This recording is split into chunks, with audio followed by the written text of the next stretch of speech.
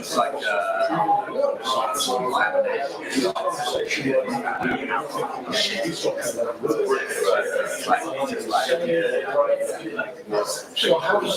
think Eno was one of them. Maybe yes.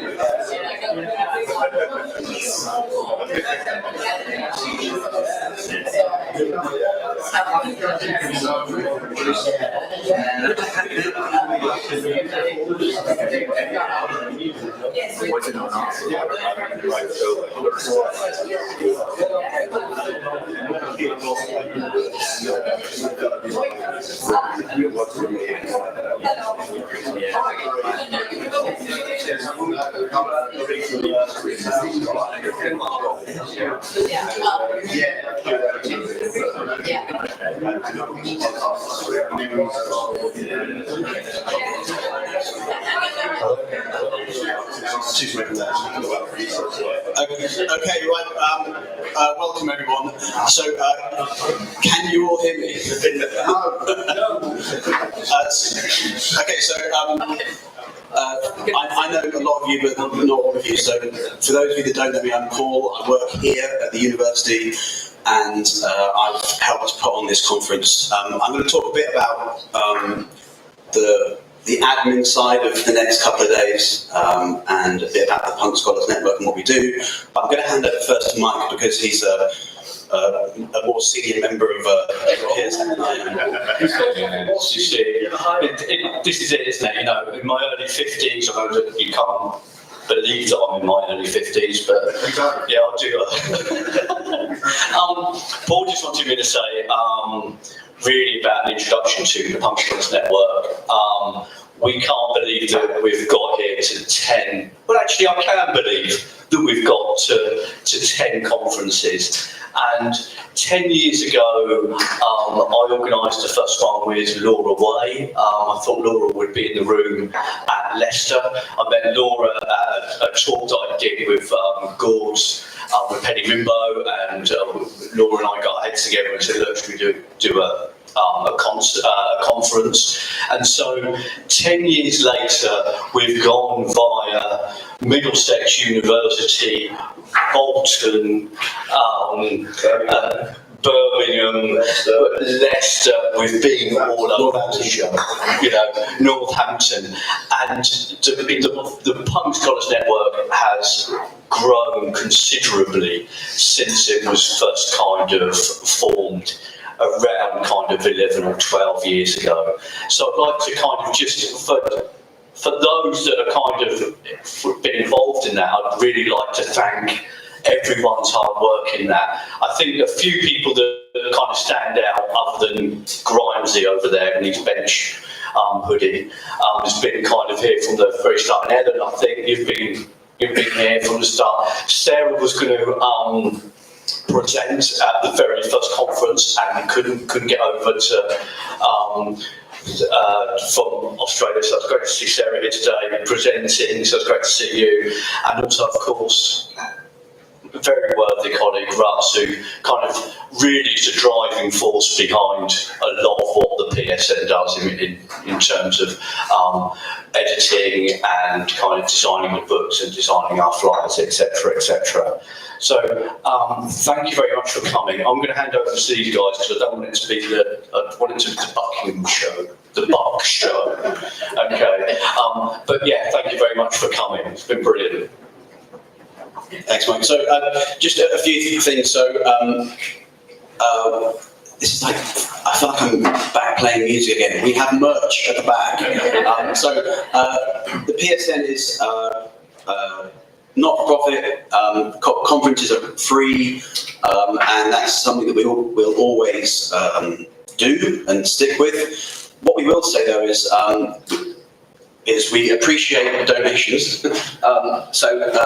If you feel comfortable and you're able to, whether you are happy to make a donation or buy any of our merchandise, we've got books, we've got journals, it all helps to keep the PSN alive. Marie, do you want to talk a bit about PSN outside of the UK? I can try. So my name is Marie, and I'm based in Berlin, originally from Denmark, and have been doing PSN stuff over in Germany. And I just wanted to say, I think I've been involved for 7 or 8 years now, and every time I go to these conferences, it just feels like home. And I think one of the things that are really nice about PSN is also that it really has this sort of grassroots organization to it. DIY, as we were just talking about, it's all independent. So it's just what you put into it, and what people put into it is like all over the world, from Indonesia to Brazil to France, everywhere. People are doing stuff if they want to, and having their own local conferences as well. And I think that's one of the things that's really nice about the Punk Scholars Network. So yeah, that's I guess that's what I can say about it. Yeah, and then we have a conference happening right now in Indonesia.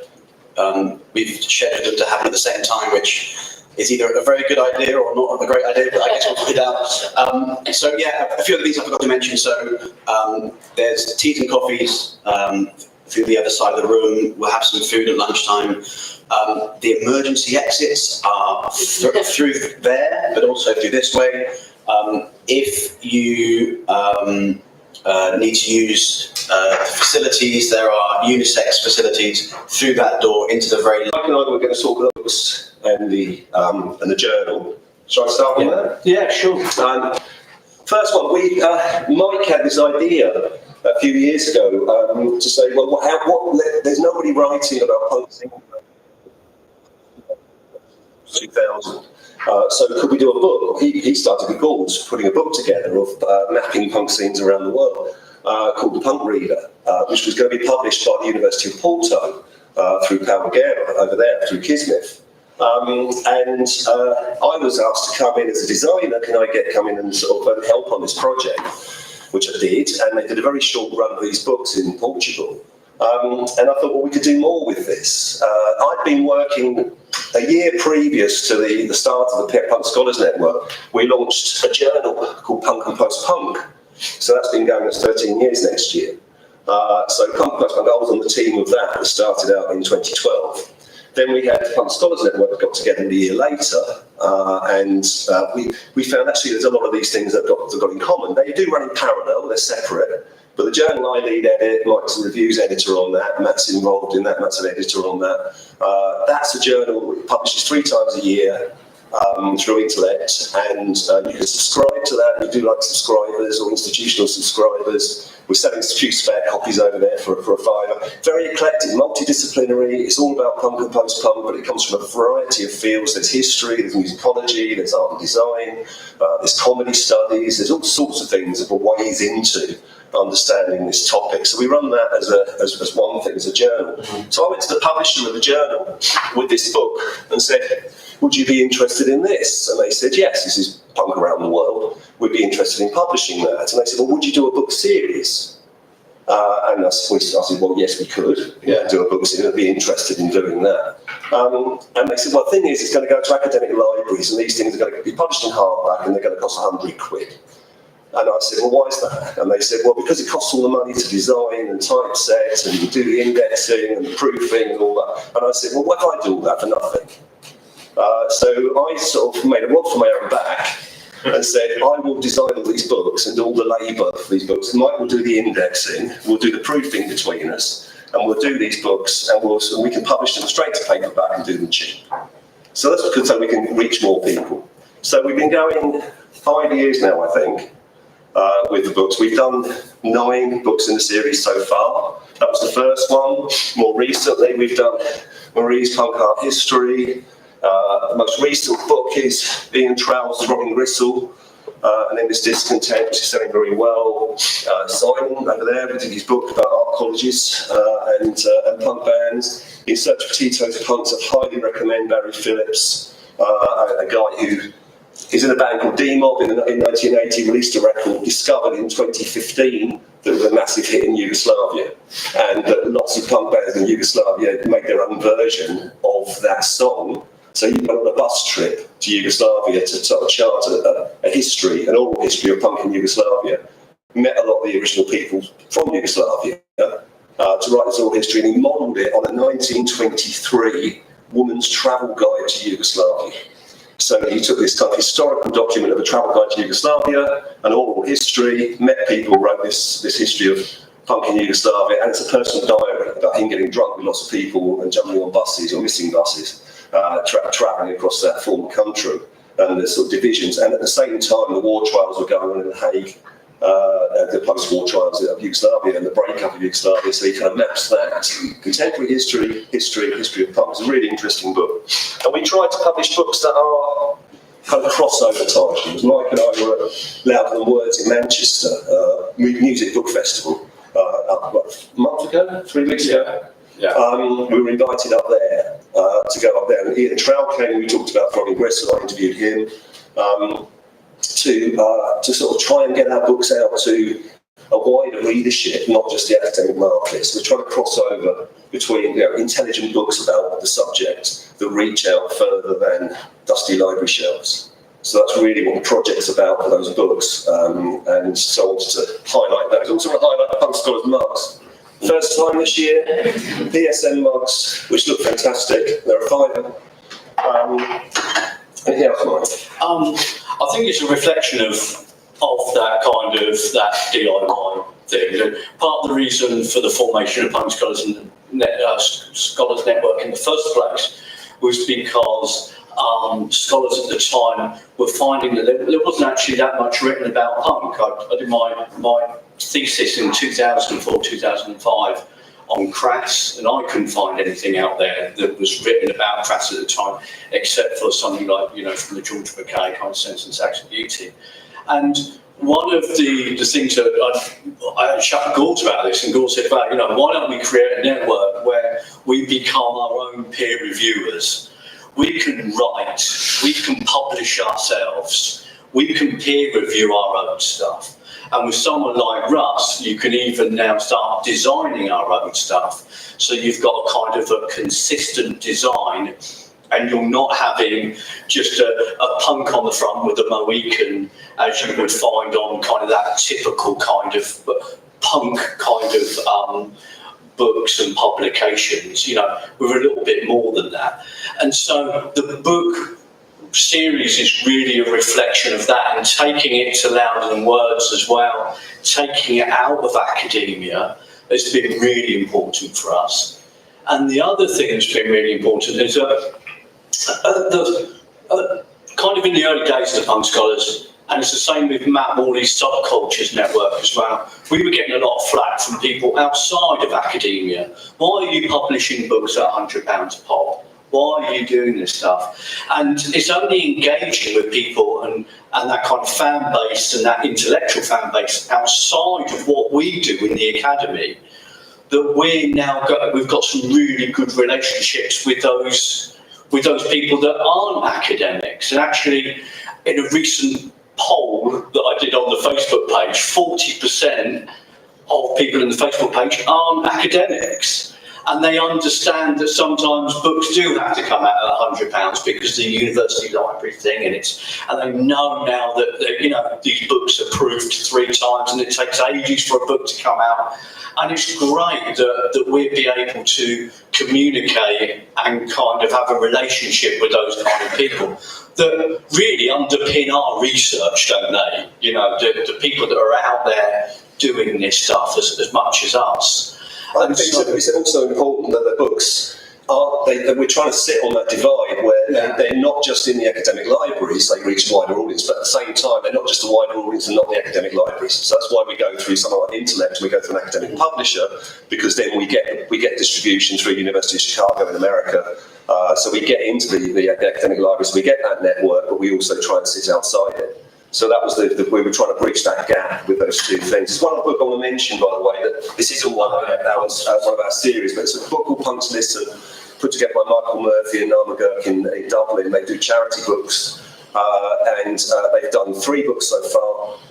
This one is raising money for Red Cross Ukraine. It was published a year and a half ago, and Michael uses his own money to pay for it. He was going to buy a car, but he decided he was going to, rather than buy a car, he put the money into printing this book. I designed the books for nothing. This is a book that's people talking about their favourite record, and there's hundreds of really interesting people writing about a record that they like, and all the money for this, we're selling these for a tenner, but all the money for this goes directly to the Red Cross Ukraine, so do think about that one as well. Yes, that's a tenner, and £5 for the journal, and 20 quid for the book series. If you can grab a book and just part things, Paul takes the money, and then we can all go down the pub later. That's the other thing about the independence. We talk about the independence of the Scholars Network. Our main costs each year, we got the conference each year, we've run it in different institutions, and we've been very lucky that institutions have helped support us and have paid for some of our costs. So we are grateful, even though I hate the logo and turn around me, we are grateful to BNU for hosting us and for providing coffee and providing lunch, etc. I think that's really fantastic, and we've had it in the past from other institutions that have been very generous in sponsoring us. We run a site, which I hope everybody's seen, but we have to pay for that, so we pay all the hosting and everything like that. The reason for that is because we could have attached to a university website, but I dug my heels in right from the start and said, this isn't the University of the Arts London Punk Scholars Network, this isn't BNU Punk Scholars Network. I'm really adamant about these things. It's not hosted, it's not owned by an institution. We are the Punk Scholars Network, and we can operate independently of those things. One of the problems about operating independently, you've got to pay for things. So our running costs are, minimal, but we have to pay for some things. So if people can buy, we've got conference T-shirts and all sorts. I don't keep blagging, we keep selling our trade at the moment, but if you do, it does help us, and it helps people as well. Pay for the website every year. I think that's it. Yeah, I think so. I'm going to be taking some photos and uploading them onto mainly Facebook, so I hope people won't mind me doing that. And if you do, please just tell me and I won't take photos. But that's it. But have a great time, and thanks very much to Paul, who's hosted it.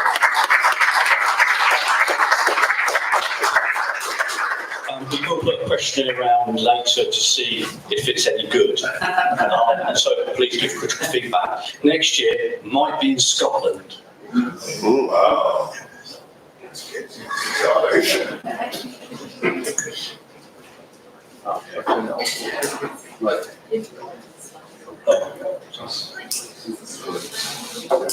Is that Scotland with Scottish accent?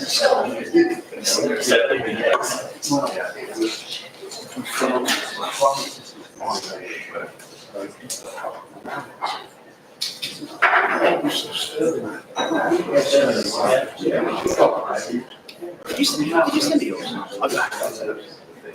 Yeah.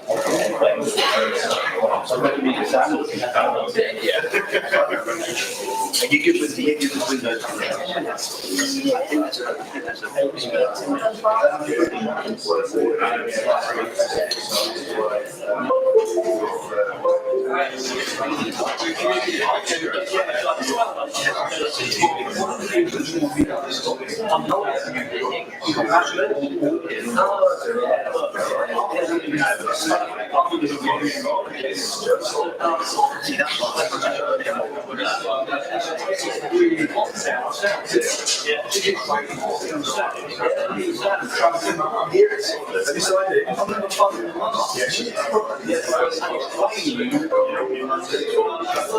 Good to see you.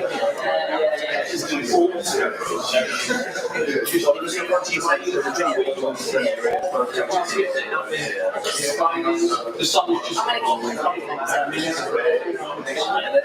Are they embedded into the?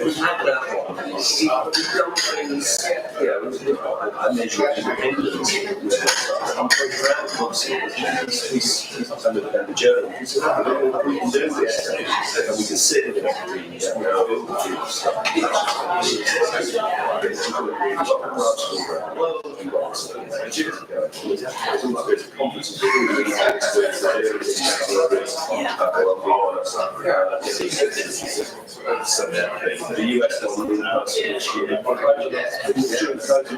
2 years doing coverage, 8 days, consecutive days, online and otherwise.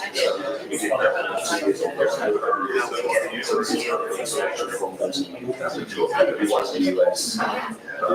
Tomorrow, tomorrow afternoon, last new director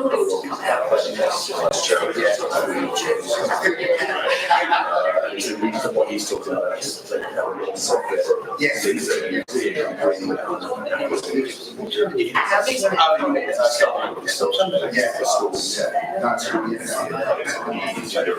I just wanted to introduce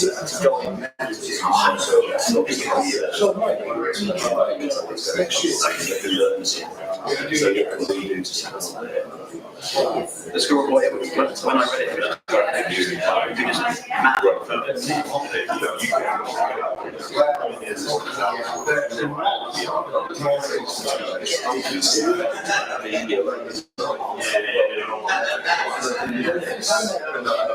institution, not just UAL or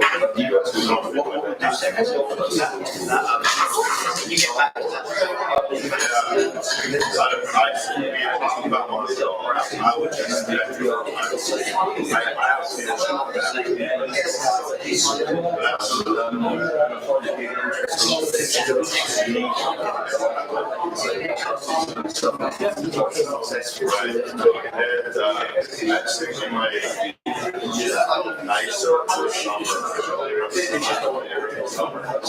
we did it later in the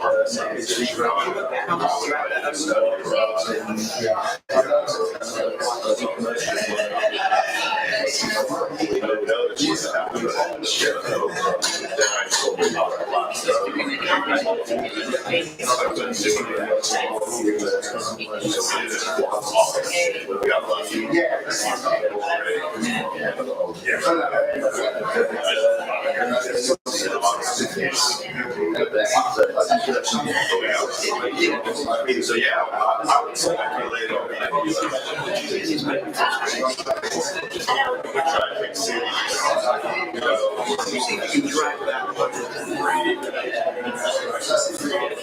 Problem Chicago.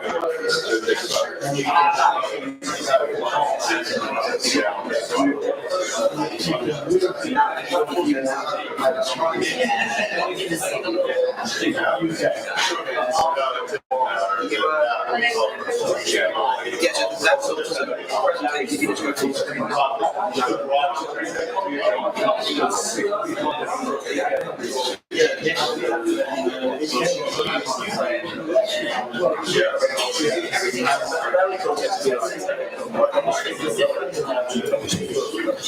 right, we got there in the end. So we have our first panel coming up. So the way this works is each paper is going to be 15 minutes long. We're starting a little bit later than planned, but we'll go through each paper in sequence and then have questions at the end for all panelists on each panel, rather than doing questions after each one. So I'm chairing the first one, so just a little note for panelists, for presenters, sorry. I've got, we were having a discussion in the pub last night about whether Green Day is or is not a punk band. I don't know if anyone's seen that, the clip of Green Day playing. They get told they've got like a minute left, and then Billy Joe Armstrong smashes up his guitar because he says, "I've been around since 1988. You don't know who I am." But in the spirit of that, so we have a 3 minutes left and 30 seconds left, and we're going to try as hard as possible to stick to time. So 15 minutes of presentations and then questions at the end. So Sarah, would you like a microphone? I don't hold the microphone. I don't know. Do people need it for accessibility reasons? Because if you need me to use a microphone, if you can't hear, you need the microphone. Is it for online as well? No, online doesn't. I don't think it requires it. But I'll be monitoring the chat anyway. So It's fine. right. Are we good? We are good to go. In position? All right. Okay, hopefully it won't be too much faffing about. We're trying to work the computer. I'm a bit jet lagged, so see how I go. I just flew in from Australia yesterday, although I am originally from England, but I've got a weird accent, so apologies for that. I'm going to talk about some current bands from Australia that have adopted a working class aesthetic, both in the sound and their look, despite not coming from working class backgrounds. And my work, by the way, is all about working class representation in popular culture and literature. All right, well, we know that punk has generally had a reputation of being working class as a genre, particularly in the UK and the US. Those first waves of punk and so on. With the UK being described as urban and angry, a youthful reaction to the prospect of no future. But there have been several punk artists who have hailed from middle-class backgrounds, such as Joe Strummer from The Clash comes to mind. Although Matt Morley has suggested that middle-class punk artists such as Strummer did face criticism at the time when it became known that they had adopted rather than inherited a gutter snipe persona, and it revealed that their reference to the tower block was more born out of fetish than frustration. But while artists like Strummer might not have necessarily intentionally pretended to be working class, there is a sense maybe that having a working class background brings some legitimacy to a music that has had rebellion and anti-authority at its heart. Morley goes on to say that punk's impact came from its fusion of cultural innovation and rhetorical populism, and offered both a form of cultural experimentation and a medium for social and political commentary. But does this still stand for contemporary punk bands? So my interest has been piqued by a couple of recent Australian punk bands who use working class culture and imagery in their music, their videos and their performances, which tends towards the stereotypical. Now that's despite their middle class backgrounds. And I'm suggesting that this is an appropriation of working class culture and is therefore problematic. And I should point out that this is just ideas at the moment. So I just had these ideas because something's annoyed me. And so I'm interested, this is what most of my research is about, things that annoy me. So I'm happy for your feedback. But my entry into punk came via a mixtape given to me by a workmate. And the bands on that mixtape include Minor Threat, Black Flag, 7 Seconds, Gang Green, Husker Du, Bad Brains, Squirrel Bait and others. And these were songs mainly shouted by angry young men, and most of them were about a minute long. But to me, the band's songs were telling working class stories. And even though they were mostly created by young Americans, they spoke to me. These bands were angry at the system, at the institutions and the people in power who excluded them or tried to control them. And they often called out racism and sexism, even though I know there are a lot of problematic elements to some of the bands. But there were some that were just interested in getting high or drunk as well, fair enough. But whether it was 7 Seconds, Not Just Boys Fun, which was telling the boys to stop being jerks and let girls join in the mosh pit, or Minor Threat, Small Man, Big Mouth, which summed up the bosses in my store, or Black Flag encouraging me to rise against. I felt their energy, their anger, and that determined fuck you, and decided that this was for me. And the gigs in London were mostly held in dilapidated venues where the floors were sticky and the toilets were no-go areas. But the tickets were cheap and the fans were mainly working class. So for me then, class and punk have always been intertwined. And there's a story I've told a few times about the way I was introduced to hardcore by actually an upper class boy. Now, that really cemented my class consciousness, and that's a story I can tell you at another time. But I will say that US hardcore and British bands, such as Subhumans, for example, became the soundtrack to all sorts of activism, particularly in the workplace, and inspired me to engage in activism in the workplace, and basically ended up a lifetime of union activity as well. So this was a fun time in my life, but then I had a kid, left the UK, and eventually ended up in Australia. I don't go to pub gigs anymore. I'm not really sort of part of the scene anymore, but I do keep an ear out for new bands, and I ask young people. I just steal their ideas, because I'm too old to have my own now. And so that link between punk and class for me is a context for my particular antagonism towards these bands in Australia and elsewhere who have taken on these faux working class personas. And so I'm referring to this as class performativity, or cosplaying, like class cosplaying, or class face, if you like. And I'm seeing it particularly in a couple of bands from Australia. Now, there is another one in the UK, and I won't mention them, because when I mention them, people get really angry with me, so I'm just going to keep quiet. If you want to know who that is, I'll tell you later. Not saying anything, not answering that question. So, the Chats. So, the songs of Australian punk group, the Chats, are about being bogan, with stories of working class Australian culture, taking smokos, buying meat pies at the Servo, and having a pub feed. That's my Australian accent. They have songs complaining about the price of smokes, and others about drone adventures in Brisbane. They also refer to being on the dole and going down to Sano, which is Centrelink, which is a dole office. Now, in Australia, the term bogan is mostly used as a derogatory term for working class people, particularly the white working class. And while it may have been reclaimed by some working class people who do proudly refer to themselves as bogan, outside of working class communities, it's usually put down. So it's like the equivalent of chav, really. Australians love their slang and abbreviations for everything, and this is not an exclusively working class thing, but the sorts of things that the Chats refer to are associated with working class culture. Has anybody heard of the Chats? Yeah. All right, okay. Do you like them? Yeah. I'm going to attempt now to play one of their songs. We'll see if this works. I've got to mute the live stream, otherwise YouTube will ban my account. All right. Oh, it came up. Yay.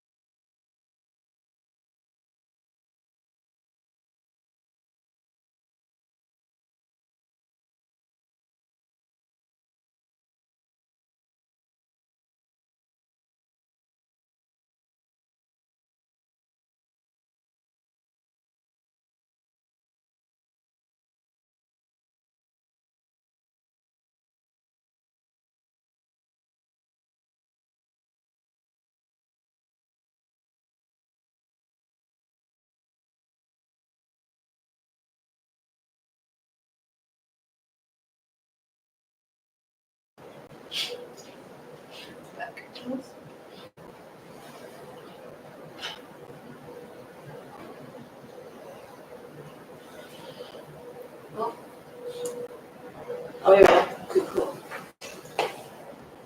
Alright, okay. So, in Smoko, the first character spotted by the singer is a tradesperson, who looks like he's eating a sausage roll. For some reason, the narrator, who's like the singer, is dressed like a surf lifesaver, which is kind of weird. Now, although that's not exclusively working class, there is a connection between working class, sort of being beach culture that has a sort of working class kind of vibe to it. I'll play another one. Then I'll do them all again.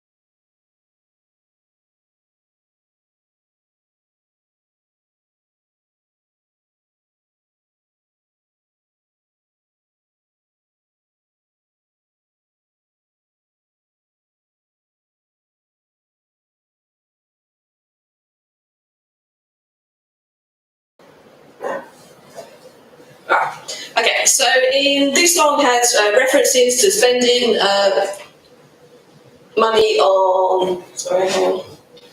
Okay, no. Yeah. Has references to spending the rent money on gambling and then craving puff food, a chicken schnee, or a chicken parma, a rump steak, which would be stereotypical meals offered in a working class pub. The food is made to look unappealing, it's drowned in tomato sauce and cooked by a grubby cigarette smoking chef. This is not a celebration of working class culture, this is mockery. So their aesthetic is arguably working class, with mullets and Flannos and high-vis. They sing with really broad Australian accents. But does their class background match the sound and look? The members attended the same private school in Brisbane, so does this automatically contradict their working class presentation? Yes.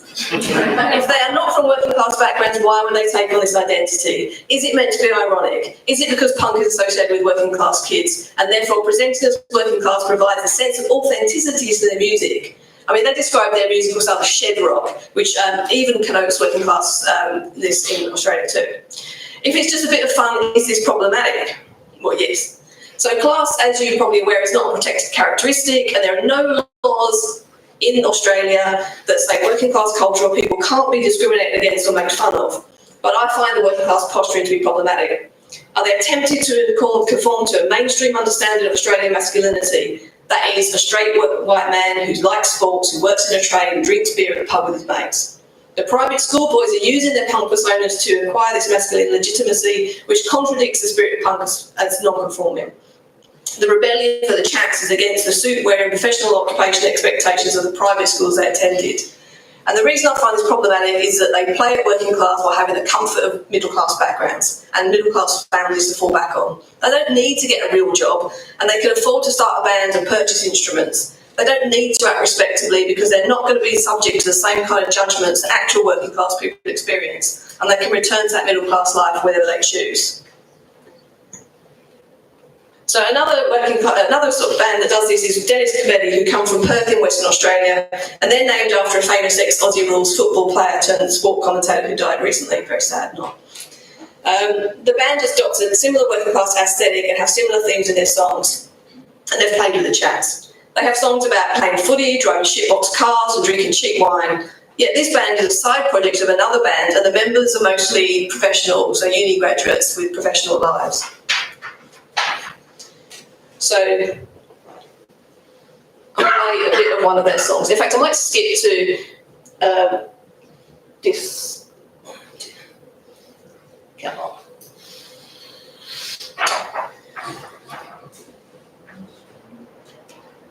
No, go back. No, there we go. Wrong way. Right, I'll do this one. You've got 3 minutes, Sarah. Oh, okay. Maybe I won't play the song then, I'll just carry on.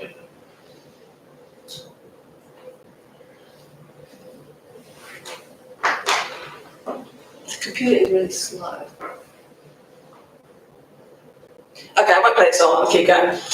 So their songs, Playing Footy with the Boys, is about references to stereotypical working class blokey things. Their song, John Citizen, is a really offensive one, which is a real complete stereotype of a bloke who goes to the pub, has these pub feeds, mows his lawn, drinks beer, goes gambling, all this kind of thing.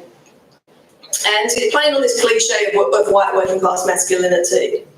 And it's very blokey too. There are some bands in Australia that have women in them, in case you're wondering, such as Amyl and the Sniffers, and they're okay. We like Amyl and the Sniffers, they're okay. But why is this a problem, or why am I suggesting this is a problem? Well, I think it is worth being annoyed about this, and it points to a bigger issue about the current domination of middle-class people in the arts. Now, that's in Australia, it's in the UK, it's in the US, I know it's everywhere. Does the presence of middle-class artists in the punk scene mean working class kids are pushed out? Could it be argued that working class voices are not needed if middle class kids can cosplay being working class? And this points to a problem of access to the arts and issues of appropriation. There's one twist in the tail there, in the form of the New Zealand band Darts.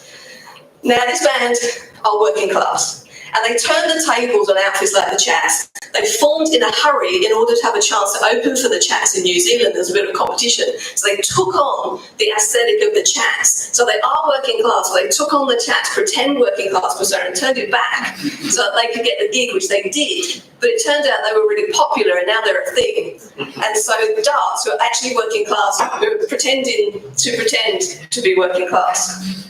And they've exaggerated this working class aesthetic, but their songs are not mockery because they have some real affectionate stand-ups in their song lyrics and their videos as well. And so it's a way of sort of challenging the Chats' mockery.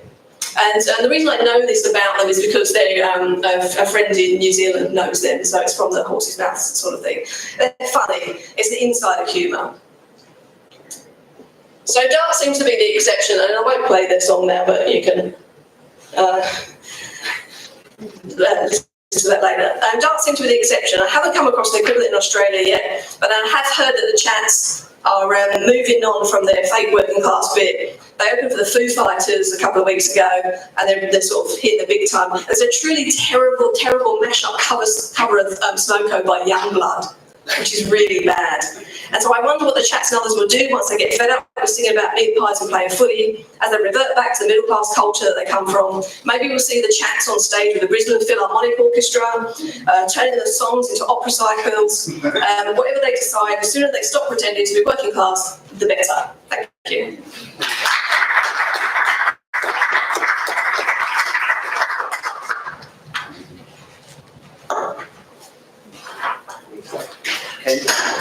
Questions now? Sorry? Questions now? Questions at the end, yeah. Thanks, Sarah. So next up we have Brigitta. Hello.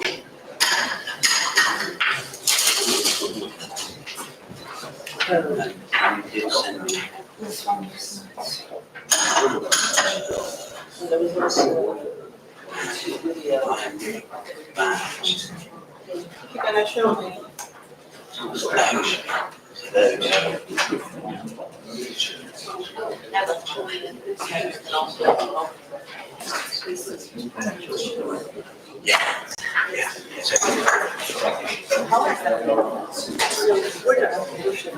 Yeah, you can use the click here. So if you got an image in the end, so if you click on that, you have to sort of look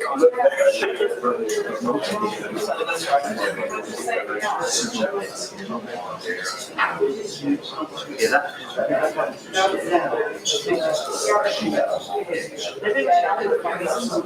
Open from the presentation.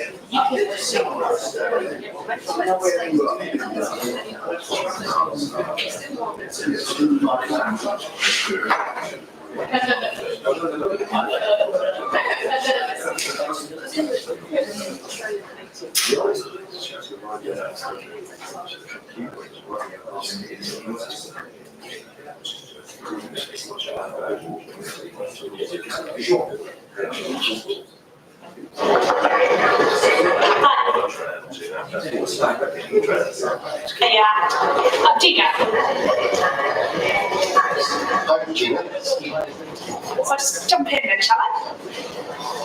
Trains. Now what do you buy? We should just.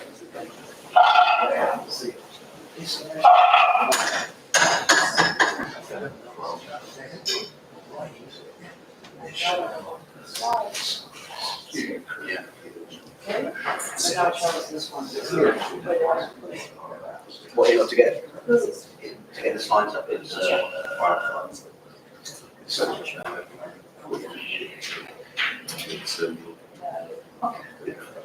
When I want to move, so yeah. Okay. So hello. I came really from far because I just wanted to hear so much what you're talking about, but I also realized that it also means that I need to talk. And I'm going to tell you about the album To the Cold Land by Estonian punk band J.M.K.E. And in retrospect, I realized that there was nothing surprising about punk for a girl of my generation, because my grandparents lived in pre-gentrified Italian Old Town, meaning I used to see punk since I was born. Okay. So how does it work? slide. And because that's where they used to hang out, and for example during Perestroika they were hiding from militia and underground passages there.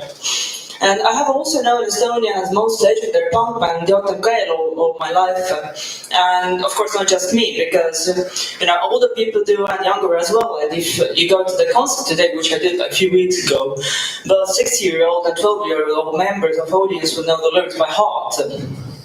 And maybe I would tell a bit about historical context because of Estonian punk, because it was a product of harsh condition of totalitarian society, where there was basically no room for otherness and people had no hope for liberation. And by the time when Estonian punk was born in the end of the 70s, Estonia had been occupied by Soviet Union for 35 years. But kids in Thailand could watch capitalist TV from over the sea, which is also from where they found out that capitalist West is not collapsing, as our newspapers constantly promised. And that's also where we heard about new music, including punk. So, this is J.M.K.E. the best. And in the 1988, there was a national awakening of Estonians, which was followed even more unexpectedly by the collapse of the Soviet Union and Estonian independence in 1991. Within this context, punk became the most influential subculture of resistance to the regime.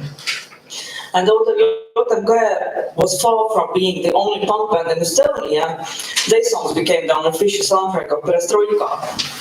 And I think one thing is the sound, which was quite raw and original, at least in local context, but also the text.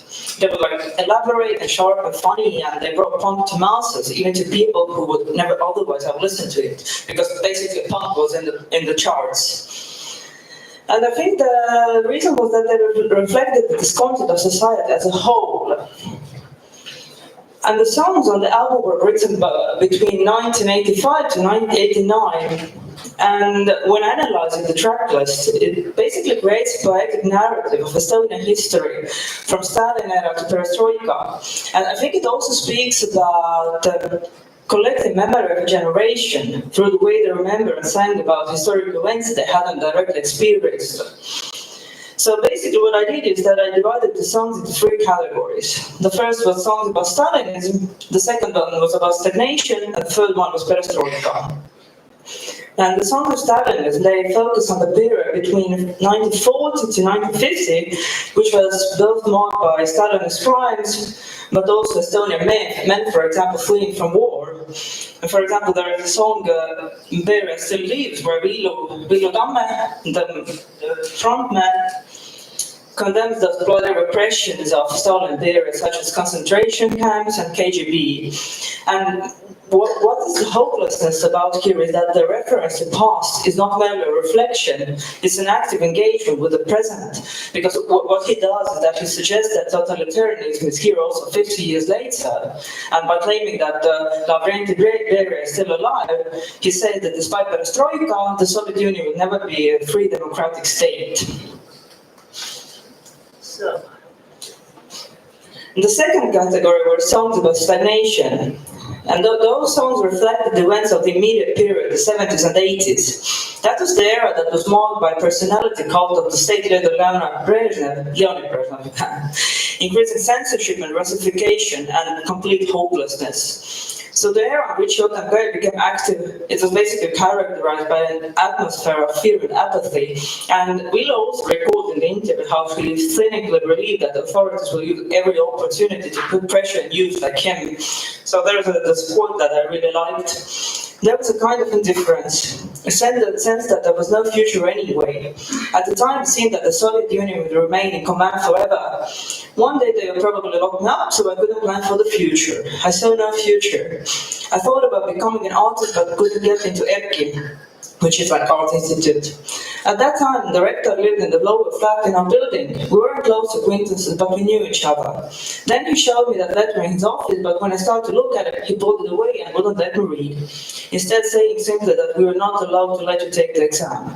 So it's basically no wonder that this no future message resonated so strongly with Soviet youths. And to control culture, regime had various techniques, for example, concert bans, criticism, moralism, and physical pressure. And for example, for punks, it was like really common to end up in militia, lose your clothes and haircut, and get beaten up, because there were also legal paragraphs for that. I think it was something to do with degrading dignity of other people with your appearance or something like this. And J.M.K.E didn't fail to sing about it all. For example, there is this called Censor that described all those techniques, or psychiatry will help us, because in Soviet Union, psychiatry was widely applied to dissidents. So psychiatric hospitals were a common form of detention, and this regime didn't differ much from prison. And the third group is Perestroika songs. By the end of the 80s, the Soviet Union was gradually falling apart, and from one moment to next, change was happening. By that time, the country was being governed by Mikhail Gorbachev, and he was supposed to lead the country out of the crisis. For example, he embarked the program of innovation of economy, Perestroika, and also there was Glasnost, which means reduction of secrecy and the expansion of freedom of speech and softening of censorship rules. But while the West healed his reforms as signs of democracy, I think Estonians viewed that both, there was a joy, but there were also hesitation, because too often Soviet Union's official course had diverged from reality.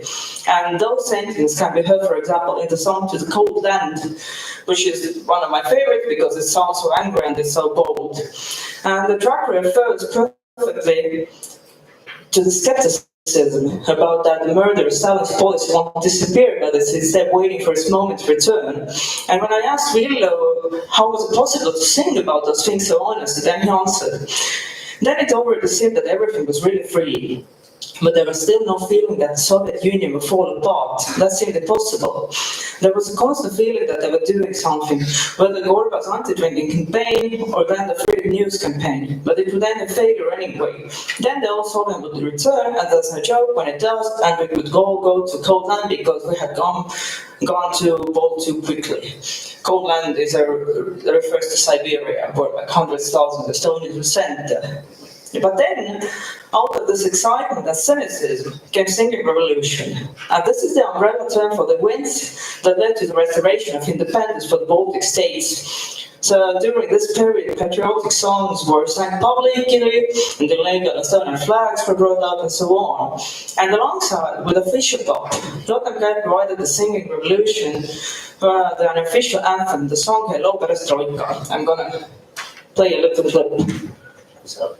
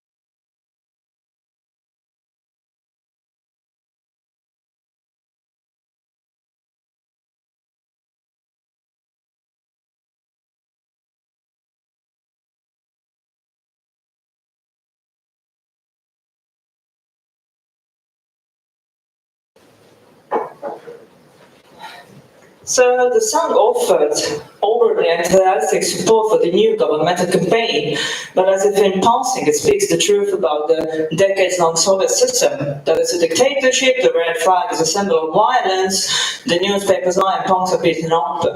And at the very end of the song, Villo sings, I say hello to as long as I get to, hinting that the perestroika is a sham. In conversation in Estonian, the expression Anna Käppaga, give me a paw, is a friendly invitation to shake hands. But the song's ironic tone redefines the phrase, instead reminding that we face a dangerous partnership possible with a full wolf in the sheep's clothing. And the song is also musically ambivalent because it mocks the pioneer songs that everyone knew, those that were like really full of optimist belief in a bright future. But an attentive listener who had the Soviet-era ability to read between the lines knew that hope was being shadowed by the fear of disappointment, reflecting the feeling of many young people at the time. And for the ending, I would talk a bit about my absolute favorite songs, anarchist-pacifist songs such as They Don't Know My Name.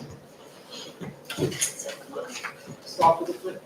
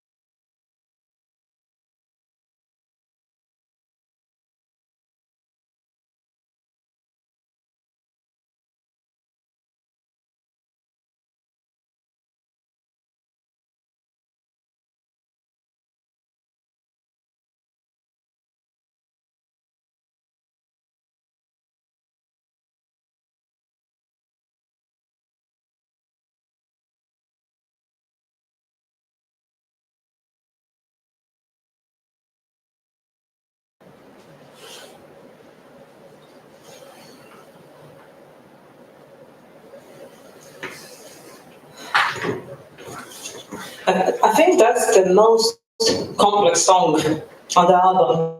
And here Villo sings from several positions, both from anarchist pacifist and regard to the power structure. And all these layers are also expressed musically, the themes driven by different musical materials. Because the Soviet Union put struggle for peace in the center of its propaganda. But this struggle was paradoxically militant. And They Don't Know My Name reflects the contradiction between official rhetoric and reality, bringing together the forced militarism and anarchist pacifist rejection of it. And in this song, Villo distances himself from militarization of people, because when the lyrics were written, Afghanistan war was still ongoing, and every young man in the Soviet Union was threatened by it. And for most of them, it was completely incomprehensible conflict. So Villo basically he parodies the Soviet militarist rhetoric, where a noble and peace went hand in hand with forced enthusiasm. And he also paraphrases the rhetorical link between war and peace, calling for people not to be afraid of war, which was also utterly typical to Soviet rhetoric. For example, there is the famous quote, "If you want peace, prepare for war." And Villo sings similar lines on the melody, reminiscing the pioneer song, but as he used melodically reduced intervals. The vivacious spirit of pioneers takes on mocking, even terrifying sound. And at the same time, the lyrics are really poetic because he chooses the role of spectator and non-interventionist when he sings that "Don't call me, I'm not in today, you're locked up, wait to see the battle." And there is also this nuclear fear, because I think many of you probably remember the arms race that many of us fear that nuclear war could happen at any time. And in Estonia also during school, with many of my friends practice putting on gas masks or Marley masks when there weren't any gas masks, as if it would protect anyone. But then the jumping melody is replaced by militant marching beat.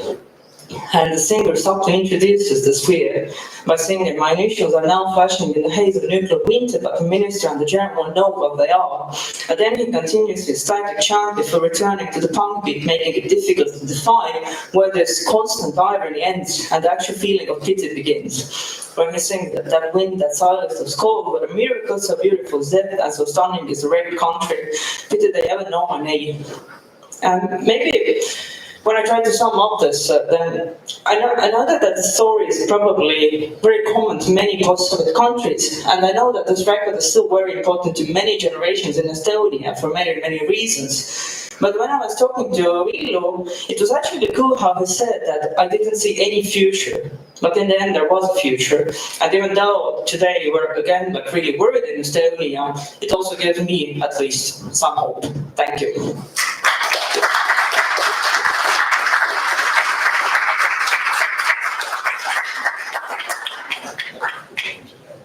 Okay.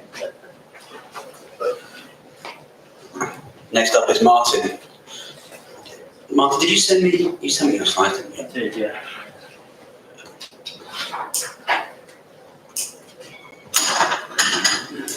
Okay. But what to set me up, I'll just start. We've only got 15 minutes. Okay, so I'm Martin James. I'm from here, or just down the road. I blame High Wycombe for my life. I'm talking a little bit about a gig that happened over there. Just around the corner was the old student union bar where I saw all the punk bands. We pushed down the walls at the end of it. It was so flimsy. It was an amazing place. So, following on a theme, I failed all my exams at school because at the age of 14, I ran away from home to follow the Clash. Two of whom were very working class, by the way. I didn't like being on the road with the Clash because I realised I was just like everybody else. I wanted them to be my best friends. And I was sleeping on Paul Simmons' floor with lots of other punks. At the age of 14, I didn't enjoy that and came back home again. I failed all my GCSEs, or we call them O-levels, old school. And yeah, that set up my life, talking about punk ever since. Interesting, it's really nice to be here in the flesh. Twice I've tried to do this in the flesh, but things have happened in my life that aren't because of High Wycombe. I had to cancel, and then I did an online presentation during COVID with Paul about Susan the Banshee and the Fan File, who I also followed after following the Clash. Far more interesting. I just want to talk about a little bit about High Wycombe before I get onto this, because it actually has, it's a story that's often ignored, because we're so close to London, it's treated as just a bit of London, a bit of the London story. But I get a bit obsessed with this. So I'm ADHD, and a few things really make me angry when I read histories of punk. And High Wycombe is just, oh yeah, whatever. There's this little place in Buckinghamshire where everybody's wealthy. And so a few things about things here. Well, a lot of the bands were put on here very early doors at the Nag's Head. So lots of young kids who were not necessarily getting it from the NME, but hearing about this stuff from their families, or hearing about the punk emergence, were going to gigs really early doors before records were coming out. So there's a very strong punk scene very early on. And what was really interesting for me, and this gig, I was actually 13, how multicultural it was. Do we use that word anymore? There were people of numerous ethnicities, because as you may have noticed about High Wycombe, it has a strong Pakistani culture, strong Caribbean, Jamaican, African. This was one of the places where the government put immigrants very early on, because that's what they did, and you continued to do that. So when I read stories about High Wycombe being a middle class area and it has nothing to do with the working class story of punk, I go, well, that's a load of bollocks, as is the consideration of it being a working class thing anyway. A lot of that period, you had a strong working class culture. You also had something called, I'd say, first generation middle class. I'm a first generation middle class. My parents moved from Middlesbrough. And to better themselves, they came down here. And my dad eventually became a teacher. Quite quite important because I had all these working class ideals, working class ideologies, all this way of living coming from my parents, my grandparents, my entire extended northeast family. And I come down here where I'm meeting a few wealthier kids. I grew up in Marlow, which was actually a very working class mill town when I was young. Anyway, less of that. The thing about High Wycombe, I met in a quite a small punk scene. There was equal men and women. There was gay, lesbian friends. I had a trans woman friend who played guitar in the biggest punk band in the area. So it's kind of a really diverse group of people, which I think is quite important because it represents an early stage of punk among younger people who were kind of breaking down lots of doors and trying to understand different ways. I mentioned my ADHD brain. This always pisses me off so much.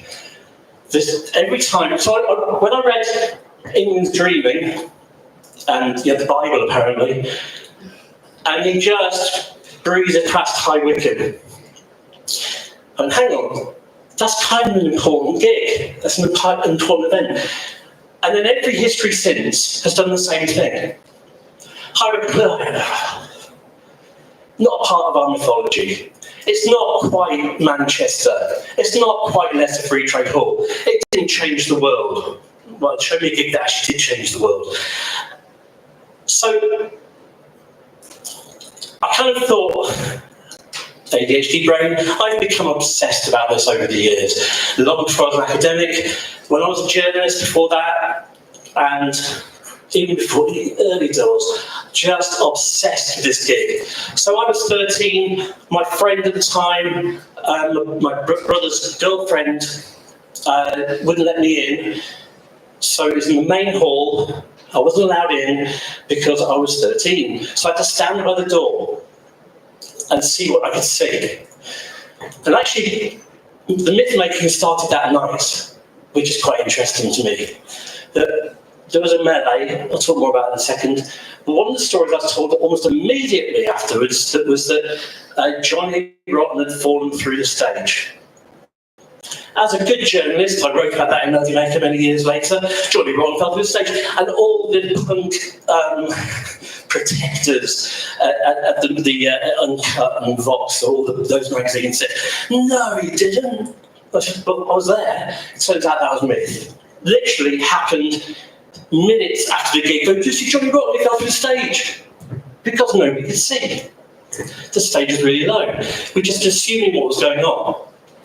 So this kind of starts to become a lot of interest to me, is that the mythology that emerges around this, and actually starts to question a lot of our understanding of the historical aspects of the representation of these things. A lot of this stuff was not being reported on. It was being reported on second and third hand. It was already missed before it left the building. So by the time John Ingham and various other journalists are writing about the punk emergence, it's happened. It's moved on. So they're talking to fans, and fans, audience, have their own versions of the truth. And this is some of my versions of the truth. Now I'm going to say, obviously, this paper, I wrote an extensive paper for the journal, so please don't read that for lots of the background. But what interests me, obviously, we all know this, the early UK punk is always represented through this sort of teleological progression. Great creative visionaries. Yeah. Great events. But it takes great events, if we're going to follow this line, to create great events. And this is where Wycombe comes in. This is kind of how it's been represented in various places, authoritative books. They played unheralded and unannounced. Their fee for the gig was one crate of beer. Rotten smashed the microphone. Quite interesting on a local level, because this stuff's really important for local identity. And we do get, and I haven't lived in High Wycombe for a very long time, but I still get obsessed by the minutiae of these things. is really important to our own local story. The fight between Rotten and the long-haired students. It was 1976. Everybody, including the parents, had long hair. The Pistols crew saved the day. I love that one. I'm going to fly through some of this stuff. The story has always been represented as cosmopolitanism versus provincialism. And one of the things I find really interesting about the Sex Pistols story is it kind of bypasses all of the home counties. It bypasses all of this area and goes straight north. So we get a film about Huddersfield. And we get documentaries about it. And we get Manchester, the gig that stage changed the world. So this gig, it was a disco. Let's get this clear. It wasn't a gig, it was a disco. This is the era where all of our big bands were too big to play the venues anymore. They'd gone to America. And there was this void. And pub rock tried to fill the void. So they put on this Rag Week event. And the final disco featured Screaming Lord Such and the Clits. They weren't a punk band, by the way. They sound like they should be one. And the Sex Pistols, they weren't on the posters. They were booked and they turned up. They did their thing. We'll talk more about that. An interesting thing that it's repeated over and over again by Shani Hassler, is the audience was sitting cross-legged on the floor, students with long hair in joss sticks. Lovely bit of punk mythology there. Us versus everybody else, because everybody else was just a hippie with joss sticks. One of those hippies was Paul Ferguson from Killing Joke. I know timelines are a horrible thing, but I just want to place this in terms of a timeline of the Pistols. The first review happened on, depending on what part of the country you're in, on the Tuesday, the Wednesday, or the Thursday of the week of the Wickham gig. And then you get the first 100 Club gig in the following month. It's gone the wrong way around. Then the Paradise Strip Club gig, where Johnny Rotten did his manifesto, I hate shit, I hate hippies, and what they stand for, I hate long hair, I hate pub bands, I want to change it so that there are rock bands like us, no use to the word punk. And then Nashville Rooms was April, then 100 Club Punk Special was September. So it's very early on in that story, and this is very much kind of a story of punk opening up to the country, and or more importantly, the media. Okay, the three claims about the gig. 100 Club promoter Ron Watts, who also did the Nags Head here, is also a member of the band Bruised Droop. He did the Bikers Festival in Windsor Park. He's quite a big name in blues rock. He's from Dire Straits was in his band. He went down to the gig over there to book a stripper, and the Pistols happened to be playing. That's his story. Pete Shelley and Howard Devoto, Mission Trafford were there with Clint Boone, Richard Boone, and subsequently formed the Buzzcocks. And they booked the band to play Lesser Free Trade. Well, actually, they booked the band to play Bolton, and then eventually it was Lesser Free Trade Hall. And then it's also the first time where violence ensued, which was created by the audience rather than Jordan, or how do I spell Jordan, or Rotten, or any of the entourage throwing things around and smashing things. This is the first time where the audience grab Johnny and drag him 3 minutes. Okay, that is a fabulous bit of mythology. Quickly about the evidence. There is no evidence. There's no photos. Ray Stevenson, who usually takes the photos on those early gigs, chose not to go there because he thought it would be a waste of time. How wrong he was. Sex Pistols laid on the flyer. Morley claims that the Buzzcocks recorded it and used it as if it's a scripture, a series of codes to decipher. This was the inspiration for the Buzzcocks. So you only have first-hand accounts, and of course they are really confused. Just to think about history, obviously we always go to the famous names.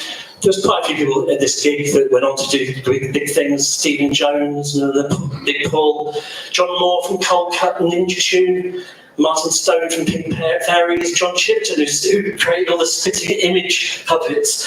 There's a lot of interesting one here, Sharon Green. She's in a lot of the early photos, and a lot of the punks from Wickham were in a lot of the London punk photographs. So that's treated as an extension of London. Possibly Dylan Jones. Dylan Jones changes his biography weekly. He was kind of a part of the scene. He certainly went to the art college here before going to St. Martin's. That's a really important part of this. There was an art college here, and there was a feeder to St. Martin's. 30 seconds, that's a long through. Right, I'm going to fly. I just want to look, something we get obsessed by. This is the elongated version. The gold-plated microphone. Such a small detail, but this is not important. So, it has been, a local historian has definitively stated that there was never a gold-plated microphone. So Johnny Rotten started the fight in the audience by smashing the microphone on the floor, actually for toweling lots of hippies' heads and going, yeah. And eventually, one of the big blues rocker guys grabbed Johnny Rotten, pulled him onto the floor, and everybody piled in. Johnny Rotten still says it never happened. And this alternative thing is about what happened about the microphone. They actually broke it in early on because they did 2 sets of 5 to 7 minutes each. And one of the people in the audience ran down to Rick Wakeman's studio and borrowed a gold-plated microphone. There's a guy called Graham Craigmile. Can you get hold of a mic for me? I went down to Rick Wakeman's studio and borrowed a gold-plated mic in this lovely case. He was terrified of damaging it, so he walked off stage and really timidly at the end gave it back to me personally. Johnny Rotten, that we imagine, was very different to Johnny Rotten that was experienced. A number of people at gigs said, I had a drink with him, he was lovely, what a nice bloke. Are they trying to write themselves in? It wasn't really his history. This, I think, is quite funny because it becomes a national story. Matt Locke, I don't remember any gold-plated microphone. That was in an interview with a very kindly too young to have been at that gig. Thank you, Glenn. And then Johnny said, because I said, Glenn said there wasn't a gold-plated microphone. And of course, Lynn said, of course there was a gold-plated mic, fucking idiots, forgotten. And yes, I knew it was Rick Wakeman's mic, no problem with that. Better than that shitty mic Such as Locke gave me. So where's the authenticity? It doesn't matter.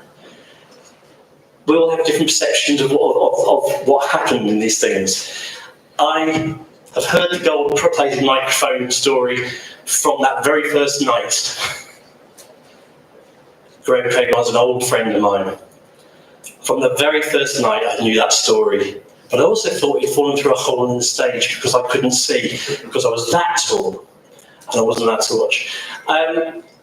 Please read the paper, there's lots more in it, and I could go on for weeks, and I've already gone over by at least 2 seconds, 5 minutes. Thank you very much.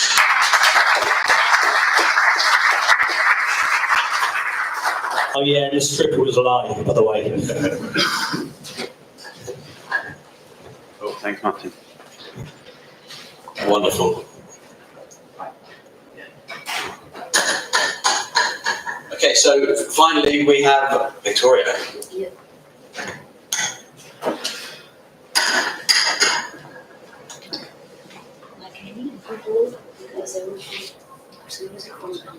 Yeah. So, what you have to do is you've got Google on that screen. So the cursor. There you go. So you can use.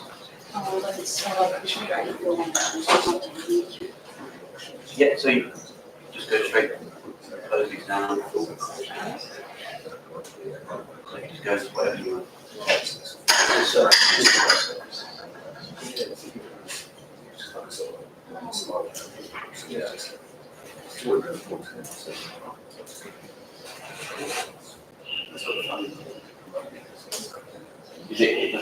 something in you was it? Or Yes, yeah. exactly. So yeah, about Yeah. it's enough, and then I can. And then you can go back to your presentation. Microphone.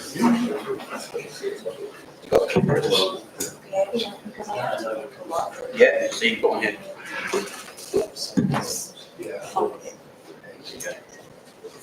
So, hello everybody. I'm really excited and happy to be here. Before my presentation, I would like to say a few words that are like, with my own interests, I always felt like a UFO.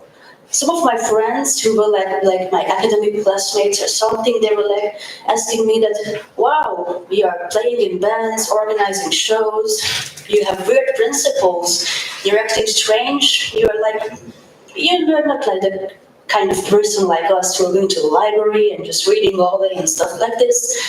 And all of my brown friends said when I started my studies in my PhD, they were asking me oh, this time you think now you're a clever one. So I was always in the in-between, none of those people accepted me and punks were looking at me in a bit strange way.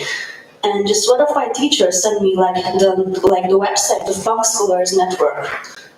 And I was like, wow, this really exists, I'm also an academic and I'm also into punk since the year of 14, let's say. There are people who are like me and they're having a whole network, wow. So in the Netherlands, I just wanted to say thanks for existing. Yeah.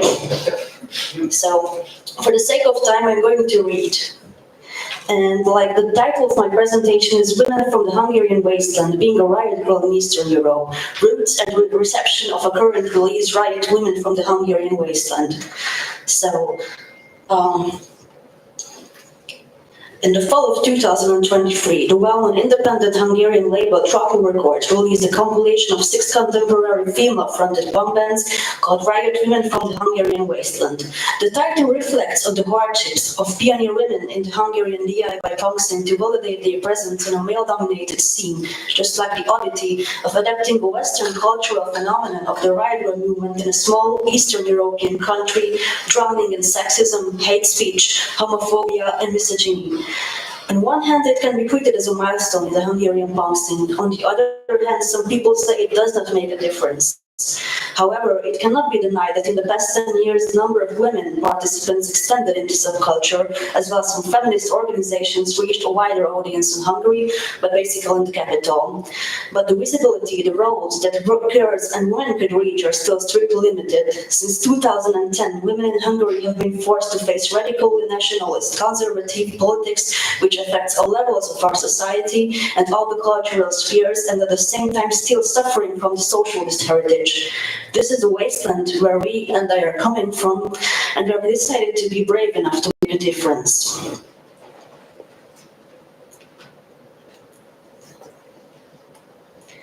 In the upcoming minutes, I'm planning to talk about the social background of Hungarian punk, focusing on the gender roles and the narratives of women and how they changed, if they did, after the collapse of the socialist state in 1989. In the second half, I'm going to zoom in and take a close look at this report.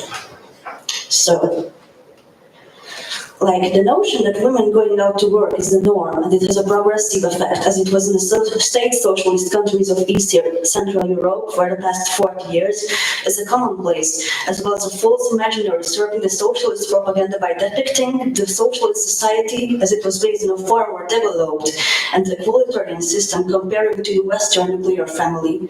It maintained the notion that economic independence from men and the female labor force participation was a necessary condition for emancipation.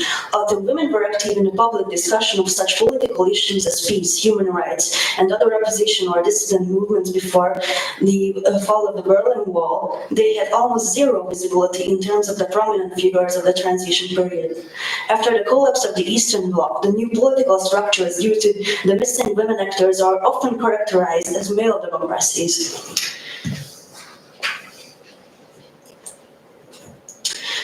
Whilst men became public political actors, in a sense political subjects, the laws of the market tended to turn women into dependents or sexual objects. Violence against women and prostitution were sharply on the increase, and the pornography industry was booming throughout East Central Europe, greeted by respected male journalists as a sign of liberation from the Britishness and oppressive censorship of the state socialism. The exclusion from the theoretical parameters of questions such as the gender division of domestic labor mean that women continue to be responsible for the greater part of domestic tasks and childcare. Other issues that were considered too individualistic to feature in public discourse committed to social progress were sexuality, individual autonomy, and violence against women.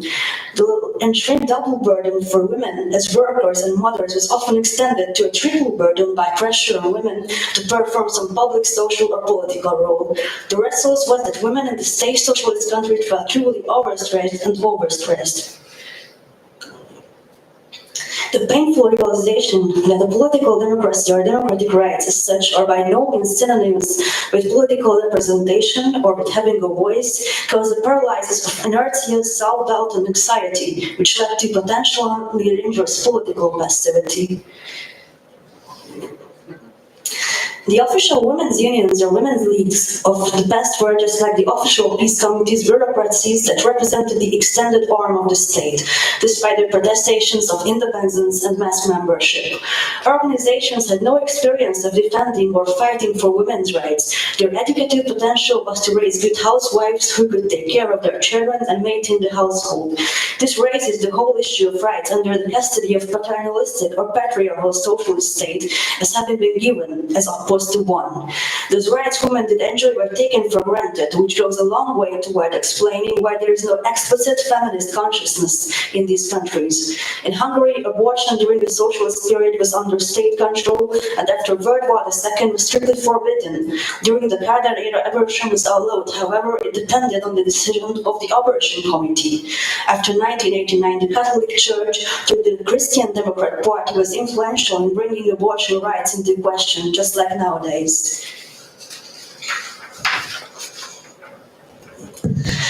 Many Hungarian women expressed the view that there is something psychologically unhealthy about women who meet together without men.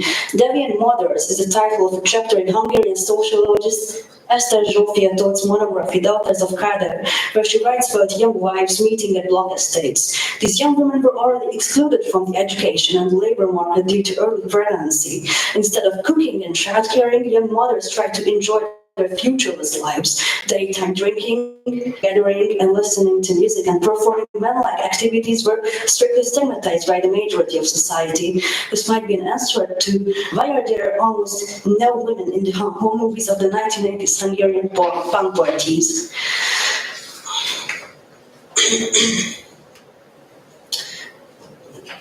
Origins of punk were usually rooted in the anger the youngsters felt toward the adults they encountered at home, on the street, and the school, which resulted in the use of countercultures. This punk rock emerged as a generational specific symbolic system as a white male working class phenomenon that provided young men with a way of creating autonomy and difference from their parents and their culture. Young women have been largely restricted from punk by the gender system in which they live, because most young women, unlike most of their male counterparts, were and are restricted to their homes during adolescence. Parents exert control over young women more so than young men. Young women were restricted from going out and participating in street culture with boys. Young women's restriction to the home is due in part to society's expectation that young girls will grow up to be housewives. As a result, parents and society at large kept young women from participating in the creative negotiations taking place in the streets, out of which punk rock emerged. And now I would like to show this video.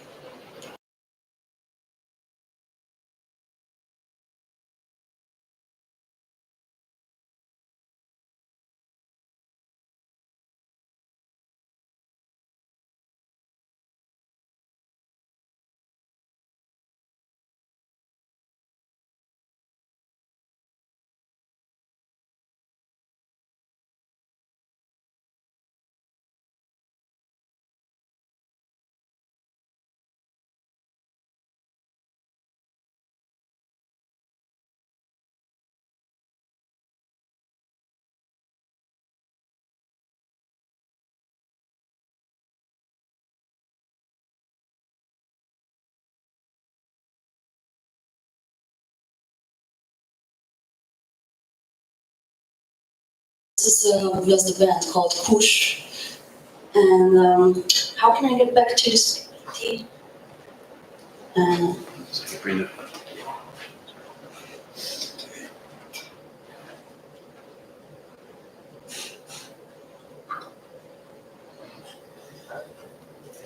Thank you.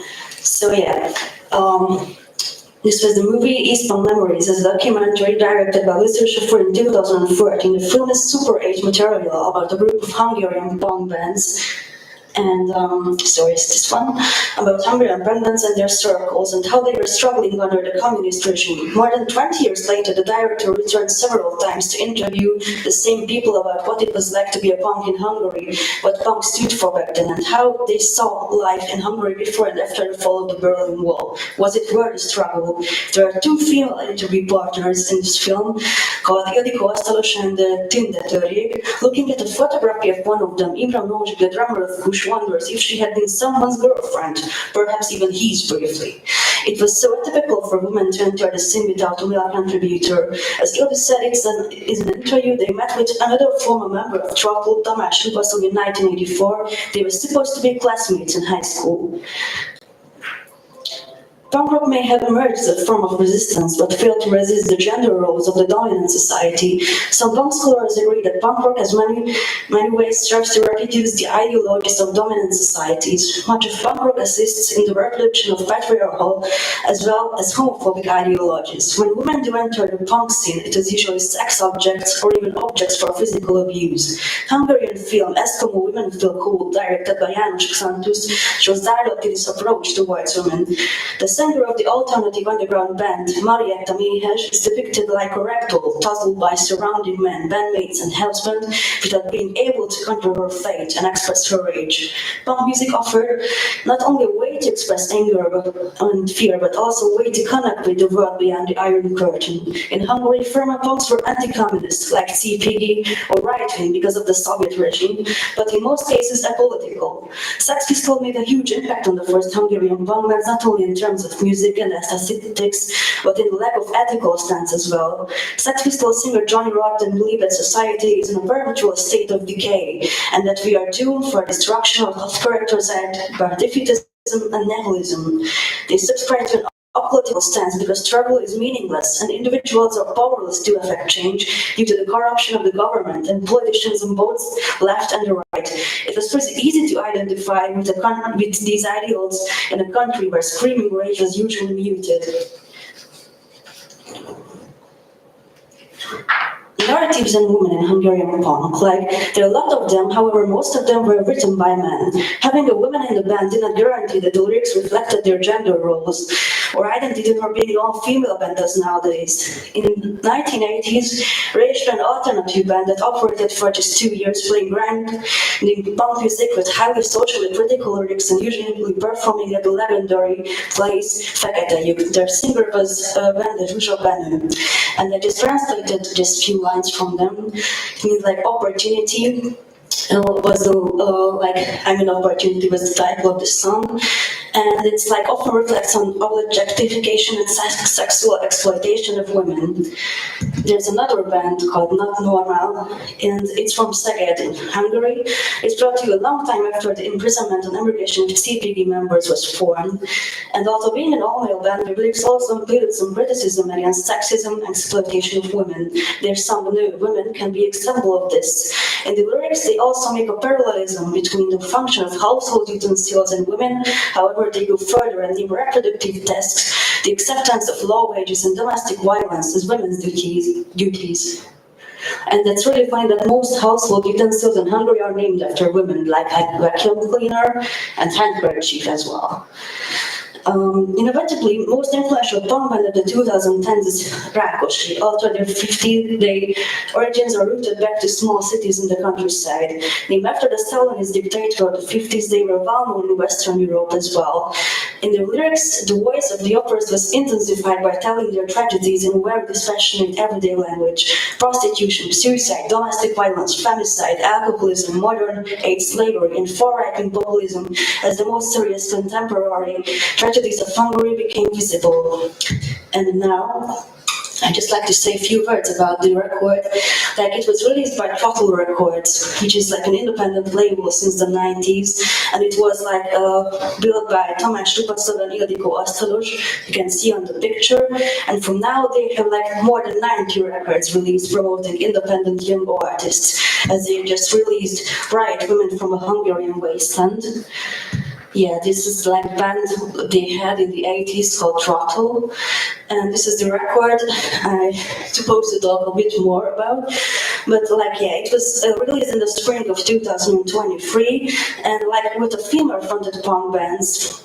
And like the bands were chosen by consistent female membership, certain reflections and lyrics of womanhood, social crisis, and stuff like this. And it was released in October in a few hundred copies. And yeah, like the only principle was this song shouldn't be older than like 2016.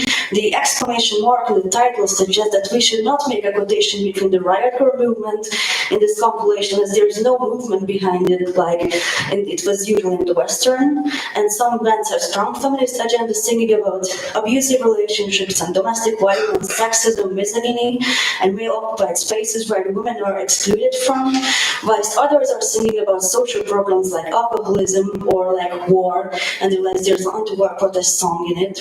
The reception, as it was predicted, was pretty mixed after the release. Some reviews expressed their enthusiasm, however, they did not understand the main reason why there was a need for this kind of compilation. The authors of the reviews failed to express their pro-women stance by listing some positive commonplaces about women to guarantee that they won't be accused of sexism, although it was not successful. Right-wing critics expectedly relegated the record by using metaphors as childish babbling and ironic comments. However, one thing is for sure, that we will make them happy, and we won't stop what we once started, because my band is also included in this compilation, but I don't want to talk about it a lot. And yeah, there's like a really flourishing DIY scene in Hungary right now, and these were all released by like a DIY label called Szégyen Kazetták. So and a lot of books are getting released nowadays. So actually the situation is not that bad, apart from like a lot of other circumstances. The DIY scene is really flourishing, and this record also has evidence of it. Thank you so much for the attention.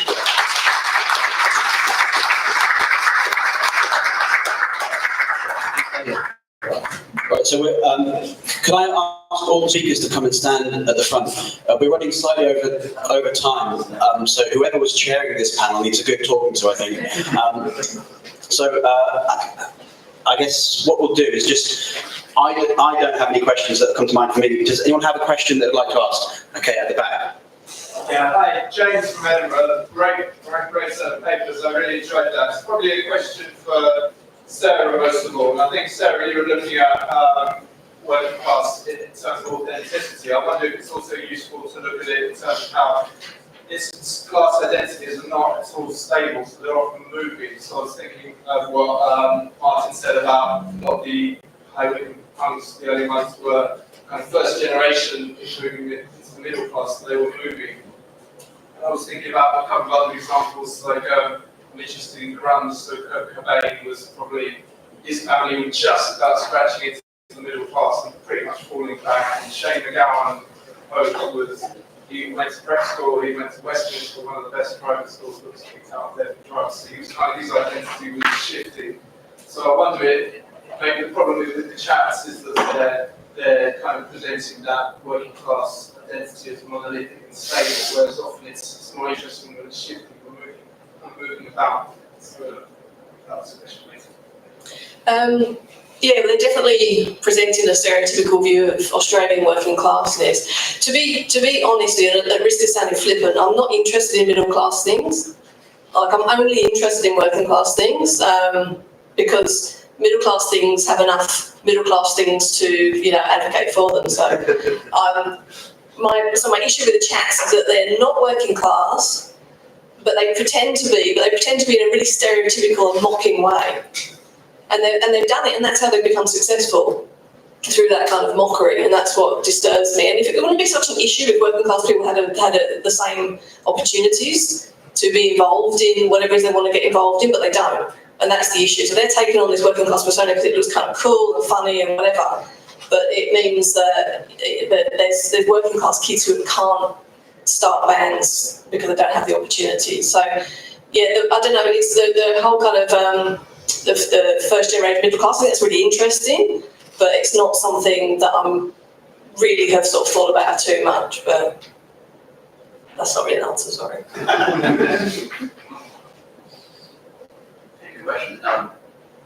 Any other questions? Yes. Yeah, Marina from Ljubljana, Slovenia. I have actually 2 points. One is to go back to Sarah and to think what Martin James was saying. And my question is, did you make any research regarding the settler colonial past of Australia, no?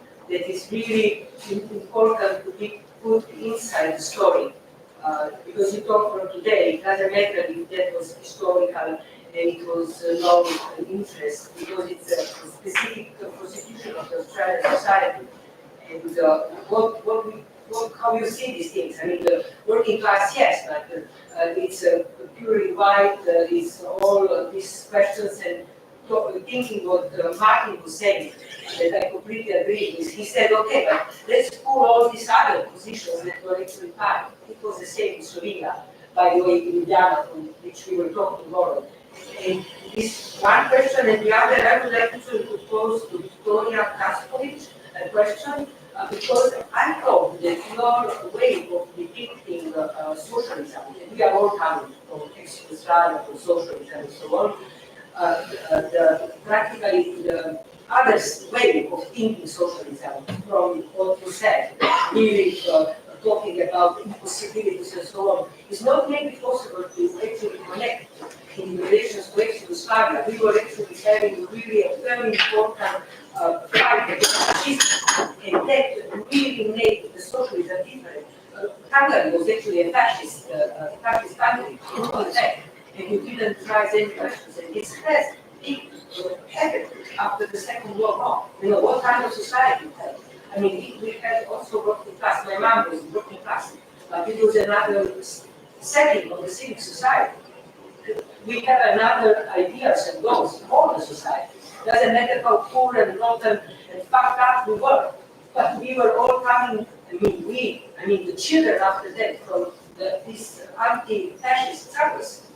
I mean, because Yugoslavia was practically fighting against Nazis and fascism and Mussolini and so on. So my question is really this point that I think it's really key for understanding the differences. Otherwise, people will really think we were all suppressed and we all really gone in capital. Okay. These will be 2 questions. Thank you. Just quickly, so I'll hand the mic over. For the settler colonialism, yeah, from an Australian perspective, that always comes into play. So anything I write about Australia, I always talk about that, first of all, the particular class structures there that come out of the penal colonies and the British invasion, and so that's something that is always considered in terms of that. Yeah, and thank you for your question and your comment. Well, actually, I know that in ex-Yugoslavia it was a really different situation, it's for sure. And in Hungary, I think I tried to emphasize it that it was pretty different in the terms that it was basically this nihilistic, muted, they were not really kind of political activism in the sense that it was in ex-Yugoslavian countries. It was really in the mud. It's just really doing, most people have no activities to do. And it was a lot more different than it, of course. I don't want to make a quotation between all the socialist countries, of course. There are a lot of differences. How, for example, in Hungary, we will always, my parents told a lot of stories to me that Yugoslavia, it was a really good thing, that there were records there, genes, and a lot of things which were not reachable for us in Hungary. And my parents used to smuggle a lot of things through the border, because in Yugoslavia it was much more in having some Western principles. In Hungary there was nothing during this period. And from this nothing, it's really an unusual stuff that something like this record emerged. Of course, it happened in 40 years. There was such a long road to this, but of course, my goal was not to make a quotation between all the socialist countries. So yes, thank you. Okay, so one question from Stan, and that the last one. Okay, sorry for Sarah again, I'm afraid, but just thinking about that impersonation of working classes. I'm from Dublin, and for a long time people didn't sing in Dublin accents, but just recently, a couple of bands knocking with folk tradition, but also Fontaine's DC, where you've got a singer with a recognisable Dublin accent. The problem is that he's not really, he doesn't really own that accent. But the strange thing and the difference from what you're talking about is that he uses the accent in order to inherit a literary tradition that goes back to J.M.K.E and goes back to J.M.K.E and people like that. In other words, it's a ventriloquist, a literary ventriloquism, because there is a minor but recognisable working class Dublin literary tradition. And I'm just wondering if there's anything in Australia that working class bands could inherit that would match that, or is working class culture always portrayed as you say, the chance of portraying? Well, I mean, first up, working class culture in Australia is really diverse. Yeah. And that's what annoys me about the chats as well, because there's great working class stuff, all sorts of things, pop culture, literature, whatever, coming out of the working class communities in Australia, and it's very, very diverse as it is everywhere else. So the chats have got this really narrow kind of cliche, stereotypical view of this white, masculine working classness, which is not the majority at all. And that's what irritates me. When they sing, they have these exaggerated accents. They don't talk like that. They don't say that. And that's how they sound. Like, I'm on Smokos. It's how they sing in the. They don't sound like that when you hear them. They've got, they're nice, respectable boys who went to private school. They don't sound like that at all. So it's kind of a weird thing, really, for them to have latched onto. But it's been successful. It's actually worked for them. And yeah. Look, this is the thing too. They're actually quite fun to listen to be honest. You can hate something and like something and critique it at the same time. So I listen to them and I'm like, oh yeah, that's pretty cool. But it's then the academic comes out and I'm like, oh no, it's not. So it's probably a little bit different to that. And I think about another one. The sort of bigger problem is probably in say an Irish or a British perspective is how rife accentism is. The discrimination based on accents is not quite as bad in Australia as it is in other places, but that probably makes that even problematic from your band's perspective that you mentioned there. Cool. Right. Yeah. Well done, everyone. Those were really, really great papers. We're going to start up again at 10 past the hour, so we're kind of on time, just about. Well done, everyone. That was great.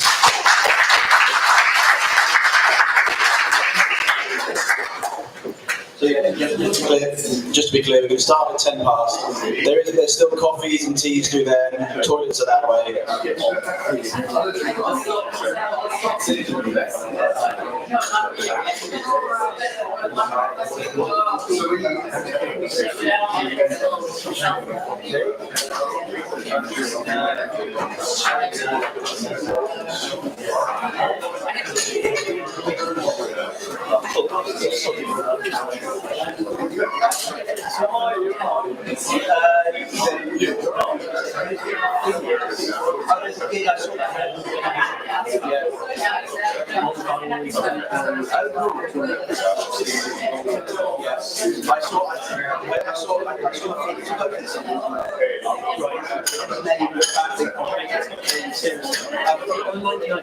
Martin, you've been sacked. How much do you? I'll let you explain it. Sorry, jumping in there.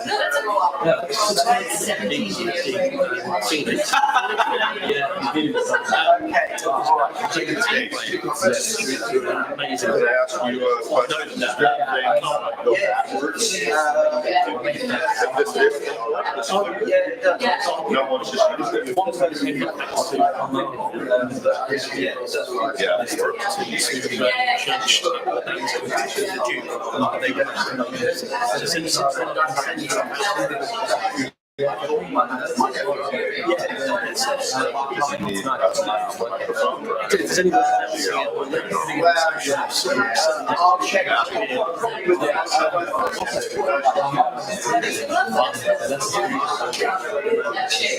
Can you speak to Sean about this? I've done best deconstruction work. We're currently working on a paper to bring the two things together.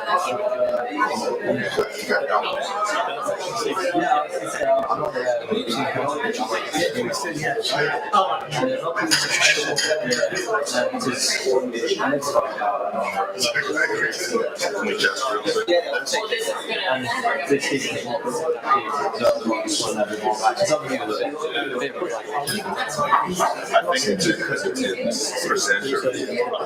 It's great.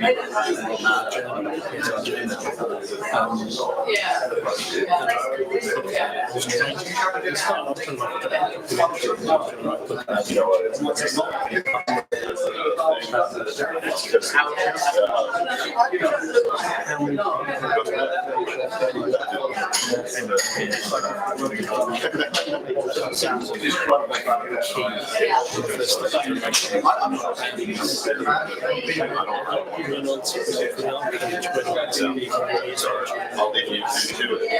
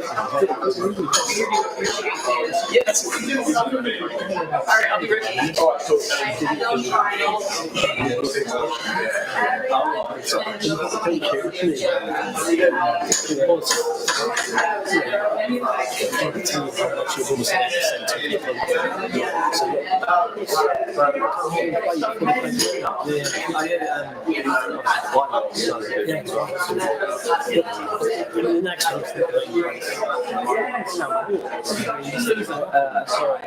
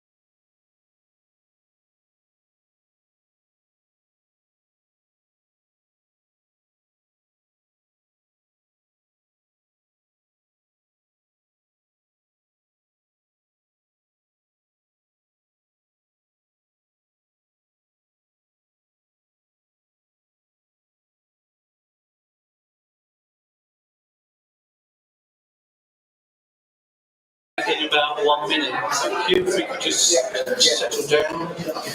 You're a rowdy crowd. A rowdy crowd. These things are always the same. In fact, I better get the.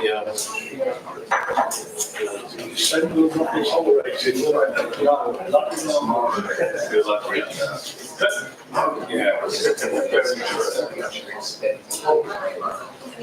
Okay, so thanks for our first panel. Some really interesting kind of topics in there. I loved the presentation on Hungarian punk, women in Hungarian punk. It was absolutely fantastic, and the notion of working classness in Australia. Thanks to our next panel, and the next one, I've got to open up this. I'm being very rubbish.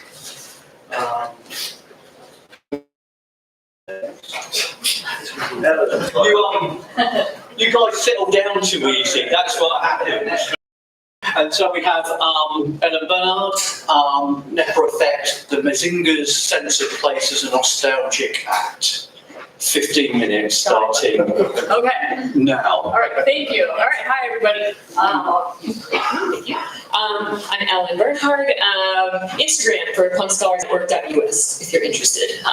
We are going to go on a field trip to Pennsylvania, and we're going to start in Philadelphia, home of gritty Philadelphia cheesesteaks, and your soon-to-be 2024 Super Bowl champions, the Philadelphia Eagles.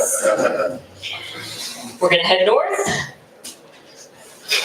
in our car to NEPA, where you will find, and if you are familiar with Joe Biden, the US version of The Office, and Mr. Peanut. And if you are familiar with any of those things, you are also familiar with NEPA. And so NEPA is a shorthand term for what locals and like people in this part of the eastern Pennsylvania call Northeast Pennsylvania. And so NEPA stands for Northeast Pennsylvania. It also stands for nostalgia, existentialism, place, and age. So we are going to be looking at what I'm calling the NEPA effect with the Menzingers. So who are the Menzingers? They are, okay, so all of these concepts that I just talked about come up in the Menzingers' music. And so who are they? Jeff Yerger for the Trottel zine wrote, if you're 30-something from Scranton or Philadelphia, chances are you know someone who has a connection to one of the dudes from the Menzingers. They're a hometown band made up of homebodies whose songs relish those fleeting moments of getting fucked up with your high school buddies or driving nowhere to nowhere on the roads of eastern Pennsylvania, or both at the same time. So they were formed in Scranton, Pennsylvania in 2006, and they released their first album in 2007. And in 2011, they signed with Epitaph, which we all know is Greg Gerwitz, wrong band to remember, but Gerwitz's record label. So back in the day, you could see them play some hometown fire halls, college student unions, opening for bands like the Bouncing Souls. But today they headline their own tours. They sell out tours all over the world, wrapping up a tour now in the US, and they will be doing a UK Europe tour in January. So our first theme is nostalgia. And so I really like this quote, that integral to the nostalgic experience is the realization that there is no going back. And so the four themes play off one another in their music. Nostalgia, I think, is a really important one, and possibly lessens the blow of the other three. While, nostalgia might not be necessarily universal, it's an effective device, according to Masterson, in lessening the threat of existentialism and mortality, and so providing reliable self-identity to cling to in times of turmoil. And so in their music, I'm looking at music videos, I'm looking at lyrics to of my NEPA effect here. And this is a song called Bad Catholics. The whole music video is this sort of nostalgic church picnic scenario where, everybody's eating, they're playing cards, and it is very reminiscent of something that you would see take place in Northeast Pennsylvania. A bunch of kids come in, there's a food fight and all that. But the line here, bad Catholics weren't we darling, kind of evokes this sense of nostalgia. Moving on into some of their other lyrics and some of their music videos, we have this song called Wings, Your Wild Years, and it's a whole story about how the singer of the band goes up with his significant other to Massachusetts, and they're looking through stuff, and they see these boxes labeled former you know, the talk of wild years, talk of, you know, nostalgia of going back to those wild years is really a huge theme within a lot of their music. This song, I Don't Want to Be an Asshole Anymore, also plays up on this idea of nostalgia, because if you look at the shot that I took from the music video, that we're looking at an 80s pop culture reference, right? We've got Say Anything and Friday the 13th being parodied in this music video, which is something that I think is really interesting, because one of the things that I see a lot of in my own research and what I want to pursue further is this idea of nostalgia in like 30-year increments. So Metzger has this idea of what he calls a nostalgia pendulum. So things come back into popularity or into reference in these 30-year cycles. So think about fashion, right? 90s, 2000 era fashion is really coming back right now. Moving on, we have a song off of their new album called Some of It Was True, and literally in the first line, nostalgia's never quite as it seems, right? Rose-colored glasses, playing pretend, thinking that everything was better back then. So we see progression through these albums, through the music, this idea of nostalgia. I'm kind of, you know, thinking about the past. A lot of their album titles also evoke some kind of sense of nostalgia. We have This Is Some of It Is True. They have an album called On the Impossible Past, After the Party, right? This idea that there's some sort of longing for a past, and perhaps, you know, remembering it in different ways. Moving on, we have existentialism. Existentialism, and I love this quote here, says that punk refuses to take you on a journey. And the quote from Hanscom says that in other rock genres, notably psychedelic, prog rock, heavy metal, and goth, there's a strong element of escapism. Punk musicians are meant to live in a way that reflects their artistic outputs, and this allows for a form of life it is possible for a punk fan to inhibit without losing themselves to fantasy or illusion. Right? So there's no sense of, you know, making something up. It is what it is when we're talking about existentialism in punk. And their other song, Hope is a Dangerous Little Thing, again, the title itself evokes this very sort of existential thought about existence. And the first line is, you know, hope is a dangerous thing. And then, you know, they sing about this dollar store that has a burned out egg, and the restaurant that burned to the ground. So it's sort of very, as is, very real kind of storytelling. Not this sort of like, we're going on a journey and you know, here's what's happening. This is it. And then I'm the junk you buy, then throw away. On their album, Rented World, we have Bad Things.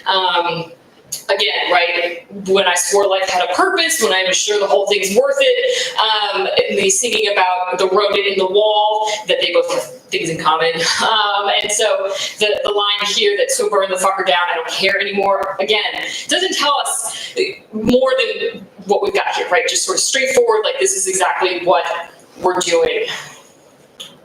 And then our last example of existentialism is in a song called Mexican Guitars. And this line gets stuck in my head often. But it's, and everything that I do now is meaningless. So I'm off to wander around the world for a little bit.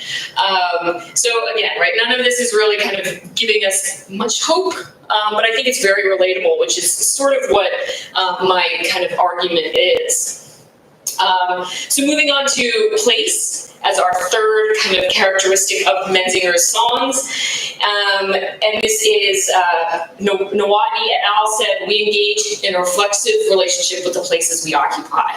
And of the four that I looked at, I think place is the most interesting because the Menzingers do a lot of what Bruce Springsteen does. And I know there's some Bruce Springsteen fans in the room. We talked about it this morning. There are some of you, you know, maybe not, but either way.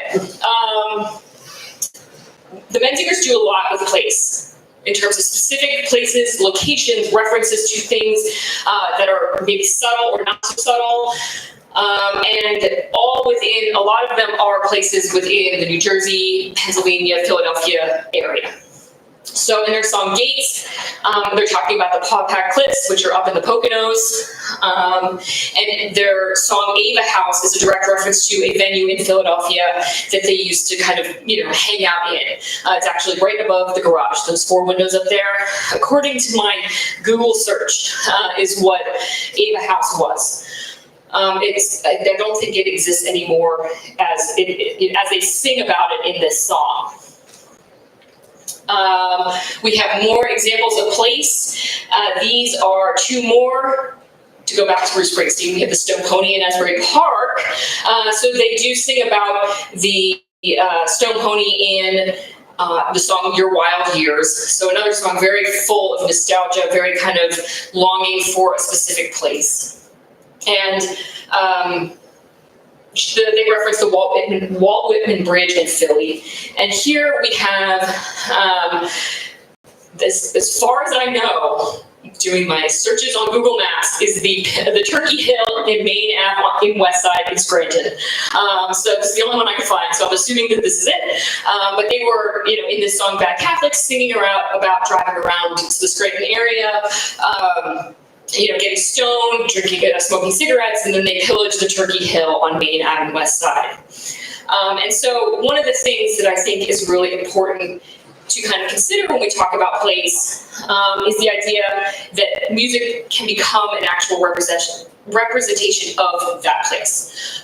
Cohen, who did research with Jewish immigrant communities and their ties to music and place, really kind of thought about the ways that we have this sort of symbolic notion of these locations, and that is what the Menzingers are doing in their songs. There's lots of nostalgia in these places, lots of memories, even just like in these 2 examples here of past events that took place. And so they are, according to Cohen, socially produced as practical settings for context for social activity, and then they exist as those conceptual and symbolic kind of elements as well. Just a couple more examples here. We have, this shot is from their song I Was Born. They're coming into Philadelphia. I've done this drive many times, as you can tell, lots of traffic. But there's a skyline here going in to Philly, and then over here we have a shot from where your heartache exists. Another one, a shot of Philadelphia in background. And this example is from After the Party, which is another really good kind of shot music video within the Philadelphia area. Here we have Atlantic City. So it's super small and super quick, you might miss it, but they're in a shop on the Atlantic City boardwalk, and these 2 characters are kind of messing around with the merchandise, all wearing the Atlantic City, sweatpants and t-shirts here. Okay, and so then we have Anna, and Anna is the song basically all about Philadelphia. And these are all shots. The quality is kind of blurry, but that's how the video was put together. First Unitarian Church is a great music venue in Philly if you ever have the chance to go. North Star Bar used to be, Mummers Museum, and another shot of Philadelphia. Okay, and our last bit here is age, and I really think this quote works nicely here. That when a punk ages, it's not always graceful. And so in a 2017 New York Times review of After the Party, the writer says of the album, Mr. Barnett can't decide whether growing old is a joke or a tragedy. All he knows is that it's left him unsettled. And so I think, as we all know, a lot of punk research emphasizes the prominence of youth and youth cultures, ideas of age, right? A lot of good scholarship coming from this room on age and punk. That we know that people maintain that punk affiliation well beyond teenage years. So, a lot of this research demonstrates that while growing up means a shifting of priorities, the participants continue to engage in activities later in life, and many of these values are, kind of remain relevant as people get older. I think a good example is that at some point maybe we have spent our Fridays and Saturdays getting rowdy at local shows, but here we are today on a Friday and tomorrow on a Saturday talking about punk. So the activities may still be part of that punk, identity, but the activities change. So we may see resentment, longing, disappointment in the way that age kind of makes those changes, but it doesn't mean that we can't recall these moments fondly and view them as part of that always evolving punk identity.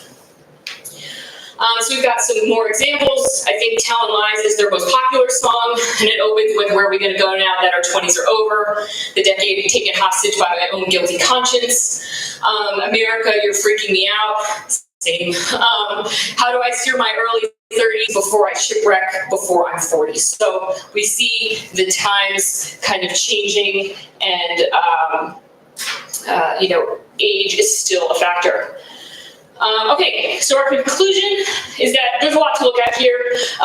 Does the Menzingers fit the NEPA effect? Yeah, I'd say so. I made it up.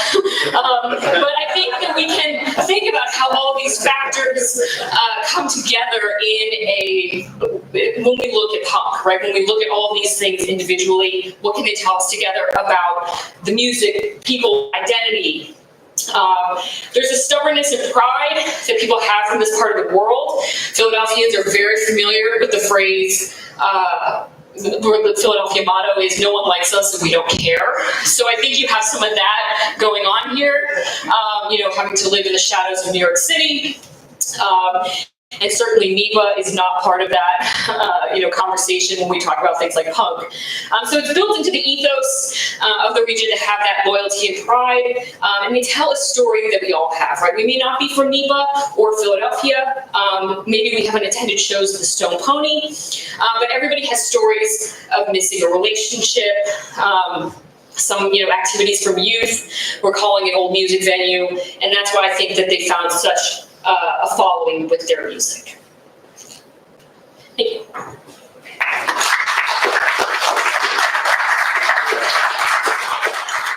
That's fantastic, thank you. I think the phrase, does it fit with NEPA? Yes, it does, because I made it up. I think that is the phrase that's going to sum up this whole conference, I think. I think it's fantastic. Okay, I'm going to have to remove my glasses a little bit. Okay, next up we have the incredible, the fantastic Dan Makagon, Hearing Places, US College and Community Radio during punk's early days. And you got my last name right, Mike. Drink on me tonight. What? I appreciate it. That's quite all right. Are you ready to go, Dan? No. No. Oh. When the PowerPoint's ready, I'm ready. Can I just apologise for some of the participants not being quite ready. What's going on in there, Paul? Oh. The last one was so professional. It was absolutely fantastic. It was spot on. There we go. Oh, and about time too, I think. Dan, over to you. 15 minutes. All right. Thank you all. So my name is J.M.K.E. I'm a professor in the College of Communication at DePaul University in Chicago. What do we have here? So I grew up in Southern California, and I was lucky. I was exposed to punk primarily through older teenagers, so I was in elementary school at the time, but also through radio.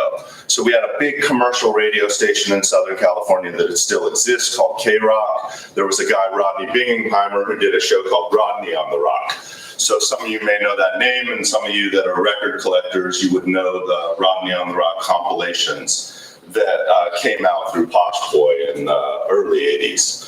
I also had access to a station called KPFA, a woman named Andrea Emthal who did a show on KPFK, sorry, not KPFA, called 12 O'Clock Rock that aired on Saturday nights from 12 p.m. until 12 a.m. until 4 a.m.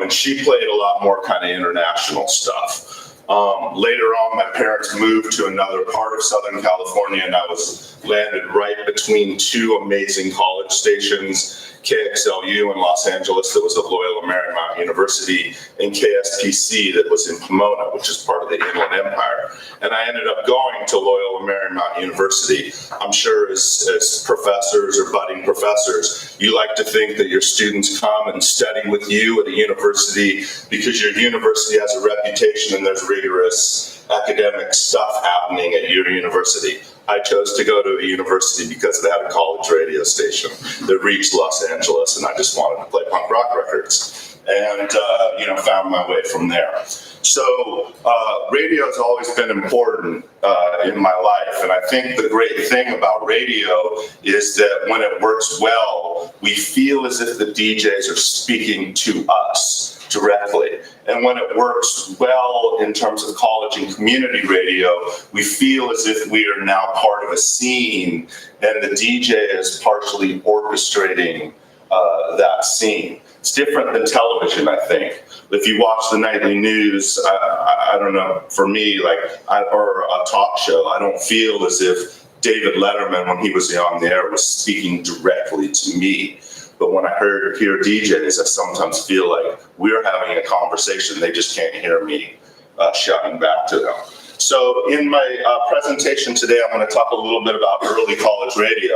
The title, I don't know, can't remember if Mike said the title, but it's no longer just early US. And early is, you'll see, it's in flux a little bit. And I'll talk a little bit about Canada, one Canadian station as well. So I'll talk about early college radio, some punk radio shows. I'll give you some background, and then I'll conclude with some key themes, hoping that all of this actually happens. In terms of early college radio, I think there's two things we can think about here. We can think about a commercial focus, and we can think about a kind of alternative focus. On the commercial focus side, I cite a couple scholars here.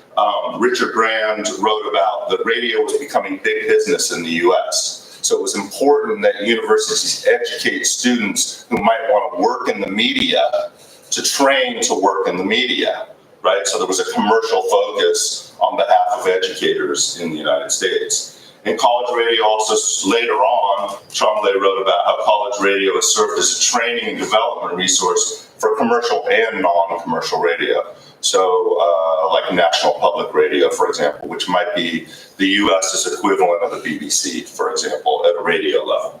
But there's also always been a historical focus, an alternative focus, by providing an alternative programming for listening audiences. And this could mean a variety of things. Sometimes that's musical, but sometimes that's cultural programming. So a lot of bigger cities with Chinese immigrants, for example, have Chinese radio programming that's coming out of college radio stations.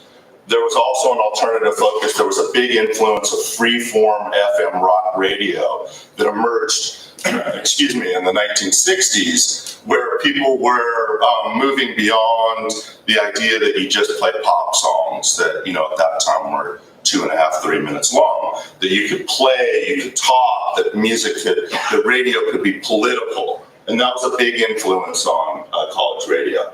But then you also had a different kind of DIY focus, which were these young tech nerds that wanted to build out radio stations and learn how to work with sound. So it's a different model of DIY than the one we're going to talk about here. So I'm going to introduce you to 4 different DJs. Chuck Roast, who hosted a show out of Houston, Texas, called The Fun House. Chuck moved to Houston in 1979, so this is the oldest in terms of early that we can talk about in terms of early punk. And he did a show on a Pacifica station that was 100,000 watts called KPFT. He was hosting a late night, what he called weirdo rock show, and the hosts of this fun house decided they were burned out, and he took over the show in the time slot in 1980.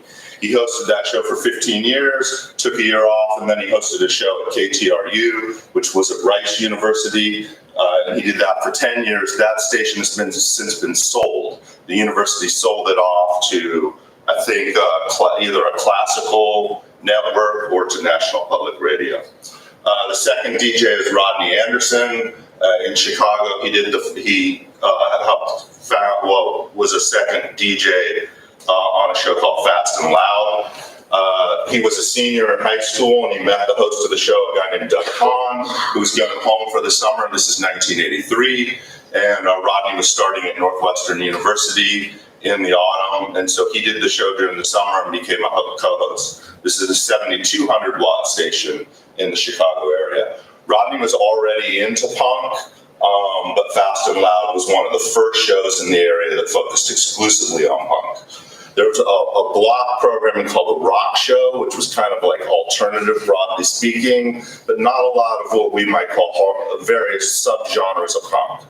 So oi, hardcore, later on screamo, things like that. But at that time, we would say like hardcore street punk, stuff like that. They were playing more what we would call college rock. Husker Du, The Replacements, maybe the Ramones, New Wave, stuff like that. And that show ran for nearly 30 years, although Rodney stopped in 1987.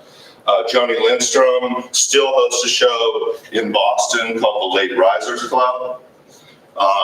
This show started in May of 1977 with a focus on underground rock, but as DJs started getting access to punk records, the show shifted in that direction.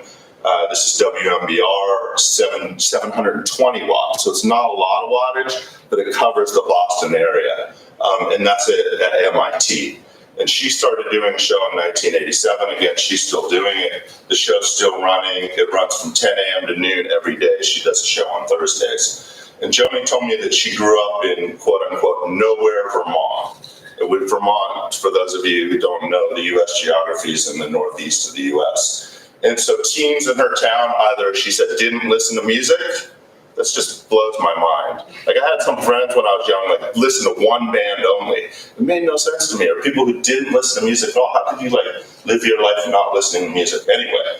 Or they were into what she called softer rock bands. Or they were into hard rock, and that kind of spoke to her, and that's how she discovered the Stooges, the Iggy Pop, New York Dolls, stuff like that. And then finally, Steve Perry from Toronto. He currently hosts a show called Equalize and Distort, and I'll tell you a little bit about his history. So he discovered punk when he was 13 years old in 1978. He was at an Estonian camp, so there were a lot of Estonian immigrants that came to Canada, and he went away to a summer camp, and he met this other Estonian kid who had a campus community station. They tend to use that phrase more in Canada. In other words, these are university stations, but they have a lot of community volunteer DJs. And this other kid had heard punk through a campus community station, and Steve found out about punk at this camp. He started doing a show at his high school that played in the cafeteria, which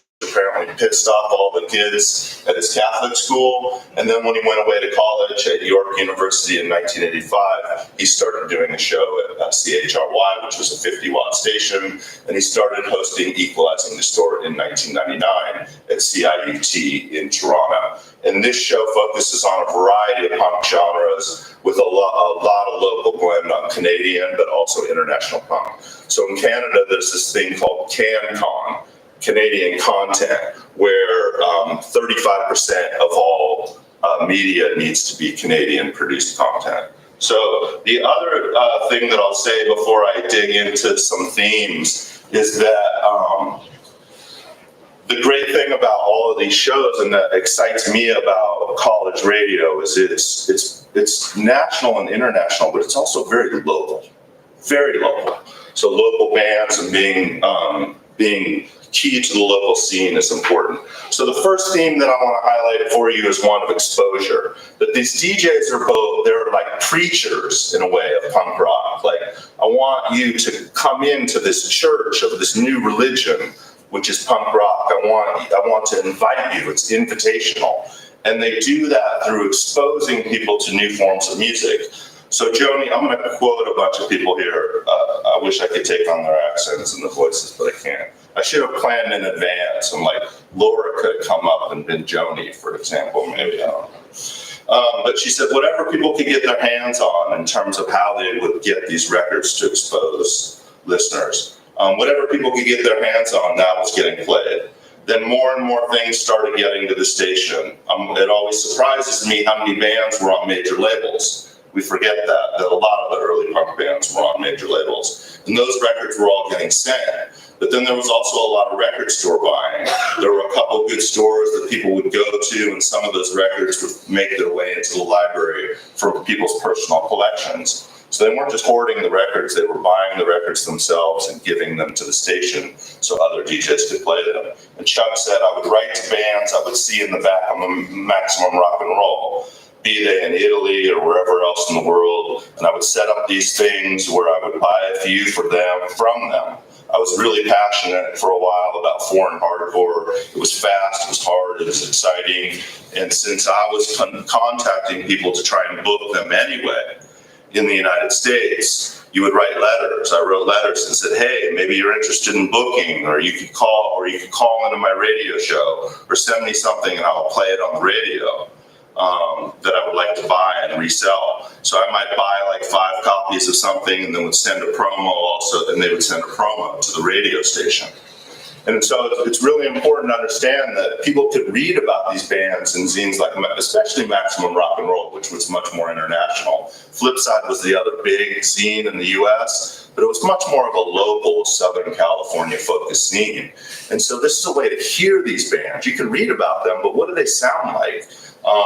And so Chuck said, I'd like to think I was the first person with a record store food truck. And then he laughs. I had a Volkswagen van that I would load some crates in. I'd roll up to certain gigs and just open the door. I had a clip-on light inside, and people could shop out of my van. I knew later on in the 90s there was a movement with kids doing distros, but I didn't see much of that in the early days. And then Rodney talks about how important compilations were.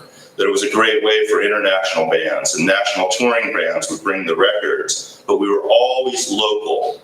Local needed our support, and that's what keeps everything going. It took me a couple years to realize there was some band I didn't want to play on the air, but at that point I decided as long as it was punk, I would play it. In other words, it was more important to build a scene and to connect to a scene, which is my next theme here. So Rodney said there's this bizarre thing, and then the signal cuts across the water like nothing. So we had listeners in Kenosha, Wisconsin, and fans in Hammond, Indiana. And so he said his band was on a bill in Madison, Wisconsin, with Toxic Reasons and a band up there called Imminent Attack. And we were playing, and people were singing along. I thought, that's a little weird. And we finished our set, and they come running over, and they're like, you're the guy on the radio show. So they would hear his voice, and they would hear what he would play, and they would want to check it out. And so they also were building scenes in terms of putting out releases. So WNUR did this comp. Again, some of y'all that are record collectors might have this comp called the Middle of America compilation. And they put WNUR on there even though they were often pissed off at the radio station. And Steve did this cassette compilation in 1985 called Ontario, Yours to Discover. It was more than just about Toronto. He wanted to show all the other little bands in Ontario that people wouldn't hear. And then finally, I know I have 30 seconds left, so I'm going to say that there were also struggles that happened. And I have for you here, Quincy. Maybe you know the show, the famous Quincy Punks, where it was stereotypical punks. But there were internal struggles a lot with the radio stations, constantly not wanting punk shows on the air, constantly trying to stop the shows or kicking off the DJs. And there were also external struggles, and so I'll just end with this quote from Chuck, because it's the most interesting, I think. I really felt it was important that I had my name be Chuck Roast, which is a radio name and not my real name, because I got death threats all the time. Remember, he's in Houston, Texas, Bible Belt of the United States in 1978. We really toyed with offending. We were snotty punk rockers. We loved to get in the face of Christianity. We did really brutal Christmas and Easter shows, which were kind of funny. But people did call in and threaten to kill us. Texas is a very Bible Belt area. So again, I think they dealt with these struggles internally and externally because they believed in the idea that radio could be a way to reach punks and help build a scene. So I'm in the early phases of kind of dealing with this. I really enjoy, maybe during lunch or whatever, if you have thoughts about radio in your area or if you have thoughts about radio in the US or Canada, I'd be interested in hearing from you. So thank you very much. I appreciate it.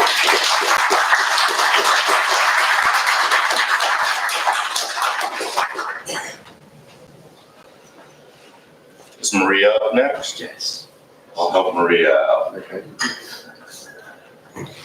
Great, thanks very much, Dan. I love the way that you were talking about at one point the Church of Punk, Yeah. and then you finished with that kind of Christian Bible bell. Hey, I'm a communication professor. Right? Next up, we have Maria Spear with "You Look Like Somebody I Used to Know." Chemical romance, nostalgia, bait, and aesthetic resurrection. And I love, Maria, in your biography, you're saying that your current research, your thesis is compared to how Kanye West and Mariah Carey communicate their experiences with bipolar through their music. Yeah, completely unrelated. Completely unrelated, but welcome. Are you ready to? I don't know how to do. I'm sorry, I started to pull it up, but Paul probably needs to help whoever Paul. Yeah, I emailed a PDF. Where is Fields? Where is he? When you need him. I'm trying to help. I think he must go on to the loo or something. Is this,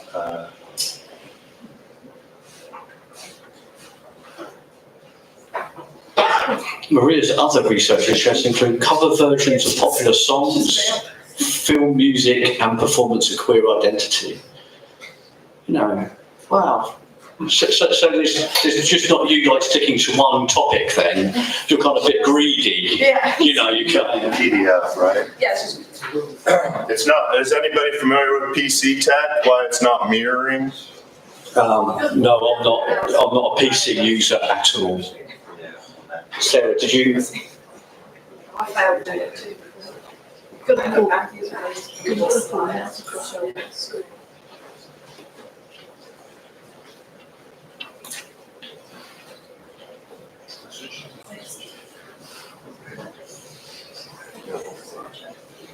I'm afraid all the jokes that I know are quite rude and inappropriate, so I won't go down that road.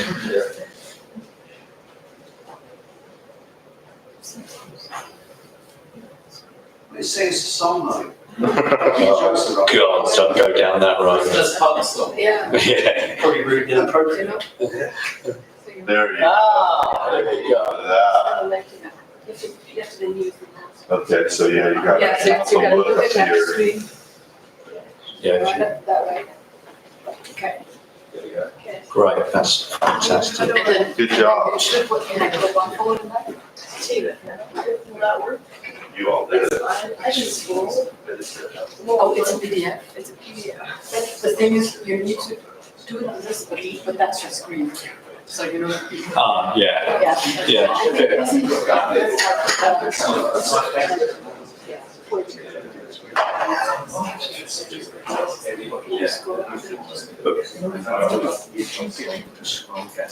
no, I can do that.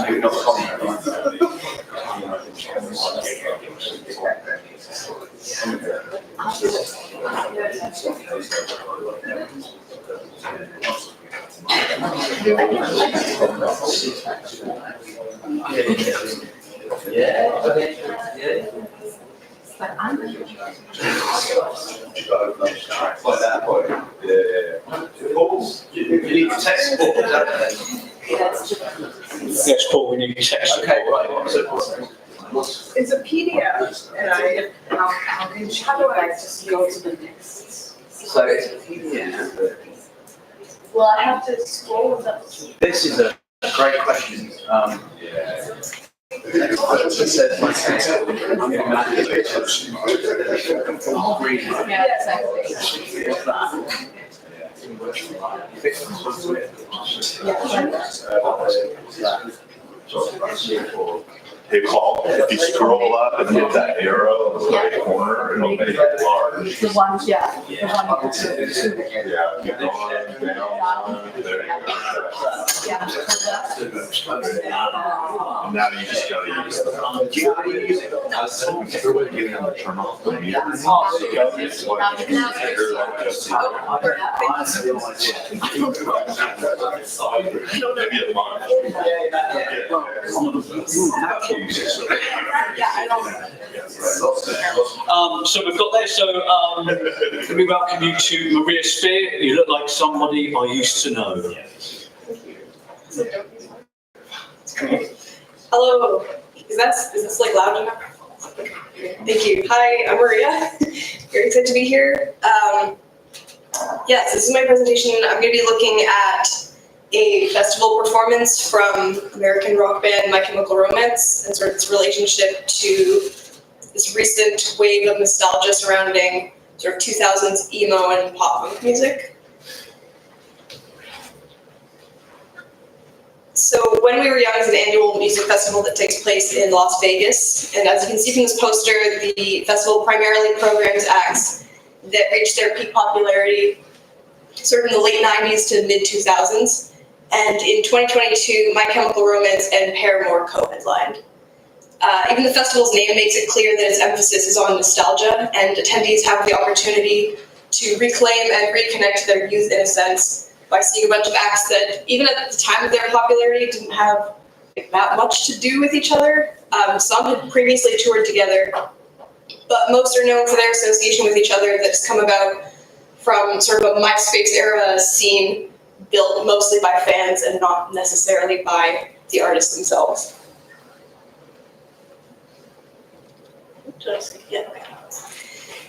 So my presentation is going to take a closer look at My Chemical Romance's headline set and unpack how the band used it to critique art for nostalgia's sake and highlight how the reproduction of an artistic commodity pollutes the purity of the experience of an artistic statement.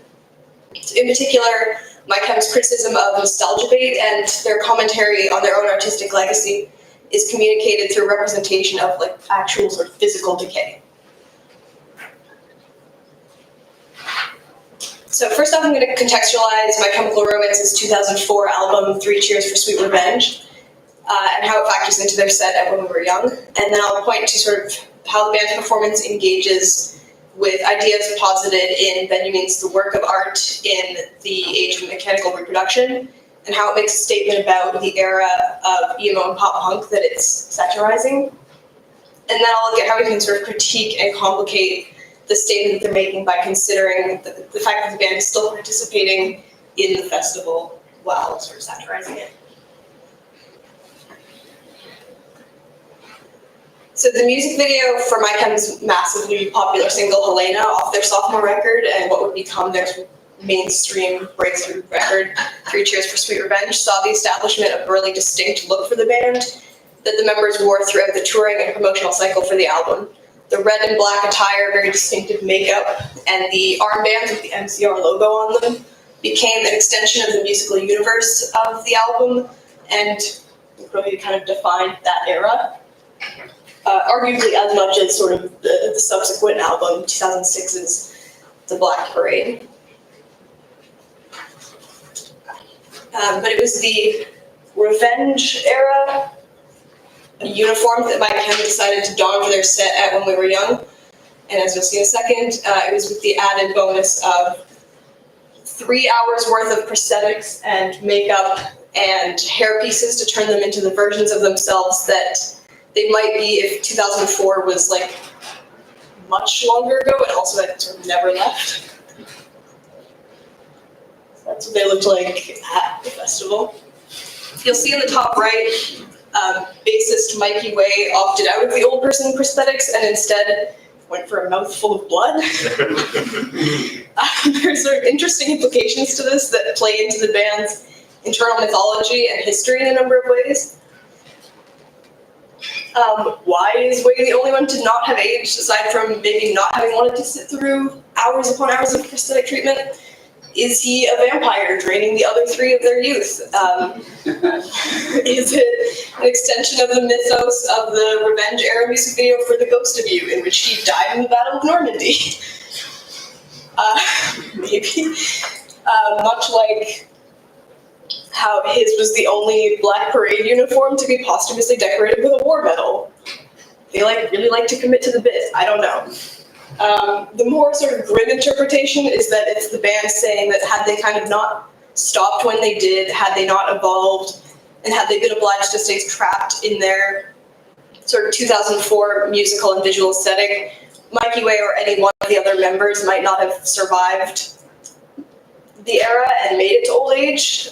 The members of the band have been really open about the fact that for as much success as they saw during the early to mid 2000s, it was a time that was plagued by a lot of addiction and other mental health issues for most of the members. So further performance choices pointed the finger at the festival's reliance on nostalgia, as well as poked fun at the band's legacy. Stage techs, as you can see here, were dressed as nurses and escorted the band to their mics as the members feigned weakness and sort of had kind of lights in their eyes a little bit and sort of hobbled over to their places. The band's merch for the festival was that. That was it. And the drum head had the message, "Nothing but the best," scrawled on it, alluding to a set list that was comprised almost exclusively of early career hits such as "I'm Not Okay" and "Welcome to the Black Parade." And it notably omitted the band's 2022 comeback single, "The Foundations of Decay," a song that you can see from the opening lyrics here is chiefly concerned with maintaining the courage of one's convictions in the face of passing time and literal signs of age and decay.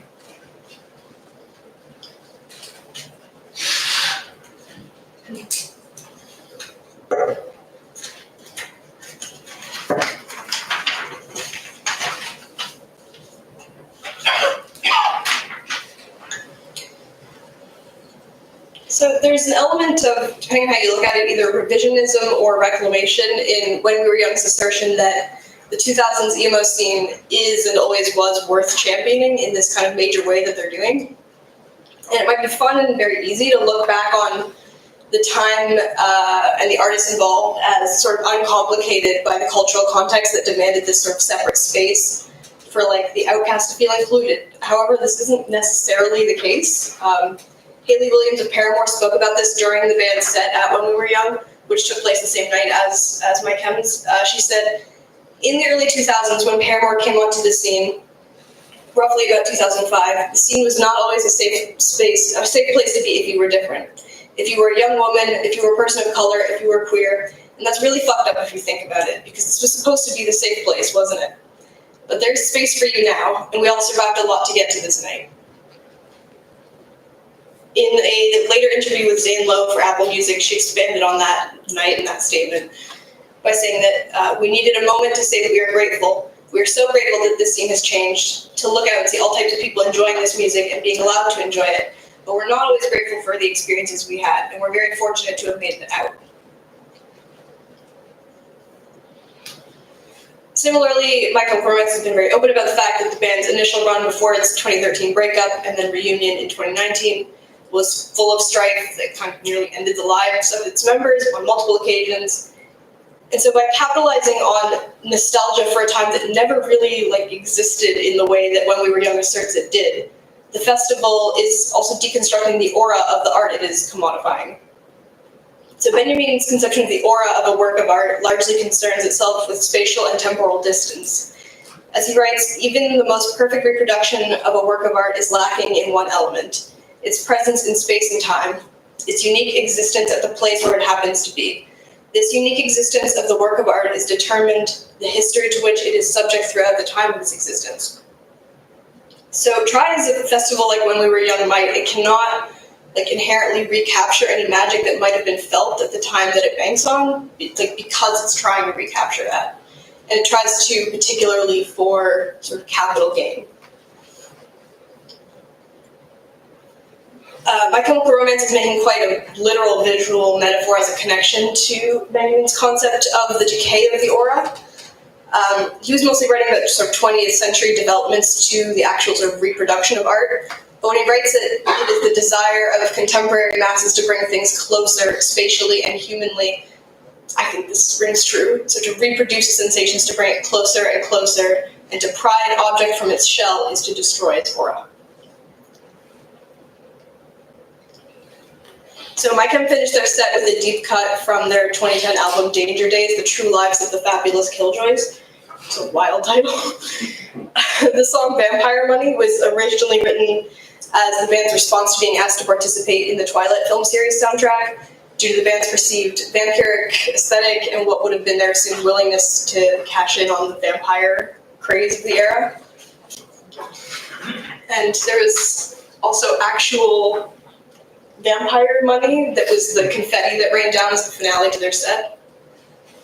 But I want to kind of like problematize this a little bit and ask, like, what does it say about the band that they make this kind of critique of nostalgia-bait festivals and that kind of thing, and reference sort of the decay of the aura while still participating in it? And how much does the strength of their statement negate its impact because of how and where they're making it?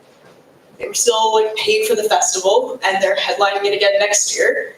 But ultimately, it's their job as touring musicians to make money. And when we're young, as a festival is not necessarily inherently more insidious than another festival because it's able to notice perhaps like a maybe misguided trend and build a lineup out of it.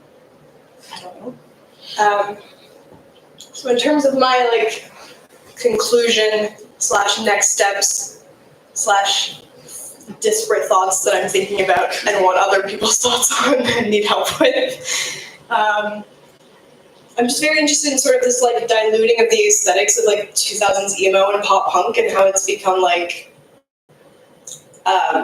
divorced from the music, I think. And it is like a haircut and skinny jeans gives you currency into the scene more than like engagement with the music, which I think is then connected to that decay of the aura. And if you reproduce the aesthetics of it, what does that mean for your engagement with the art? And then, yeah, that sort of question about complicating that performance. And then also the question I struggle with always because I'm writing about contemporary people, which is like, how do you write about artists that are like currently contributing to their legacy and currently like writing and shaping their own narrative? Just things I'm thinking about. Thank you.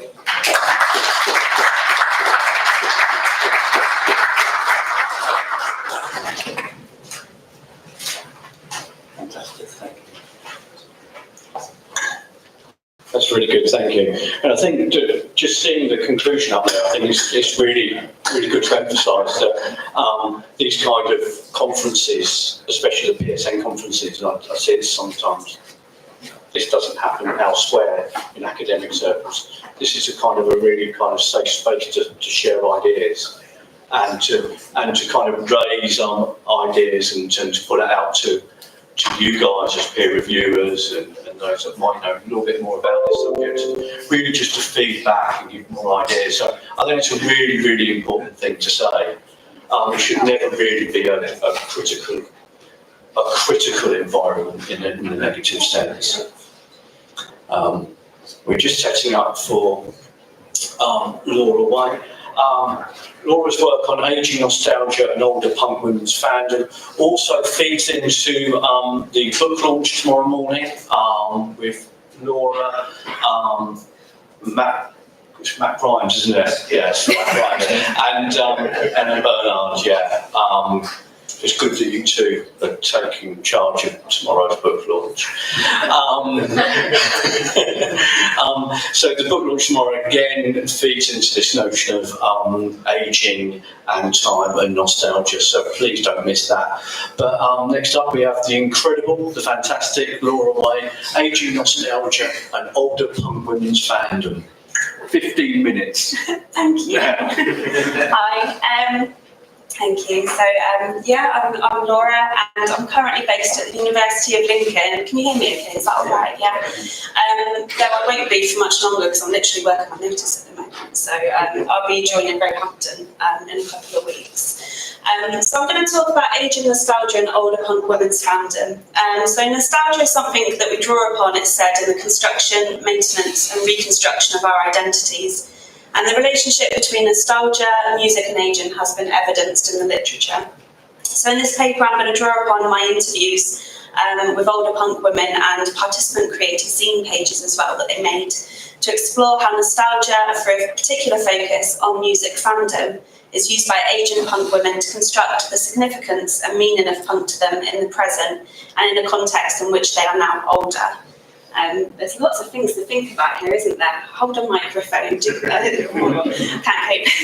So firstly, let's unpick this concept of nostalgia a little bit more. So difficulties in defining nostalgia have been noted, and there's a definition offered by Davis that nostalgia might be seen as a positively toned evocation of a lived past in the context of some negative feeling toward present or impending circumstance.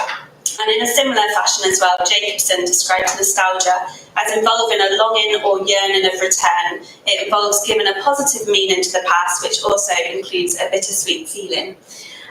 However, is this present negative feeling always necessary? And indeed, is it always the case that nostalgia always involves a positively viewed past? So Merlin, for example, defines nostalgia as both melancholy and also pleasurable. And this could then open up how nostalgia is defined to recognise that this kind of conjuring up of a lived past might not always be positively toned.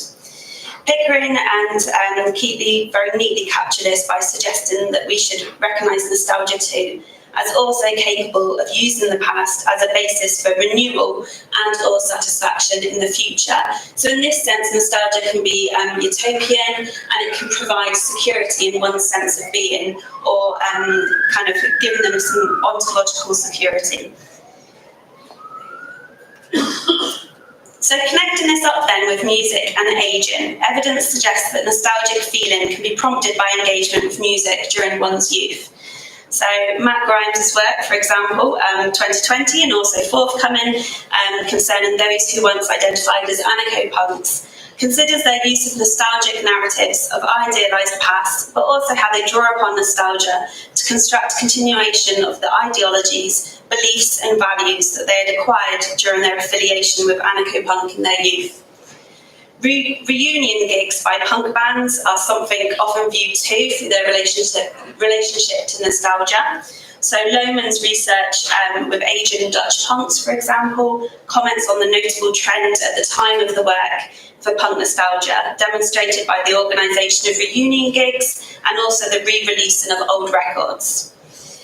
Also, Adams provides performances by reformed punk bands as an example of an attempt to recreate the glories of subcultural past, concluding that nostalgia is inevitable as members of a subculture age and in turn engage in their mundane adult lives. Go.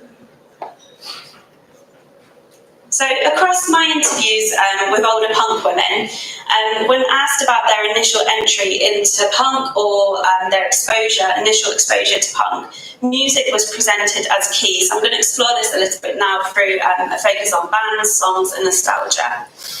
It was expressed that this was, for example, often through hearing a particular band or song or collection of bands and songs.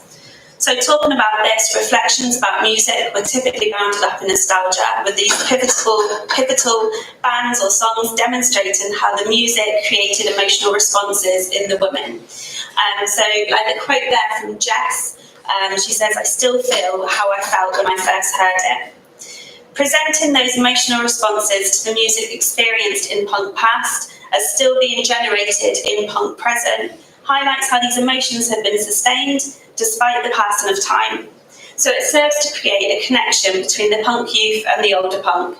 And this sense of nostalgia aimed at particular bands or songs was important in how the women I spoke with constructed musical significance in their punk present and older punk selves. Another quote there from Etain. So if I'll just let you have a read through that a second. So in this particular quote, the emotional ties created by particular songs through the memories associated with them shape the interaction with them in the punk present. So Attain here, for example, highlights how this can mean getting up and dancing to those songs, regardless of age, as she described it. And this comment is suggestive of age then, or the process of aging, restricting the decision and or ability to dance, or implies a change in participation in dancing to bands over time. However, the pull to be physically connected to particular songs overcomes these due to the perceived past that they evoke. So in a similar fashion, another participant, Sharon, said about listening to old favourites before going out to a gig, which generates a nostalgic feeling through the phrase's sense of affection for the bands from her youth that she'll return to at particular times. So, for example, she described listening to particular old favourites while she was driving on the way to a gig. The emotional call of such bands could also prompt gig attendance amidst a more careful consideration of gig attendance experienced by some of the older punk women that I spoke with. Nathan spoke, for example, of how she was more likely to attend a gig if an old band were playing. And this can be indicative of an emotional investment in an old band. So, for example, being a fan of a band for years and years because of some investment in them. But, as Brigitta and Carol point out, nostalgia is often bound up in reflections concerning our youth. And there is the sense of this here with these old bands. For example, reminding her or us of a previous time, particularly one's youth or initial exposure to punk. Bolin notes as well that life course is rooted in nostalgia for the life stage at which one became a fan, but we see here not so much as nostalgia for that life stage per se, but for the band which generated those particular emotional responses during that period in their life. So, one thing in my research, I invited the participants to bring with them things to their interviews that could help kind of discuss the meaning of punk and kind of their punk journeys as well. Not all of them did that, but some of them did, and the items they brought often connected them to their past, particularly their youth, demonstrating how reflecting on punk past could contribute to their construction of punk present. Often these items came from a music context, so it could be a gig ticket or a poster, photos from a gig, and or things produced by bands or about bands such as t-shirts, records. There is research that speaks about the clothes, for example, which are kept by older women and how these are charged with memories and containing recollections of situations and relationships. And the same can be said of other material items as well. So one participant that I spoke with, Sam, brought a number of vinyl records to her interview. And when I say a number of vinyl records, she literally had what she called her trolley of punk, so a shopping trolley that she brought, and it was full of records. But speaking about a particular vinyl record that she had brought, she said this. So this was the first one I ever bought when I was probably about 14 or 15. So Sex Pistols picture disc, and it cost me £5 from, and then she named a particular shop. So the memory of purchasing said record was very clear in Sam's mind, with the name of the shop, and she provided further details around that as well. And she noted in her interview how she had kept nearly all of the records from her teenage years. And concerning that picture disc, she commented, "Sounds rubbish on it, sounds dreadful, but I've got it." And what is deemed important here then was that continued ownership of that particular record. And this can be understood more when considered in the context of Sam seeing punk music as predominantly situated in a particular era. And this could be an example of what Cross refers to as consumed nostalgia. So Sam spoke of her Sex Pistols collection, describing how she had bootlegs, counterfeit records, but how she had just liked to have them in her collection. 3 other women, in addition to Sam, had chosen to bring a record or records to their interview. Millie had with her a particular single, for example, which she detailed was talking about how she first became involved in punk. Again, sorry, it's quite a lengthy quote on the left there, but she speaks about how going back to anarcho-punk and her initial involvement in punk and becoming a vegetarian, there was this particular single from Flux of Pink Indians, which was really important to her. So she says, "I bought that and I read it and that was it." And so it had a massive impact on her. So whilst this record was significant to Millie with regards to her early punk involvement in her youth, again suggesting some nostalgia, there is also a clear sense of the significance going beyond this with a record presented as really pivotal. Oh, there's some words that I'm really struggling with today, sorry. In terms of kind of changing values and or beliefs as well. And those values and beliefs she's maintained since. And a similar expression can be found in one of the participant-created zine pages on the right-hand side there. So in this zine page, the author writes that punk opened my eyes, but this greater awareness of, for example, racism, gay rights, sexism, animal rights, and state violence is constructed as being facilitated by particular bands and their songs. So punk music is remembered as something which prompted learning, and the implication is that this has continued to the present. How am I doing time-wise? We're just coming up to 3 minutes, 11 and a half minutes. Brilliant, thank you. So whilst this discussion so far is centred largely around seemingly positive or pleasurable nostalgia, I just want to end here with one example which illustrates how it's important to recognise too how else nostalgia can be defined and understood. So at the start, for example, I spoke about some of the ways that nostalgia has been defined. And how nostalgia might not necessarily always comprise of a positively viewed past. Nostalgia can prompt reflection, but this reflection then does not necessarily need to be through rose-tinted glasses, instead couched in more critical reflection or indeed melancholy. Yet, also, as was noted earlier, reflecting on the past might entail that reflection being used to provide some kind of direction in the present, with nostalgia being seen as utopian. Kate, for example, so the quote here, talks about the bands and songs that she had enjoyed in her youth, and she said, although going back and reflecting on some of the kind of crap that was in some of those lyrics, I was definitely buying into something that wasn't particularly great. Mostly misogyny. So there is this utopian quality in Kate's nostalgia, with this reminiscing about these once important bands and their songs now, in a sense, kind of being tainted. Yet this nostalgic reflection means that Kate can situate herself now in terms of her own greater awareness concerning, for example, sexism and feminist values. This fits with this notion then of nostalgia providing security in one's sense of being in the present, and also highlights one of the uses of nostalgia, that it can allow us to move through life by being reflexive about how we once were and how we are now. So it can provide a sense of how far we've come, and also provide a means of moving forward. And I will end there with that kind of final thought. Thank you very much for listening.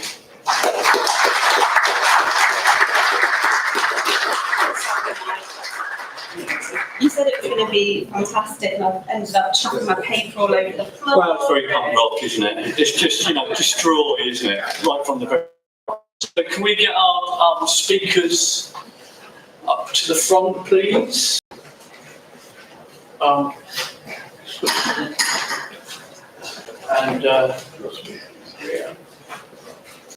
Okay, I think we've already got a question down here from this young man. Just wanted to ask Daniel about one thing that struck me really interesting was you noted the wattage of the radio station, and about the role of range and geography.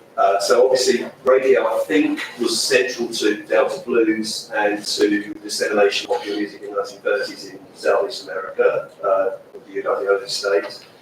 In Australia, I think it was a big thing, again with a similar kind of open landscape, and actually the radio station having jingle studios that a lot of the early punk bands recorded in.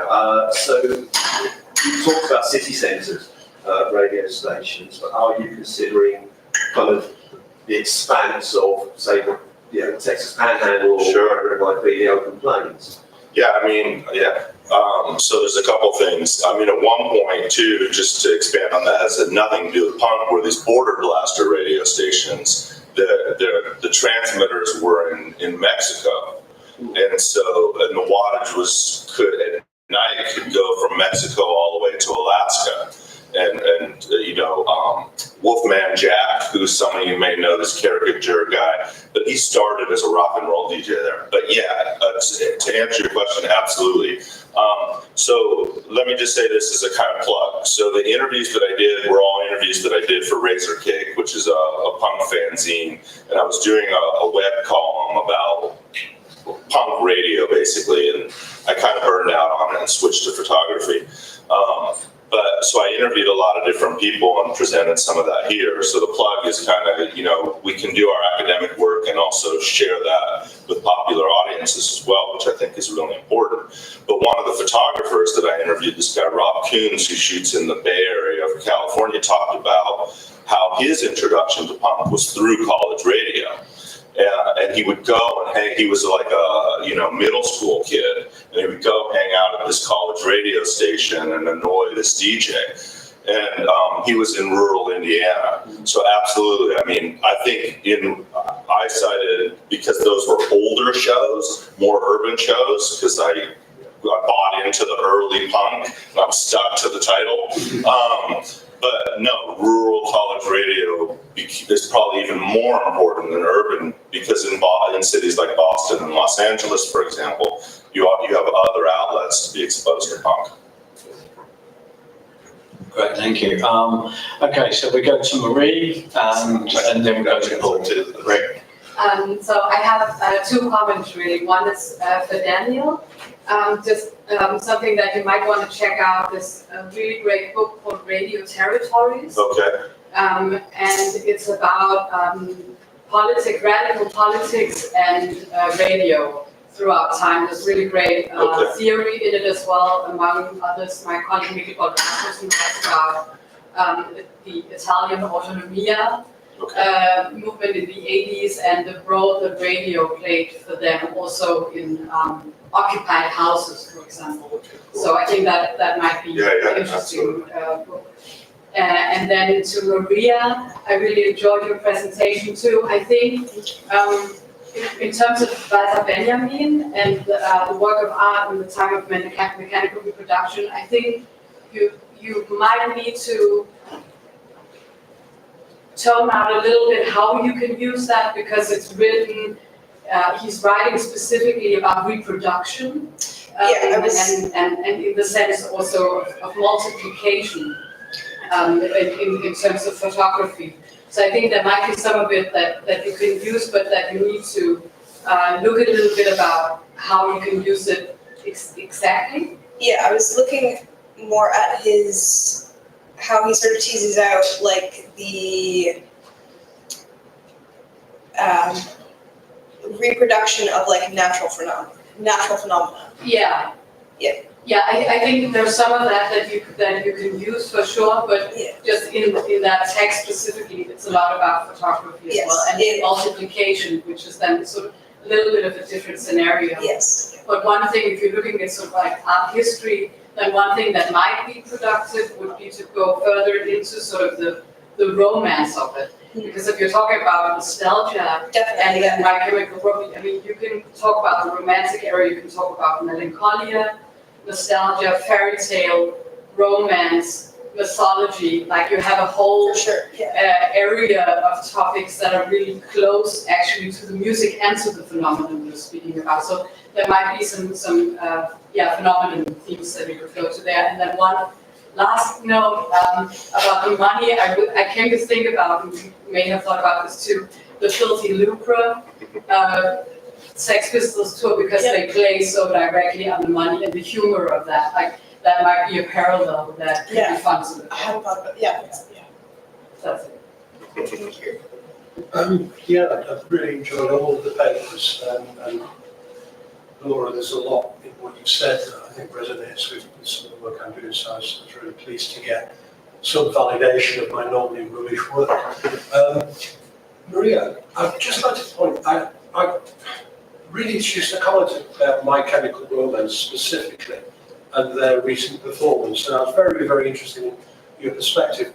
I went to a My Chemical Romance gig in about 2001, and that for me was nostalgic because I was an old kid then, in 2001. But what I sensed in that performance, there was irony Definitely, yeah. In that performance then, I mean, they wheeled themselves out on hospital beds. Yes. And it's kind of reflected in this. So is it kind of nostalgia, or is that what they've been all the time? Interesting. Yeah, they definitely are big fans of like they've like from day one really like self-referential and really self-aware and really sort of playing into their own mythos, and I think I touched on that a little bit, like just really into committing to the bit for like no real reason other than just their own fun. Like, why did they kill one of their members in Normandy, and then why did they decide that on like a whole other different album cycle he would have a war medal to like continue that like random thread that means nothing, like just like definitely. And then yeah, on then that album cycle they decided to perform in character as that dead band and wheeled themselves out on hospital gurneys every night. Yes, they're very like into their own mythos, and so I think it's definitely rooted in a lot of irony and sort of self-awareness. And I think the fact that the festival itself is so baked into its own, like, the fact that the festival is so high on its own nostalgia is just a really good opportunity for them to, like, commit to a bit, I think. Perhaps.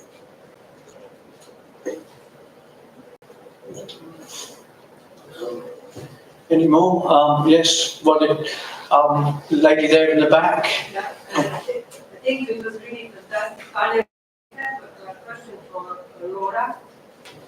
I really enjoyed what you were saying about utopia. And my question was, if you think that this nostalgia that you talk can be really only connected with utopia, because we live today in such dystopian times that actually we can collect this. I really would like to know your just briefly, how you perceive this utopia that you emphasize? Well, that's a good question. I don't think I really have a great answer to come back. So in terms of linking that idea of utopia, it very much just comes from drawing upon existing literature and how nostalgia has been conceptualised. But I think, I mean, with regards to using that in the context of the kind of interview data, it was very much in terms, thinking about how they were thinking forward in terms of things that they wanted to take forward and those ideas and kind of beliefs and things. So I think it's in that kind of context. But it's certainly, I will say, it's something that really warrants some further unpacking as well, because I've only just started to kind of look at the literature there and kind of make those links. One very last question there from that young man. Yeah, thanks. Great, all different kinds of perspectives on nostalgia there. I think I had a question for Ellen about the NEPA effects. I think the music you were looking at is kind of northern rock, is it? I wonder if the NEPA effects also apply to southern rock, and if you get more potentially problematic answers. Maybe not. I'm a big fan of Waxahachie, the band, but I think they're based in Philadelphia now. They're named after a creek in Alabama, so I think for me, they have very positive associations with the South, but maybe others don't.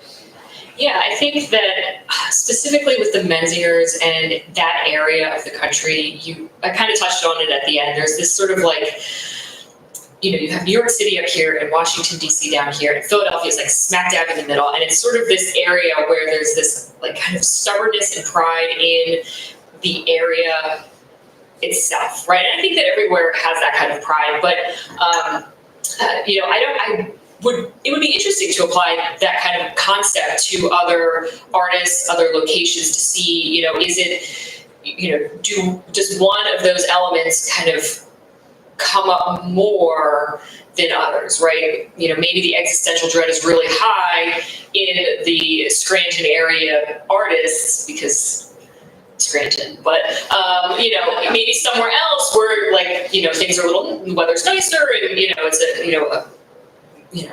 a more popular place to be.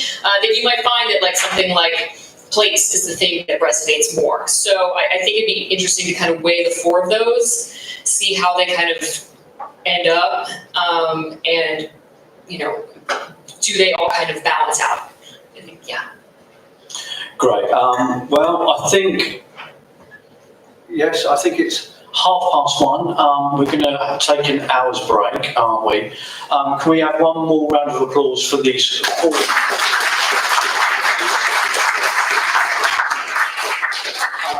I would love to also encourage those that had questions to please ask those during the break, and we will see you back here in an hour.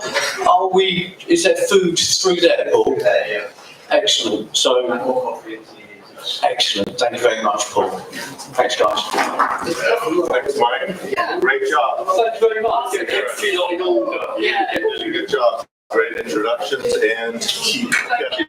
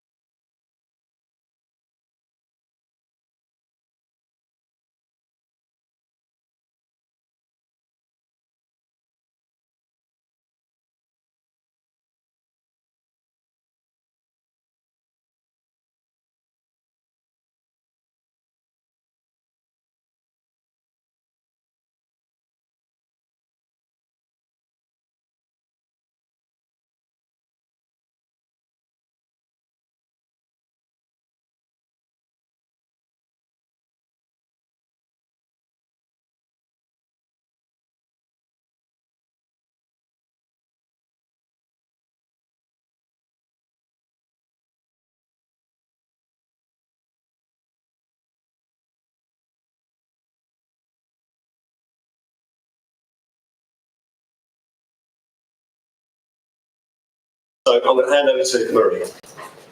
Thank you very much. So yeah, I'll also just get started because we don't have so much time.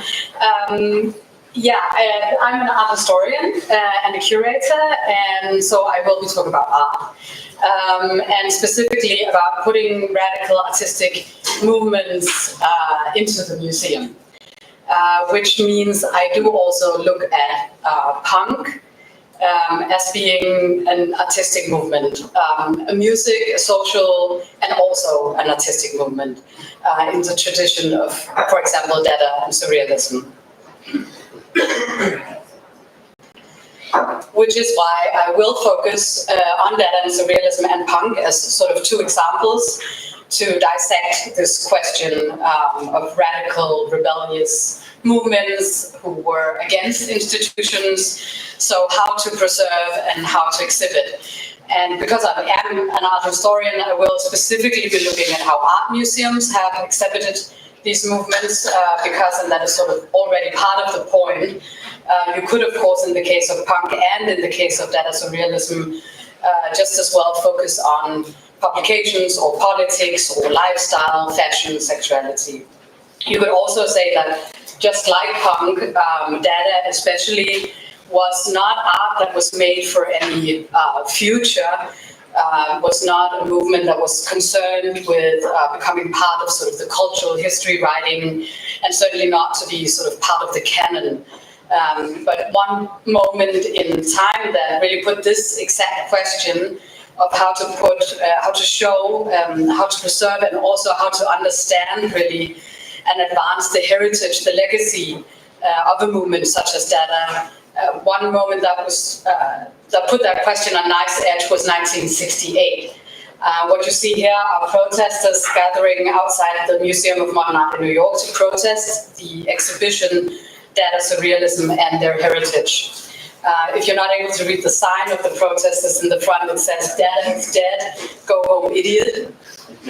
Further signs said, "This is a money circus, down with art, up with revolution," and Surrealism means revolution, not spectator sports.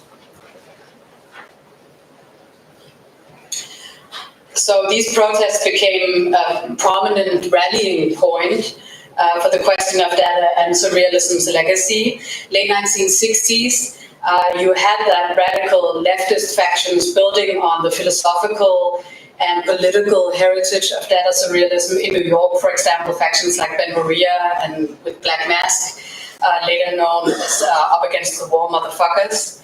Black Mask and other groups were engaged in these protests in front of MoMA, together with students and together with artists.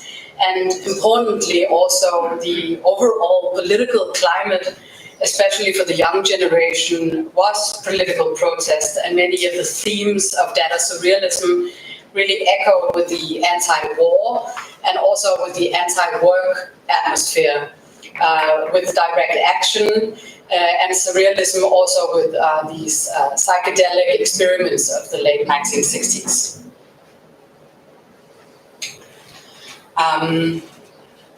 1968, you also had in the same year the Situationists and the student uprising in Paris, which was also closely linked, of course, with Surrealism in personage and content, and likewise via figures such as J.M.K.E, Reid, Malcolm McLaren, Vivienne Westwood. Of course, the Situationist punk link will be known to most of you here too, much as a reproduction of slogans such as "Take your desires for reality," "Be reasonable, demand the impossible," or "Never work" in punk. So that is a Dada Surrealism legacy that led to rebellion.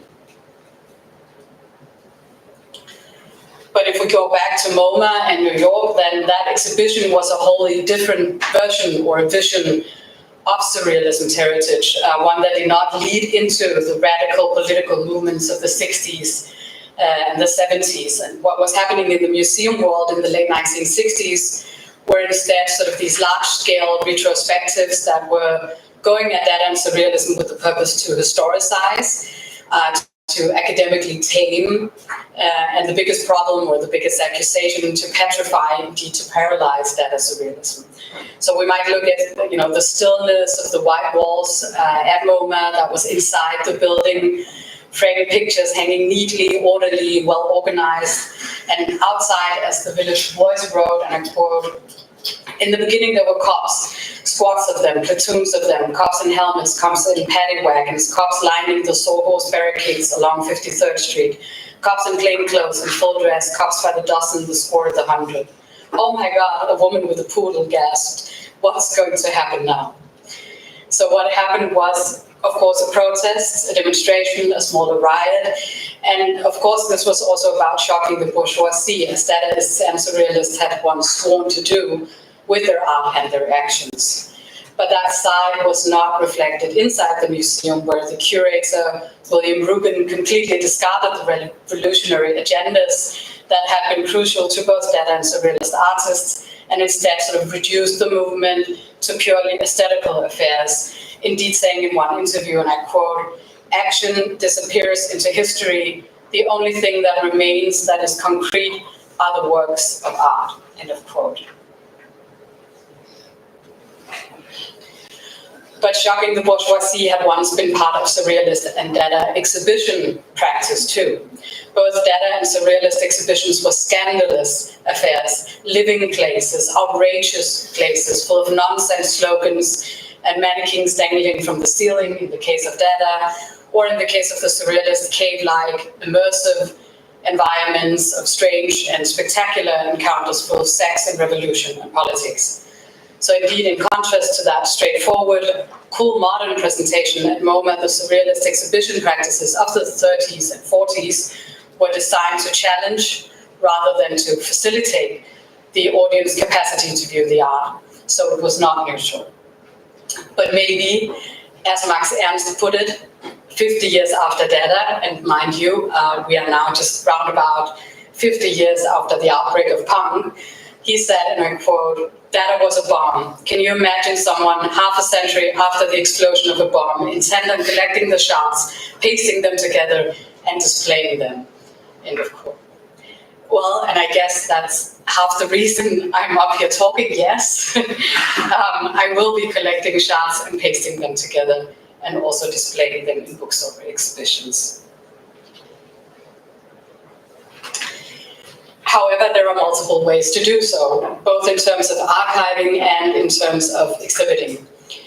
When I was writing my book on punk and art history, I interviewed a lot of artists who were involved with the punk movement, and I would like to just read two short statements from those interviews. First up, Wolfgang Müller, who's an artist and musician based in Berlin and who was in the late 1970s and early 1980s making punk art with the artist group Die Tödliche Dobers. People say punk in the museum, isn't that a contradiction? Then I say, what nonsense, that is terrific. Do you want to throw it in the garbage or what? That is terrific. If it is put into a glass showcase and then everyone comes and look at it. Everyone should have the opportunity to see it. Second is Hugo Kakman. Together with other artists, he initiated the Punk Art Gallery in Amsterdam in the late 1970s, and he's not entirely in agreement with Müller, arguing for musealization, but rather sort of as the lesser evil. He said, it is a question of conservation, of documentation. Of course, street art really should always be outside, and punk should not be in a museum, but these things disappear, and then where can you see it? Only in the shops or what? But make a good documentation of it, not just a fetishized jacket, then you can inspire people. So in both quotes comes through the need to show punk in order to inspire people, to let the new generation see what punk was about, and also to not let the punk narrative be written by companies trying to sell it. There have been, in the last 15 years or so, quite a few exhibitions on this topic of punk in art museums. Many of these exhibitions were really excellent, delivering key research. And though we can also see, as is often the case in the writing not only of art history or of music history, but more generally the writing of history, that among others, the role of women and people of color was often diminished. Some institutions were also struggling more than others to come to terms with their own role, which can at times result in a bit sort of cringy, this raw and rough style that feels fake, which is something that one of my favorites among these exhibitions tackled in the following way.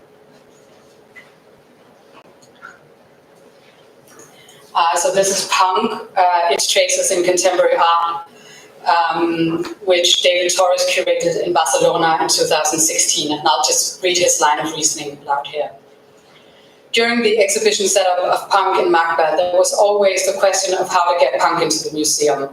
Talking to the team and the designers of the expo, I always told them to not even think about a punk-style setup. In some ways, we were being traitors. We had to accept it. And that if we were traitors, we had to be traitors to the core. So I insisted a lot on displaying all the most traditional elements of the museum and the exhibition as a device. Text in the spaces, official museum typography, display cases, etc. And finally, at the same time, it seemed to me that that was the way to be the most punk as well. Somehow, like Vivienne Westwood recovering tailoring or Rotten refusing to wear jeans. This attitude completely comes clean.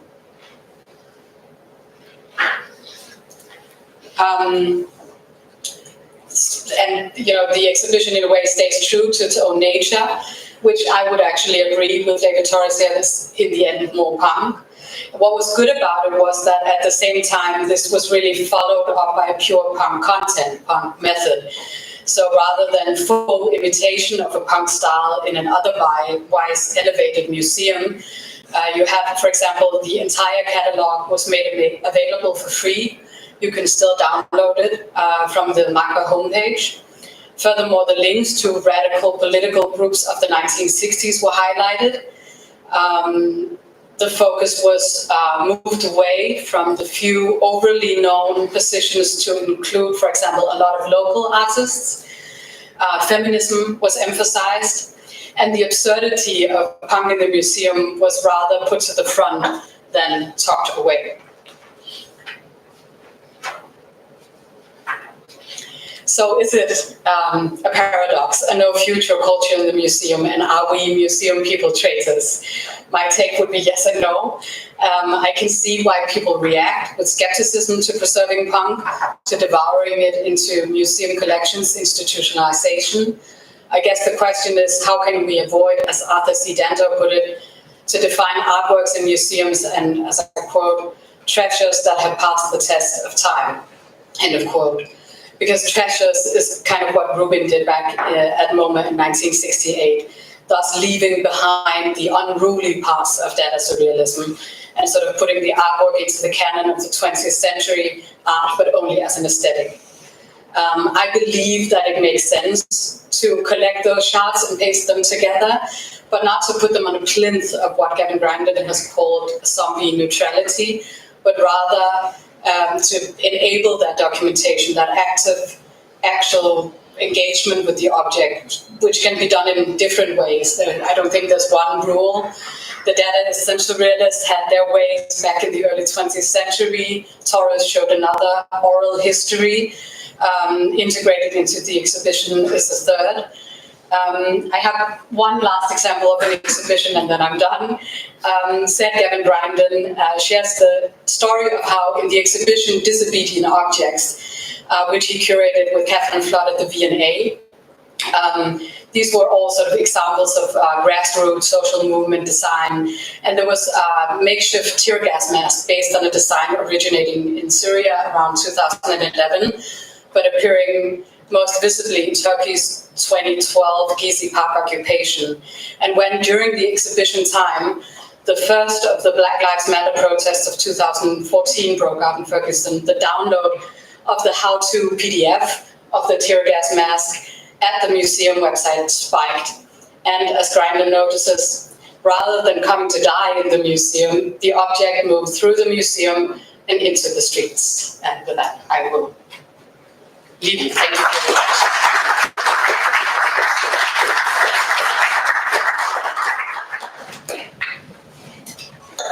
Fantastic, thank you very much, Marie. We're going to do the questions at the end of the session, as we did previously. So our next speaker is Alice Cawley, who's continuing an art theme. Local time in Helen Vega's Lights, 1969 to 1975. Once we get the slideshow up, I'm going to hand over to Alice.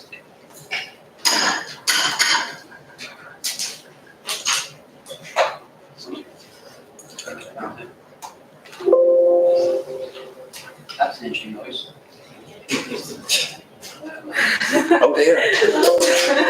What's the updated security? It's saying maybe on the screen. Have you committed some kind of crime? So that's got security on the screen here. Oh, is it? It's not there. Oh, right. It's got my name on it, so it must be something I've done wrong. It's cancel, I think. Cancel or okay? Help protect me from unknown content. What do we want? Consensus. Let's take a vote. Just cancel. Enable it. Enable it. Live boldly. No, okay then, yeah, go on. I don't care, just get it off the screen. There you go. Oh, just trust Microsoft. They like mean well. Microsoft have their best interests at heart. So I'm handing it over to Alice, who's going to talk about Alan Vega's light sculptures. Thank you so much for letting me be here today. So I'm just going to start. So the American artist Alan Vega, who was born in the Lower East Side of Manhattan in 1938, immersed himself in both art and music throughout his life. He was taught drawing, etching and painting by the Swiss surrealist artist and occultist Kurt Seligman at Brooklyn College in the late 1950s, and by 1969 he gave up his job as a social worker, moved into a studio and decided to dedicate himself to becoming an artist in New York. Alongside his art, Vega is perhaps better known for his music as half of the band Suicide, which he formed in 1970 alongside bandmate Marty Rev. And Suicide were a hugely influential band to emerge on the 1970s punk scene in New York, sometimes regarded as proto-punk because of their somewhat outsider status.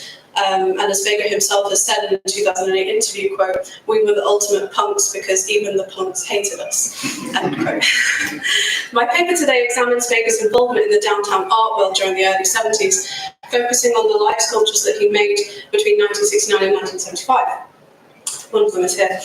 In the first part, I situate his sculpture, him in Soho's alternative art scene in the 70s and his participation in the political activism that took place within these spaces.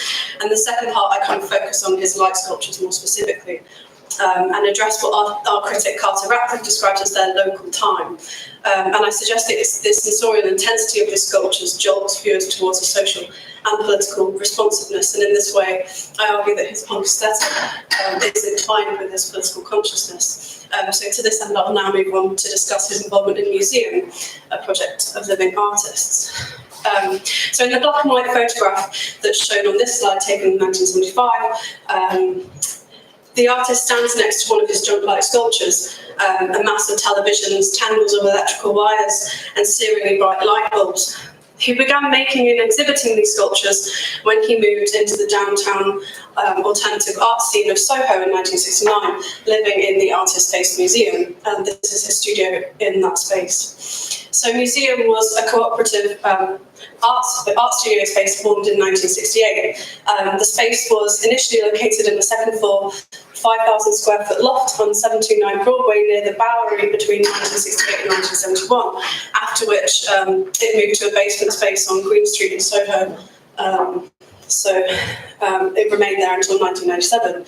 This downtown area was a hub for artist spaces, galleries and studios who moved into the cheap-to-rent loft spaces that were vacated by the garment industry as a result of post-war deindustrialization in the city. So Museum was an important part of the downtown art scene, having been founded as an alternative space for artists to gather, work and exhibit. Vega has claimed to have been a founding member of Museum and was certainly a part of the Cooperatives Committee, kind of governing committee. The Cooperatives Monthly Bulletin newspaper magazine, which you see here, reveals a snapshot of the socially and politically engaged discourse that was going on in the space, with articles that discuss topics informed by anti-Vietnam War, pro-civil rights and pro-workers' rights movements. And the museum set itself up in opposition to the art establishment. And as artist and member Justin Shaw writes in the May 1969 issue of Museum magazine, quote, its radicalism lies in taking action in the non-aesthetic sphere. Its radicalism lies in taking action in the realm of social organisation, economics and lifestyle. The work shown in museum may be only contemplated and no matter how indigestible swallowed up, but museum itself calls for reaction, not contemplation, end quote. So museum was set up by a collective of artists working together towards realising a space that sought to confront the problems and injustices of the commercialised art world by existing apart from it. That the Art Workers Coalition rented a small office and regularly held meetings in the cooperative speaks to this realisation museum as a hub for this radical political engagement, and this is an example of one of their meetings in the space. The AWC were a loosely organised collective of artists based in New York who campaigned for artist rights, protested against racism and sexism in the art world, and firmly opposed the Vietnam War, regularly staging protests in art spaces that drew attention to these issues. And Alan Vega was involved in the AWC's activities through his membership to museum, and he's also mentioned in an interview his presence at several of their protests at the MoMA, and his name can also be found as a signatory on some of their letters to kind of ministers demanding kind of action.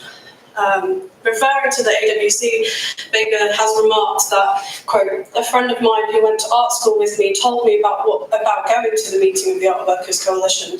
It changed my life.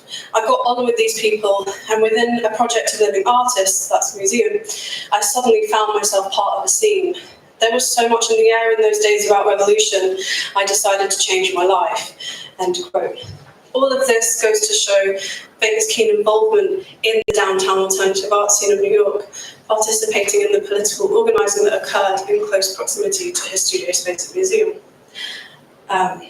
So, at the time that Vega was involved in the museum, he was making light sculptures, which he called his light freaks. And this installation photograph here shows some of the sculptures which were arranged as nests of string lights on the floor or trailing from the gallery walls. Vega expressed his desire for these sculptures to be functional objects, commenting that, quote, with my floor pieces, I like the idea that people would sit around and become part of it. At OK Harris, I was showing these piles and piles of light, and they gave off heat too. And people were coming in and sitting around my light sculptures and smoking pot because it was like a campfire. A couple came out of the rain, their coats were wet, so they stood over my piece. They held their coats over my piece to dry. It was wonderful, end quote. So Vega exhibited these works at several galleries in New York and Washington, DC, and notably had a series of 4 solo exhibitions between 1970 and 1975 at the OK Harris Gallery in Soho. And this is an installation shot from that, which was owned and run by the art dealer Ivan Karp. So for his first solo exhibition there, Vega presented nests of lights which radiated a strong multicoloured glow. Though it's not clear from this photograph, the bulbs flickered intermittently, which suggested an irregular electrical source that could be unsettling to the viewer. Upon visiting the show, Art International magazine critic Carter Ratcliffe wrote of the sculptures that, quote, the eye is caught and held by intense minute colour clashes, by intricate accidents in the placement of the bulbs, by odd rhythms occurring for a short time and thus in local time and then disappearing. The attempt to find structure here, a summary, a stepping point to a higher level of clarity, would be like holding a magnifying glass up to one of the brightest, barest bulbs in the heap.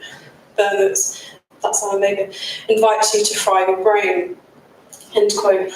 So Ratcliffe's observation of the sculptures, local time, suggests that viewers experience them within the work's own unique time frame, where the odd rhythms, intensity of light and clashing colours perceptually break away from the outside of the gallery space and from the din of New York City streets.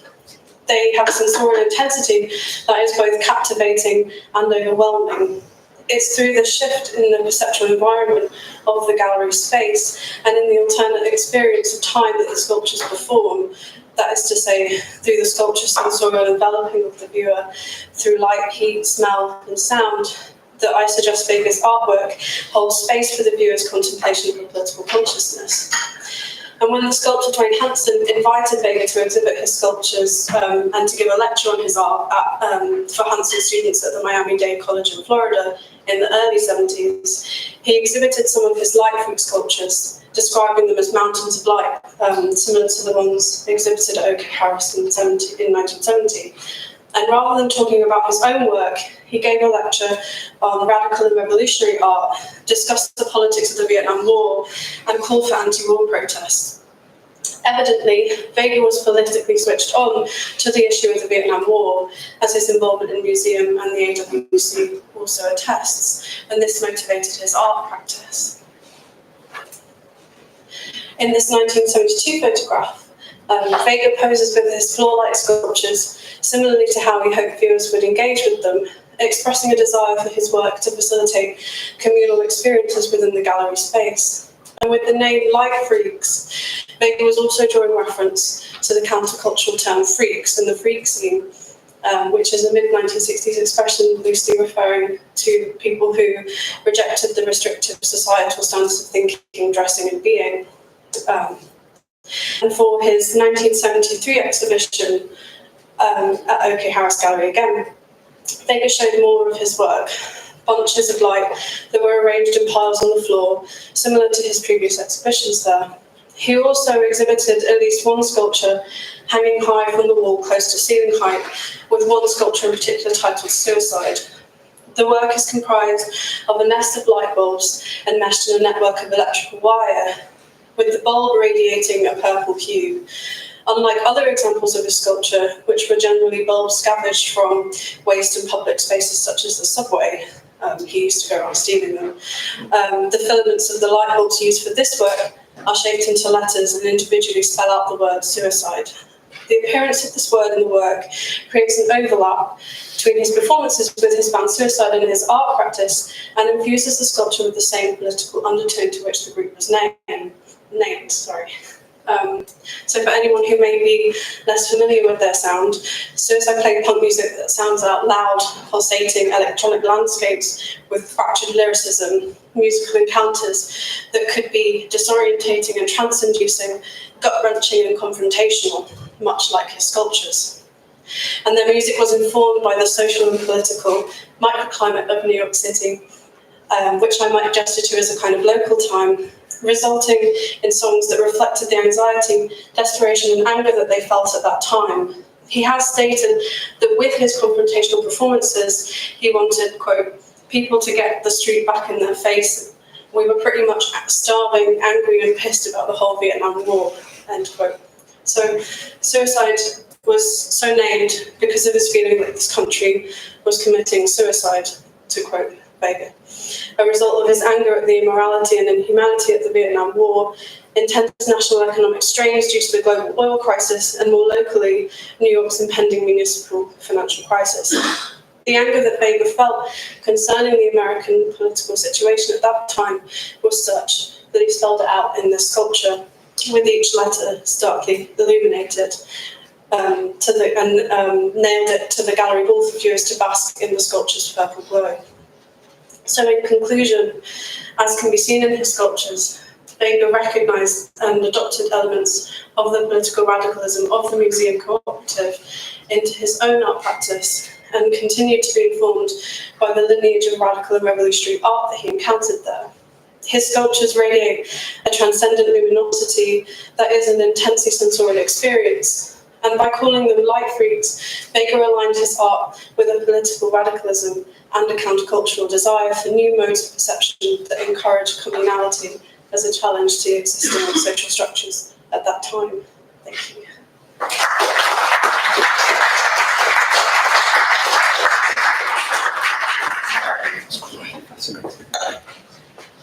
Thank you very much for that. That's absolutely fascinating. Really good. So our next speaker is Pete Dale. He's an old friend of the Punk Scholars Network, old member of the Punk Scholars Network, an old lag in the Punk Scholars Network. Pete's going to talk about how punk is indie, C86 in its time and in our time. Yep, thanks Do I need that thing? You need that thing? You used to know? Yeah. Thanks. I'm going to try and talk quickly because I thought I was doing. Yes, exactly that. In fact, I'm not. So just setting a stopwatch going. And yeah, so that's the question. How punk is indie? I thought I'd better mention punk in this context. And I'm going to talk about C86, which is a compilation that the NME put out in 1986. First, just about punk and indie. They are somewhat complementary with an E, I think. That is, they're often combined in record racks for convenience, you know, the A to D, and then the next rack is E to H. But it's not at all clear, to me at least, what the two torn halves of this discursive construct add up to. Do punk and indie equate in the last analysis to punk and post-punk? Well, I think we can at least say that there is no indie without punk first. It is post-punk, at least in that sense. But having said that, it's different from the music Simon Reynolds delimits as post-punk. He uses no hyphen, if you've not noticed. So he's talking about something different to me than what I mean when I say post-punk with a hyphen. Because in fact, if you look at the music he covers in Rip It Up and Start Again, a lot of those bands, people like Buzzcocks magazines, Banshees, would actually just be stuck in the punk racks by a lot of record shops. So, but on the other hand, people like Orange Juice and Fire Engines that he talks about in that book would be seen as indie in some way. So I just thought I'd throw that in anyway. Now I'm going to talk very briefly about Aufhebung, the Hegelian-related word picked up by Marx and Marxists. Essentially, it's normally taken to mean simultaneously cancelling / abolishing a thing, as well as suspending it, lifting it up, and so forth. So often the translations of the word Aufhebung will use sublation as the Anglophone word. Indie definitely isn't punk, sorry. That is, it is indie, it's not the same thing. So, and it does, I think, come as an Aufhebung for punk. That is, indie, I think, does cancel, abolish, but also lift up and so forth, punk. I mean, I'm interested in the way that punk fixates on 1984, obviously crass, but a lot of kind of, you know, 1984 seemed to be a big deal for punk, and when it meets 1984, it feels a lot like they're not sure what to do. People aren't sure what to do next. You know, I did a lot of looking at NME and Melody Maker and fanzines from around the mid '80s. And I was interested to find that the word indie rarely appears in print in the fanzines or in the music papers. Journalists aren't talking about indie bands, still less indie music in 84, 85. They will mention indie labels, an indie distributor, because the word is connoting an industrial category. We do see in 1984 the rising popularity of Creation Records and the related Living Room Club, also run by Alan McGee. The Pastels are important for this kind of emergence of what became known as indie music. They take a strong influence from television personalities and Orange Juice. So there's obviously the Smiths from 83 onwards. There are a number of things that come together to make this kind of new post-punk guitar-y stuff seem like a genre. My point is, it isn't a genre in the sense of being a named thing. It only kind of gets reified in that sense in 86 with the release of the C86 thing. So you can just see the bottom there. One of the things in the early 80s is the 60s kind of gets rehabilitated. I think I was planning to show you the YouTube clip, but I think I'm going to skip that. In 85 to 6, there are fanzines that come up that partly cause this thing that becomes known as indie music to happen. Fanzines such as Hungry Beat and Are You Scared to Get Happy, both influenced by Communication Blur, which again is Alan McGee's fanzine from 83, 84. These fanzines begin to articulate a new vision for punk rock that is. They explicitly invoke punk rock, but they sort of also engage with 60s rock and pop up to a certain point at least, although there is still a lingering disdain for, quote, hippies. Clubs start to spring up from about 85 around the country. Splash One in Glasgow, which is very influential and kind of legendary. Click Club in Birmingham, run by the people from the band Mighty Mighty. Whoosh up in Newcastle, the EEC Punk Rock Mountain Club in Bristol, and all these clubs around the country are putting a similar set of bands on. People whose names I will come up with now, such as the Shop Assistants, mostly female group on originally Subway Records. So these are the kinds of things that make indie come to seem like a music, a genre. Juicy Mary Chain's Upside Down single, also on Creation Records, another kind of important one, particularly in '84 because it gets to the top of the indie chart. I show in my forthcoming, eventually it's going to come out, monograph, that there's a lot of jockeying between sort of crass and conflict and people alongside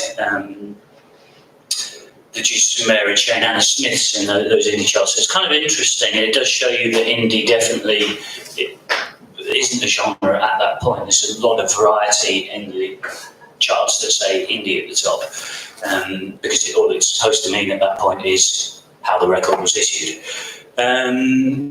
Juicy Mary Chain signed to Blanco y Negro, which is really WEA, something set up by Jeff Travis and Mike Allway originally, I think. And the Smiths, yeah, of course, were still really popular at that time. But the thing is, the NME comes up with this idea of this compilation called C86. On the front cover of the 3rd of May issue 1986, you can see the mention of a tape offer, the class of '86. I found it interesting in the copy inside that it says, "Attention pop kids, all the prime British independent pop purveyors." This idea that there's a kind of independent pop is definitely, part of the condition that allows this idea that there's this kind of new genre of music as opposed to just being about labels. All of these labels are proper independent labels. Those are the labels that are, some of those have multiple inclusions on the compilation. There's 22 tracks, there's not 22 labels there. That's because people like Ron Johnson and Creation have multiple inclusions. The kind of groups, there's a lot of what I would call cutie. Sometimes people say twee pop, or you could say indie pop. Groups like Primal Scream, Pastel, Shop System, Sweet Dragons. We've got Fuzzbox and we're going to use it. Close Lobsters, Meow, Wedding Present, Mighty Mighty. But there's also on C86 these kind of post-fall Captain Beefhearty type groups like Big Flame, A Witness, Bogshed Stump, and The Shrubs. There's a couple of anomalous bands on there, Age of Chance, perhaps Half Man, Half Biscuit. What it did, this compilation, was offered in May '86 a set of new bands that were definitely appearing high in the charts in the weeks and months leading up to the release of the compilation. Here's a set of quotes. I won't read them all out.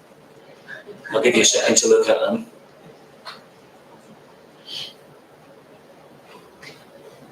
So you can see from the quote from Adam Sweeting, this kind of, that's really quite far back in this timeline I'm drawing out. In '83, he's already saying, don't worry about selling out. Independence is just in the wrong dimension.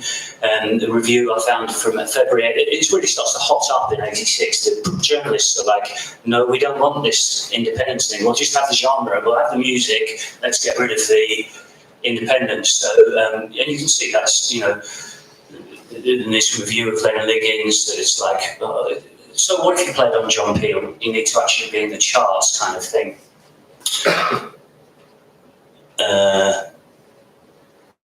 going to show a bunch of quotes from this guy, Neil Taylor, who was one of the 3 compilers of C86, but he was really attacking what he calls the ideology of independence, because he says it's remained static. He calls for the ultimate end of the independent era. 1986 could be the year for independent groups to make massive theoretical and practical progress, but that success can only come to the indie groups by, quote, smashing and irrevocably destructing their own outdated ideals. So the point I'm trying to make is there's a lot of pressure, I would say, from the press to work against the independence of the independent sector in the very moment where they're also pushing this compilation to make a kind of a genre that they can then take onto the major labels, which of course is what happened. I'm not reading all these quotes out for you. Although the one capitalised, I retained the capitals, so that's in a Neil Taylor article in the NME before C86 comes out, and he's saying, fuck the indie spirit. The indie spirit, it seemed like a good idea at the time, and that time was 10 years ago, in 1980. An independent single in a picture sleeve would sell 5,000 copies no matter what it was. In 1986, the good ones struggled to repress after 2000. There's definitely a lot of hand-wringing, in other words, about record sales. And that's why they're saying, oh, we need to flush out the crap. I found it interesting when I found this quote from Steve Mason, who ran the large independent, or rather took over in '85, running the large independent distributor Pinnacle. He says, we hope to be keeping the professional labels. We want to make the indie scene more professional. The guy who walks in with, totally gendered, the guy who walks in with 500 singles in a carrier bag could find things rather difficult. So, and then also this quote was interesting to me from a book by Richard King, not a scholarly book, but quite interesting on indie music. He mentions the, quote, never-ending series of small-scale 7-inch singles released with enthusiasm, but with very little ambition other than making a brief appearance somewhere near the bottom of the indie chart, and a paternal boost from John Peel. So I hope that gives you all the context from that. I don't really have time to read all of this, but I'm going to rattle through some of this other stuff that I've written. C86 issued in May 1986 and reissued by Rough Trade on vinyl not long thereafter, is pivotal to the process whereby indie became more clearly distinct from punk, from the independent sector, and from the concept of independence more broadly. This statement could seem peculiar on first glance, given that all of the 22 bands on the compilation had their first records issued on independent labels, and indeed were still having their music issued by independent labels at the time the compilation was issued. Nearly all of those independent labels had been quite recently set up, furthermore. Most were DIY ventures of one kind or another. But there was this emerging new sense of indie as a music genre, and that developed very much in tandem with the compiling process for C86. Precisely in the moment that this compilation was curated and released, key journalists were explicitly working against the maintenance of independence from major labels and the mainstream music industry. I hope the quotes I've shown you have persuaded you of that. C86 was vital in indie's journey to genre status, to mainstream culture, to the major labels. The compilation effectively packaged an independent underground scene ready for mainstream consumption. It would take a good few years before the process was complete, but the C86 package was a decisive moment in the overall process. Among readers of the music press, listeners to the John Peel Show on Radio 1, and fans of the various continuing strands of post-punk music, C86 cemented the feeling that a new wave of guitar bands had arrived.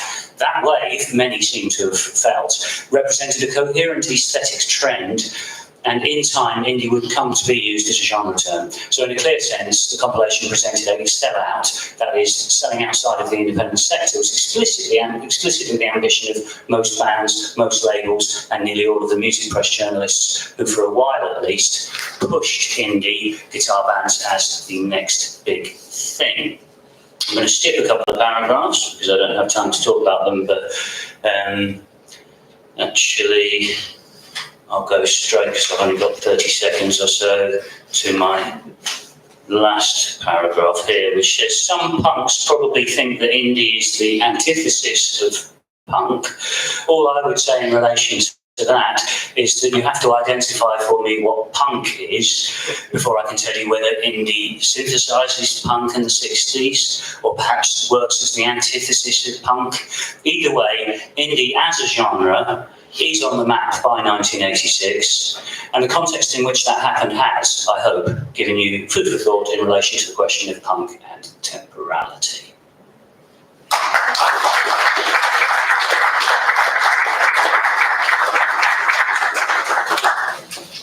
Great stuff, thanks, Pete. I believe we've got Simon next. Next up in our panel of 5 is Mr. Simon Strange. Dr. Simon Strange, sorry, apologies. Thank you. I can't ever be Professor Strange, I'll have to always say as a doctor. Never mind. Whose presentation is entitled Punk, Temporality and Scenes, Timeless, the Punk Continuum. And I'm going to hand over to you. Great. Thanks very much. In keeping with Paul at the start of the day, in my second year at UWE, which used to be Bristol Poly, I didn't go into university at all. I still have nightmares about it actually, because I met a guy called Russ Middleton, who was from a band called Positive Noise, and me and him just used to hang out in Bristol and just talk about bands and pretend we had a band. So I completely failed my degree because of that too. But that's why I'm a punk academic. So, and following on from Peter, this is so well scripted, I'm going to be looking at punk and jungle. And I know that sort of resonates with a few people in here. I'm actually currently writing, almost finished a book, which I'm trying to work out whether to publish it with Intellect or with White Rabbits. I haven't quite decided yet.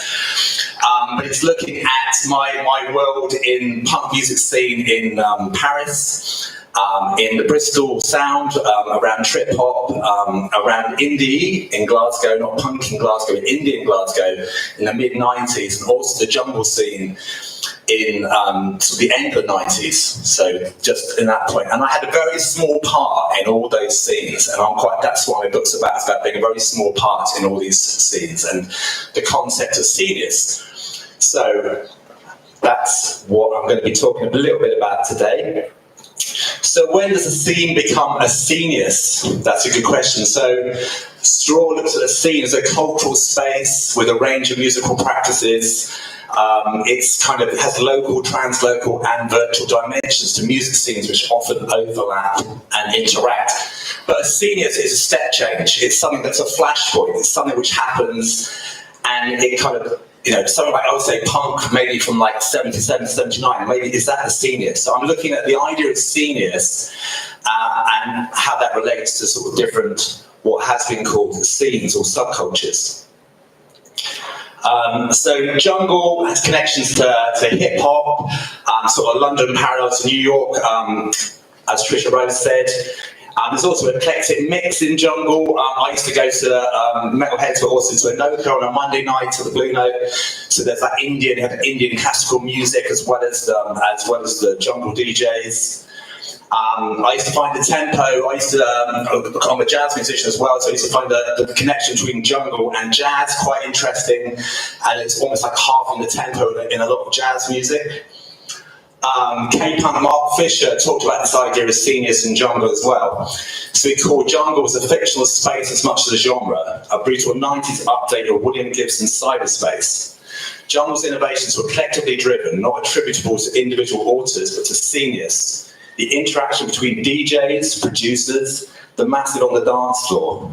Breakbeats and bass sounds would evolve from track to track as if they were audio life forms, subject to an intense process of unnatural selection. And also, Casper Melville, in his the second best book on jungle that I've read, argues that jungle is a key central element of 20th century culture, placed in the radicalised divisions of London. The emergence of reggae sound systems in the 60s, the 70s, the warehouse parties of the 80s, rave and hardcore in the 90s, and the musical subcultures of UK garage, dubstep and grime which followed. It's a genre which gives something back to all those appropriated elements which had formed the Black Atlantic. So you can see it's a very eclectic. Jungle was amazing. I found jungle amazing because it brought all this music I was into this one sort of melting pot in the mid-90s. At short time, so the same happened to me with punk as well, so when I was growing up. In the book I wrote last year, or before, came out last year, I brought these 4 main elements. This is my made-up concept, so I like the idea about a made-up concept. So from doing art school, interviews with loads of musicians who went to art school, I came up with these 4 ideas: hierarchies, process, experimentation, and relationships. And now I'm completely stuck with them, and I'm trying to map it about everything I do. So whether it fits or not, who cares? I'm going to try and map it if I can't get out of it. So if I'm looking at common elements of punk and jungle, I can look at creative emancipation in both genres, or scenes, audience, the connection with the audience, dancing, a reset of the musical landscape, the idea that anyone could be a musician or DJ, and the DIY aesthetic. Then with process, you've got technological shifts, ideas of chance, minimalism, and the visual arts. Experimentation, so ideas of attitude, eclecticism, as I've been saying, and delivering an original sonic difference. And finally, relationships, those spaces, those key instigators of both CNI, dole, squatting, subcultures, and media. So I think they both map quite nicely over that. So. Sorry, I'm just going to whiz through some of that. So audience, in punk, spitting as part of an audience. So that's for me, that's a lot about the audience really kind of like connecting with the bands. It's like taking who's got the space on the stage, who's got the space on the floor. That idea, that's a lot of that idea around that. Fashion. Like I say, the stage and the floor, that barrier broken between what's the stage and what's the floor. Dancing. So, and looking back in some ethnomusicology stuff, that idea about dancing has been key to a lot of ethnomusicological research, and it also comes into the kind of research that Casper Melvu, Hanif Abdurraqib, and Emma Warren have done about looking at dances in black identified music genres and how much they were such a key part of the scenes, that dances were so key. And that's something that hasn't really been looked at until quite recently. So even in punk, they had an important participatory movement element, while jazz dancing was an early form of group dancing through the 20th century. And a lot of people talk about a way of leaving reality in life through connecting to dance and the music. Both punk and jungle had key spaces. So they were informal spaces like community spaces or clubs. CBGB's, Blue Note, Roxy, Rage, the Trinity in Bristol, the End in London, and also formal spaces like art schools, universities, colleges, and record companies. And also the fact that these scenes were small. A lot of these scenes were small, and that's the thing. I had this small part in these small scenes, and what has become these kind of big monolithic ideas were actually quite small. Stephen Mander talked about the post-punk scenes being so small. Basically, if you had a band, you were signed. And again, in the jungle scene, I worked in a music technology shop called Turnkey in Charing Cross Road in the mid-90s. And I would see all the jungle producers would come in, and we would then that night, that whole shop would basically go to the Blue Note in Hoxton, and that would be the night out. So, this so-called big scene was a very, very small thing, especially at the start. Any seniors, I think, needs a key instigator. You've got people like Rodney Sides in Bristol, DJ Rap. We've got Gina Birch from the Raincoats, obviously McLaren and Rhodes, and Goldie, and Chemistry and Storm. So yeah, even though, again, there's a few people who are very, very key to the development of these different seniors. Attitude is a key thing. Political perspectives from the 80s and 90s, having something to fight about. That's key to both those CNI. So looking for creative juniors, you need that kind of contrast, tension, and edge. And also the fact that I lived in a maison des artistes in Paris, or a squat. All my mates in London lived in squats. They had that time to kind of like be creative and to use art as part of your life without having to worry so much about money. And also, Goldie believed that it was the dark times that made it similar to the 1970s, the dark times that he thought in the early 90s that made the jungle sort of break out in a similar way to punk. You've got the idea about resetting the musical landscape, so delivering a sonic difference, being defiant, having sound systems, playing loud music. Downbeat Singh Bra talks to Steve Goodman's concept of sonic resonance, where vibes and vibrations help the societal movements of black electronic dance music to coalesce and define itself. And urban can be seen with the music that links to Luigi Rossello's art of noises. So that sound about the whole sonic being around and helping to create that scene.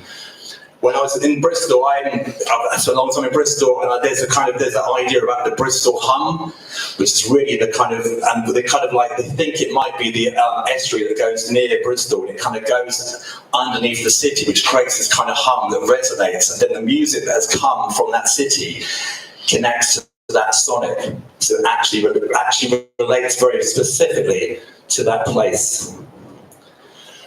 So eclecticism, of course, has talked about that. So that idea that jungle had a mixture of dark jazz, hip hop, funk.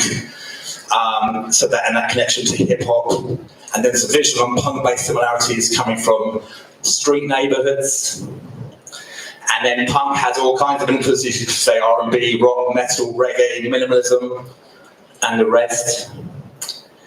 DIY between both of them, you've got Xerox printing, about the product, setting up events, and obviously media, magazines, fanzines, posters, pirate radio, affected both. And then music technology shifts. So you had to start tape machines and port studios coming into the end of the 1970s. And then your digital home studios in the early 90s, you had things like Pro Tools, the EMU sampler, things like that were really, so these key elements of technology really informed both of these scenes. Minimalism, elements of minimalism in both of those genres. So there's full and half and quarter tempos, there's a sparseness in jungle and drum and bass. That obviously is in punk as well, and lots of punk. So that one chord and similarity. And then visual arts as well. So you've got the punk aesthetic was supported by a connected art scene. Cawley talks about connection to hip hop, the visual and punk-based similarities coming from street neighborhoods, graffiti, the street is a canvas.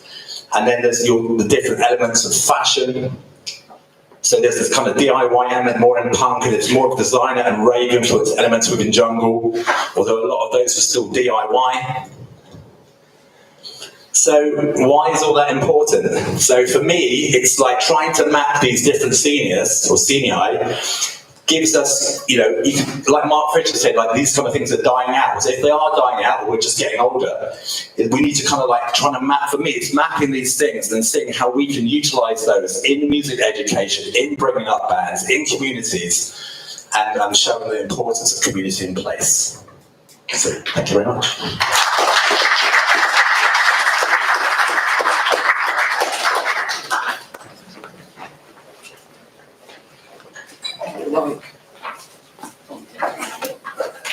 Thank you, Simon. Thanks, Simon. We're handing over now to Peter Woods. Threading the power of noise, embodying DIY music's global scene through the emergence of situated artistic praxis. Okay. Yeah, good, thanks. There we go. Hi, thanks. Like you just heard, Peter Woods, currently at the University of Nottingham, been there since March, so I'm relatively new to the country. Presenting some work on behalf of my colleague, Jesse Ortega, who's currently at Queen's University in Belfast as well. And so, I want to start this presentation and thinking about this presentation with this idea of there being a problem of methodology. So Taylor wrote this article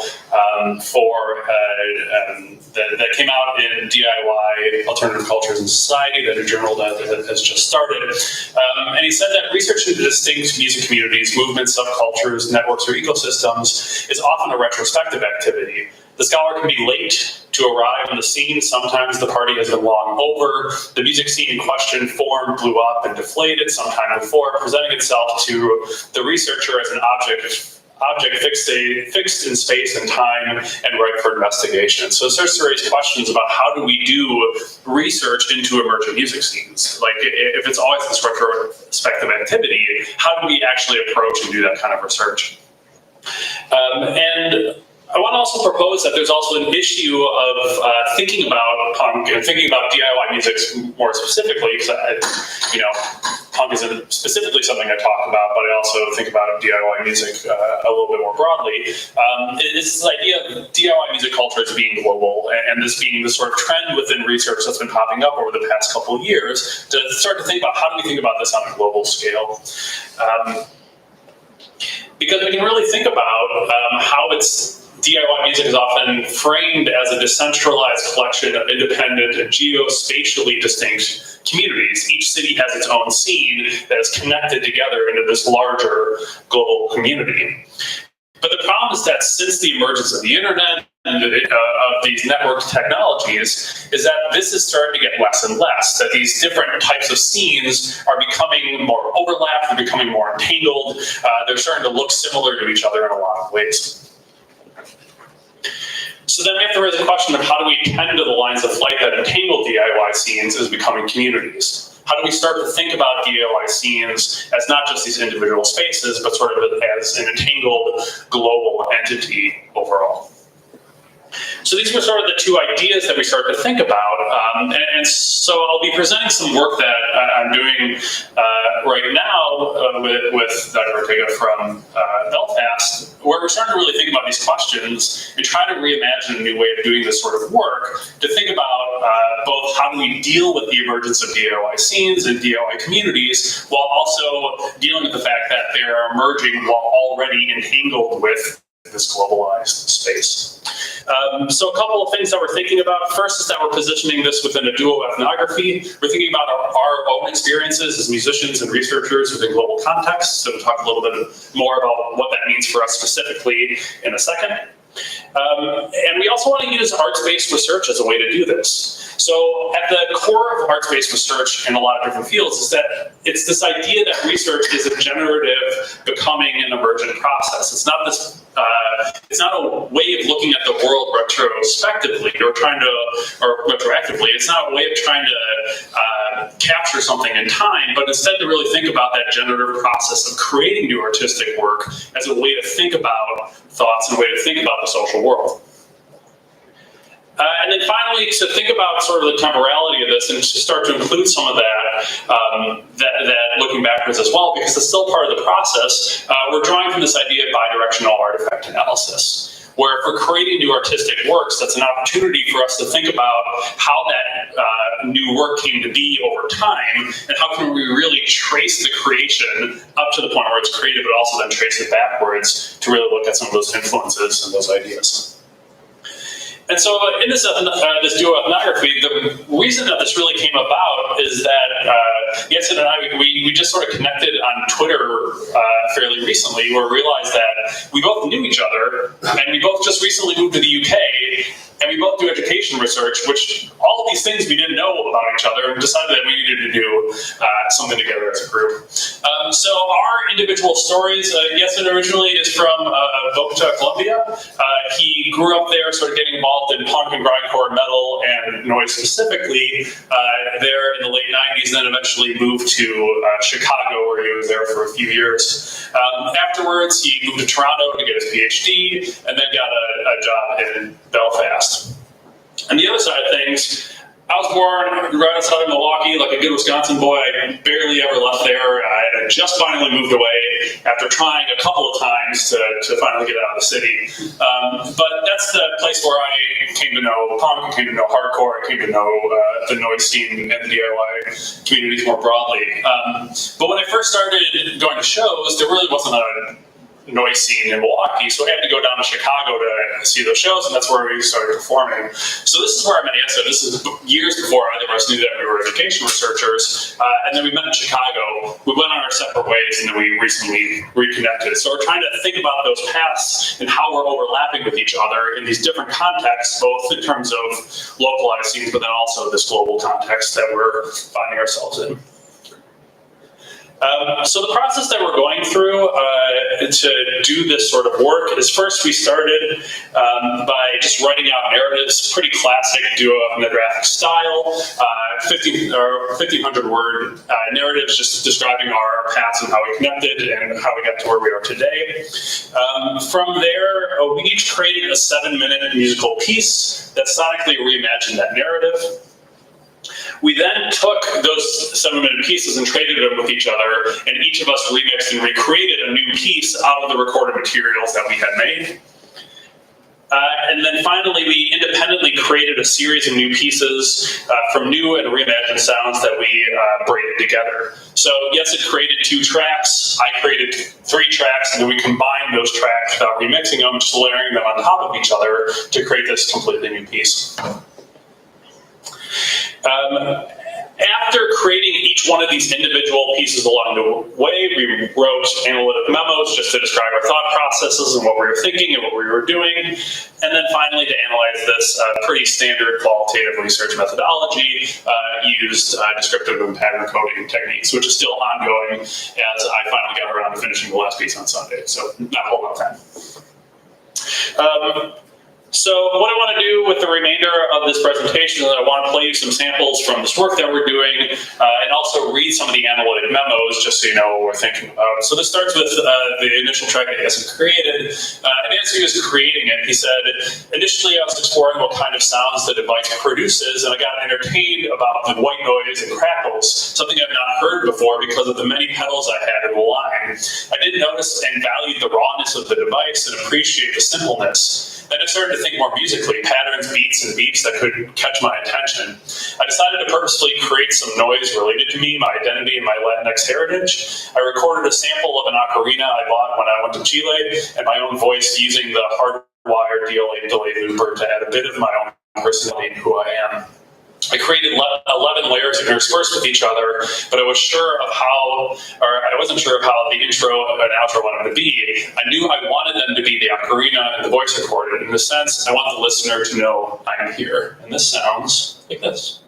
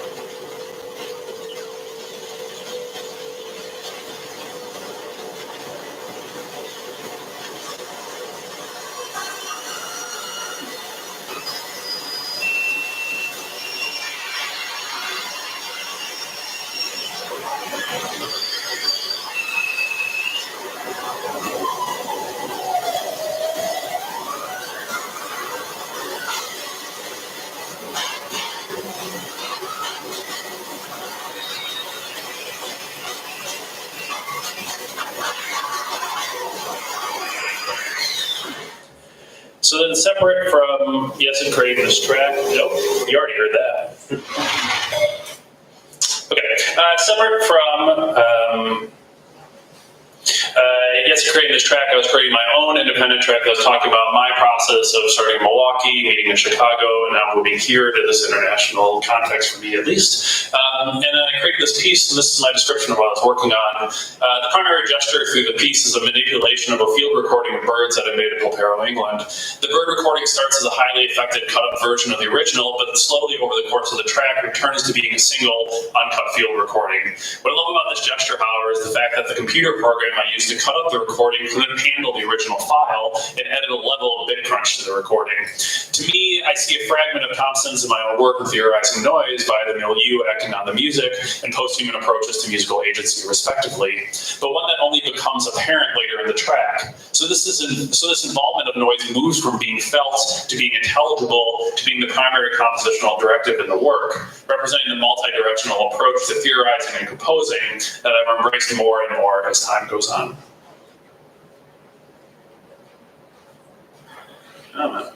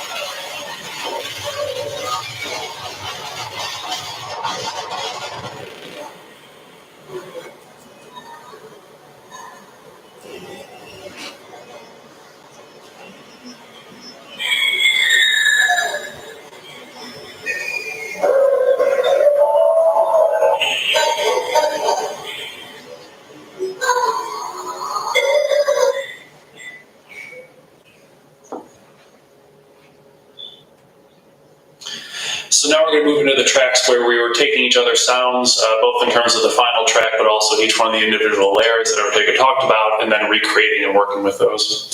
So this is Jessid interpreting my work. He says, I got Peter's final track and the sound pieces he used to build it. I needed to be intentional on my recomposition by using his work. I knew I wanted to use an intro and an outro, and I wanted them to be both soft, as I also wanted the middle of this mix to be punchy, harsh, and dissident. So I needed to explore his sounds and transform them. I used editing tools for amplifying, slowing down, and changing the pitch of some of his sounds to create the atmosphere I wanted. I chose 5 of his sounds and I edited and superimposed them while looking for some high notes to put in the middle of the final track. I felt I needed to put my own style for noise composition without losing his sound sentiments. I ended up mixing a total of 13 layers of sounds to finish the final mix.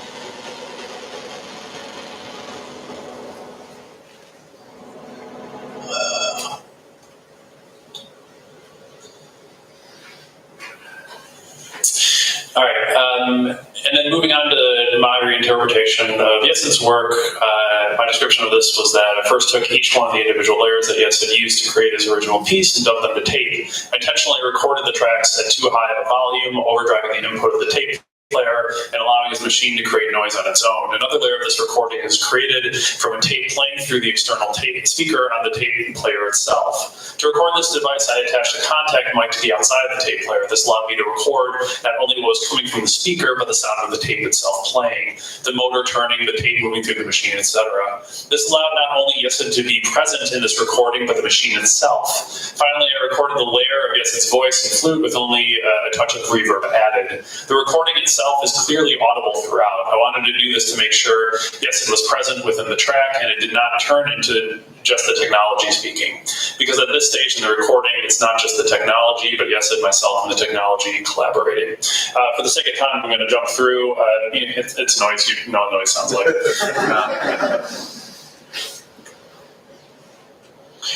And so the last part of this is that we talk about this sonic braiding of the piece. And Jessid created 2 tracks on his own, and then I created a couple that we then braided together.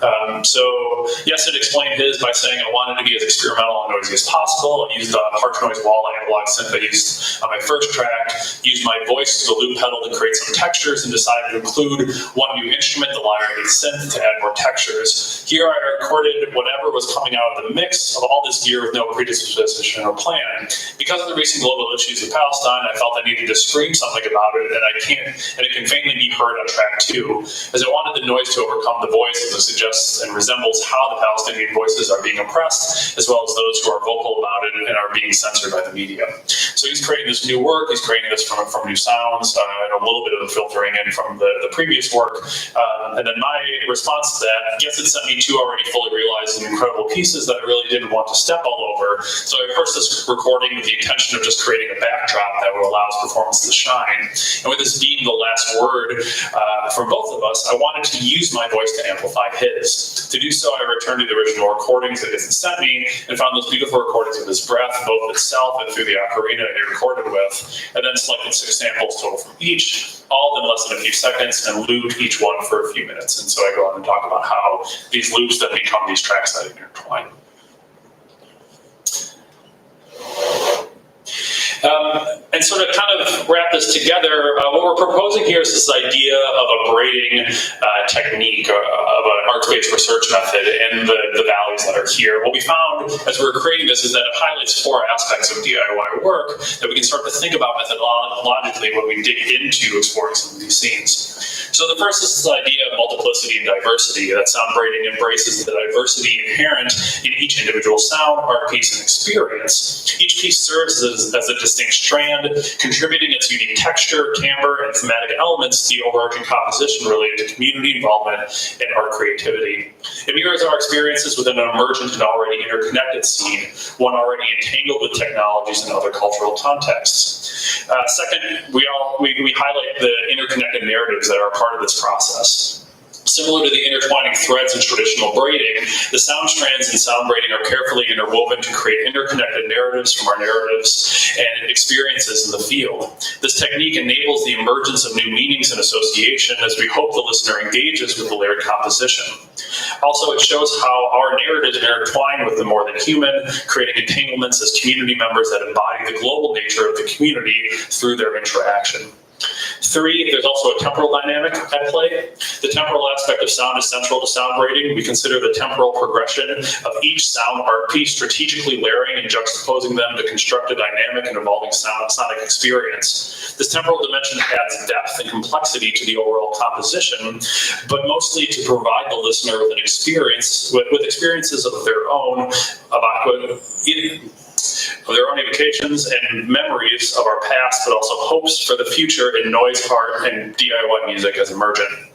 And finally, there's a collaborative synergy. Sound braiding emphasizes collaborative synergy between the creators. The process involves ongoing communication, experimentation, and mutual understanding to ensure that the integration of individual pieces enhances the collective impact of the composition. These works, much like the work that emerged from DIY communities, embody the distributed and collaborative nature of creative production within DIY scenes and between artists across time.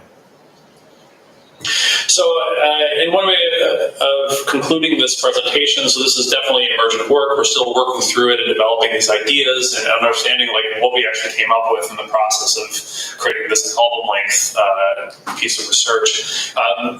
So we're starting to think about scenes as becoming entanglements, but also scenes of becoming entanglements as well. When we start to think about that juxtaposition between scenes now and scenes then and scenes becoming, but also thinking about this idea of scenes at the local level and scenes at the global level, that this idea of entanglement between all these different aspects, the way that we as individuals are not just individual creators, but we're working with people collaboratively, both intentionally and unintentionally, and also collaborating with the technologies that we're working with, the previous recordings that we've heard in the past, the spaces that we're a part of.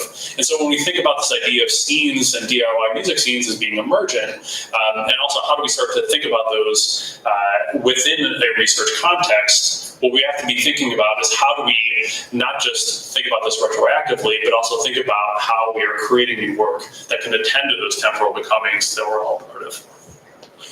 And I will end it there. Thank you so much.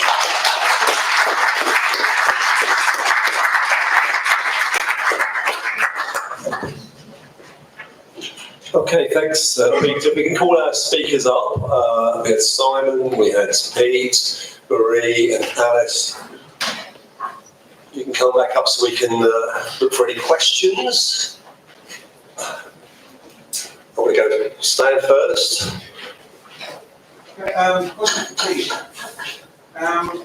As you were talking, I remembered 5 years before C86 was C81. And I just had a look at track listing. And the track listing, one of the things that's distinctive about C81 as opposed to C86 is that C81 has American bands, it has Dutch American Frontshaft, it has a couple of Irish bands, and it's much more varied in terms of style. There's specials are on there, beats are on there, there's Pig, Peruda. And I'm just wondering if part of what C86 did was one, narrow the genre. They were guitar bands, but apart from the Wastelands and the people like that. Yeah, but they're still guitar bands anyway too, yeah. It's guitar bands. And they were all British. And? They were all British. Yeah. And was that something that in a way distinguishes the indie aesthetic from punk? Because although British punk was British, it always had half an eye to America. It was also more, I suppose, less national, maybe. I'll try and speak briefly to that. Thanks for the question. Really good question, interesting question. C81, I think it's a bit of a red herring to see it as like C86 is kind of part of the series. The two compilations are really very different for all the reasons that you illustrated so well. I think that by restricting it to the British bands, that were young, relatively young and new bands, they didn't put people like television personalities on, who I think had been on C81. They were definitely on Pogo A Go-Go that NME did, as I just said, around the same time as C81. They kept those kind of people out. They used the young, new guitar bands, indie bands, as we would later come to identify them. I think that I don't know whether they were keen to sort of keep the American thing out. I get the feeling there was a lack of awareness across the pond, as they say. I looked at Bruce Pavitt, the collection of Bruce Pavitt from Sub Pop's fanzine, Subterranean Pop, I think it was called. It was just a Sub Pop fanzine, in fact, it eventually became. In there, because he was writing that around the same time, some of those C86 bands do get brief mentions, and he does even compare them to the Beat Happening and things like that at K Records that are happening in the States. That's the only place I've ever seen from writing from the time where people are really explicitly linking it up. A bit later on they do, anyway. Oh, yeah, two very, very quick points on what we've proved on. Simon, loved your book. Anyone who references and pays respect to Roy Ascot in the world has my big thumbs up. Massively underestimated in terms of the influence, and I had the pleasure of just interviewing him for a couple of hours, so I'll talk to you about that. Yeah. I wanted to ask Marie, really interested in your presentation, know your work, love your book, know you quite well. One of the things that I'm kind of struggling with in the place of punk and Dada in the museum and the gallery is that, from my perspective, even in the artistic sense, Dada and punk were performative. You think of Dada, you think of Cabaret Voltaire, you think of poetry, I could go on with punk. So how do we, in the museum and the gallery, reflect the performative aspects which are not contained in these artifacts and glass cases? Yeah. Thanks. No, I think that's a great question, and of course that's part of what museum folk are struggling with, and part of you might even say the trap that Ruben falls into by saying, well, action disappears into history, you really can't exhibit it, so I'll just leave it out, and then you have the works of art that have sort of survived, and that's all we can show. I think we have a little bit of an advantage with punk. Because there is much more just audiovisual material that you can actually show in terms of performances. You can, of course, also recreate performances to a certain degree. Of course, it's not the same as having been there, but you also sometimes have to, I think, it's a little bit the same with fluxes. You have to be careful with fetishizing these moments. It was like only a little small crowd that was there the first time it was being performed. So, how can you Yoko Ono's cut piece again, or, other famous pieces? So that is for sure one of the really important and difficult questions in terms of Dada and punk. But I think the audiovisual material, for example, gives us a small advantage in recreation as well. Yeah, I think that's all I got. Another question over there. Yeah, first I want to say that I really like what Marie, but first it was really great presentation. Thank you. There's also the futurity to think what you do actually with the presentations. But I would like actually now to ask Simon, who was developing this theoretical, let's say, possibilities. This is how I see it, more like abstract. And I was shocked from a certain point of view, because first I talked in Britain that is actually multiracial society. It's no references that was for me shocking coming from former Eastern Europe. Here, thinking that will be quite a lot of position and references to the black community and also to other communities that since never existed. But I was actually impressed that you use the jungle, because the jungle is more than just a notion. It's a really a reality. If you go to Calais, you see the jungle. The jungle is actually a racialization of what Europe is. You know?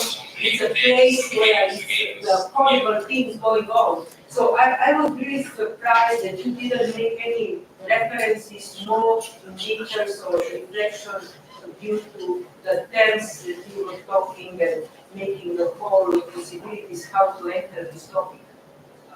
So this would be my question to you. Okay. Thank you very much. That's a great question. I think, are you saying that I wasn't using a wide enough selection of sources around my theoretical position, not bringing in like sources from Europe and stuff like that to make? You didn't brought sources not even from Britain. I mean, you talk about perspectives and futurities, but you have actually multiracial society here in Britain. Yeah. Post-colonial, no mentioning of anything. And then you talked about the jungle, no? The jungle is not only a metaphor, it's a site. The site on the other part in France is a site of horror. Oh, okay, sorry, the actual jungle. Okay. I thought I brought in loads of different references from all kinds of different places. I think the point, in lots of ways that I'm doing, I'm actually exploring research as an autoethnographic person, looking at my own perspective. The book I'm writing is part fact, part fiction. So I'm playing around with reality and time. So playing around with ideas. So in a lot of ways, what I'm doing is maybe that's why that comes across. So I'm actually taking a very, very personal perspective, looking at my own memory of time and how it was, and actually just almost going into a dream idea, that idea about mythology that we talked about earlier, about that idea that what do I remember from that period? What do I remember about the Paris punk scene I was in? It's about my ideas in that and my memories around that, and almost playing around with the stories. So for me, it's a very, very personal perspective, and I think the influences I bring in are very much around the sources that I sort of understand. Yeah. That's all right. I'll take it from you, Russ. I've just got two questions, sorry. First of all, Simon, many years ago, I was asked on to Sky News to talk about Sex Pistols reforming on the Filthy Luger tour. And I said, if you want to see punk now, go to the Jungle Clubs. Yeah. Thank you for that connection. Cool. In which I hope is the best book on jungle. That's what I did say that, of course. I wrote the connection between punk and drum and bass jungle is the pop group. Yeah. So that's why I picked up. I just wanted to pay for like that. And the second question for you on is Pete. Indy, is the connector, the node for C86 ever true? Because he launched, it was his fanzine that Sir McGee wrote for. He was the first release on Creation, his legend, and he was at Enemy as one of the young guns at that stage, pushing a lot of his ideas, which possibly... No, I don't think so. Questions there. Yeah. Okay. I don't think so, and we'll talk in the pub later about it. The entire self-publicist he'd say he was. I think it's too esoteric for everybody else probably to discuss, but I think he is quite an influential figure in some ways, but no, I don't think he's sort of that important, although he's not unimportant. That's what he'd say. He'd say the other way around. Can I ask a question to Alex? Yeah. I'm curious, because I don't know enough about Alan Vega, that And I'm really interested in the light sculpture. I wasn't aware of that practice, and I know suicide, and I know them from that something. Did he make a distinction between, or did he formulate suicide as an art practice? Was it a contribution, another strand of his art practice, or did he kind of divorce those two bodies of work as being situated in very different spheres, very different places? Thank you for your question. The short answer is that he would make his kind of sculptures, and then he would sort of stop, and then he would perform, like, kind of play music with suicide, and then he would kind of put that down, and then you'd see this, like, so that kind of what I was thinking was like this early kind of stage in his kind of sculptural practice, and then he kind of made his first album with suicide, and then he sort of, that took a break, and then he went and made some more sculptures in the 80s. So there is this kind of like shift back and forth. But I also think, I mean, it's quite interesting, quite a lot of like bands in that scene, so Suicide, they would all play in art galleries, and all of these kind of like the spaces there was no like, in the kind of early days, they were kind of like, it was almost easier to play in a gallery than it was to play in like CBGB, or, you know, so that I'm kind of, it is quite interesting that on the one hand there is this break, but on the other hand I feel like there isn't a clear, I don't see it as a just kind of clear line between them, because I also think a lot of what, when he was kind of playing music as Suicide, it's kind of like there's this performativity and this kind of Artaudian kind of like kind of cutting his skin and kind of all like kind of involving the crowd in such a way that is kind of like performance art. So for me, it's kind of, there is this overlap. Yeah. Okay, thank you. It was also one of the things that I really loved about your presentation, how you made it clear that the sort of aesthetic or the way that it was working and how that came out sonically as well as visually, like also with this bundled, flickering kind of noisy sound and visual, that how that is the same creative source, just manifesting in sound or in visual. So I think that was really great. I have a very good question for Peter. So I read an article, I'm pretty sure it's on Pete's, about DIY. And it's speculating on what the it is in DIY. Is that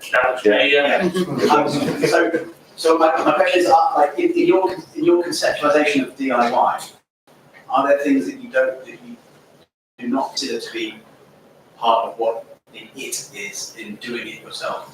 The short answer is no.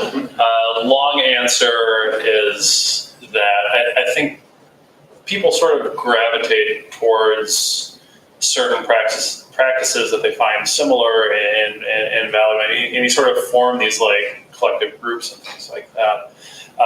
But I think that there becomes this sort of overarching umbrella between all of these different spaces where people have that sort of connection through, DIY as an ethos and as a practice and as an aesthetic and stuff like that. You look back to, all the way back to, Throbbing Gristle playing in these venues that, the day before was, the Sex Pistols or whatever other punk band was playing too. So there's all this intertwining between these spaces, and that's grown since then. That, all these people are using the same venues and using the same spaces.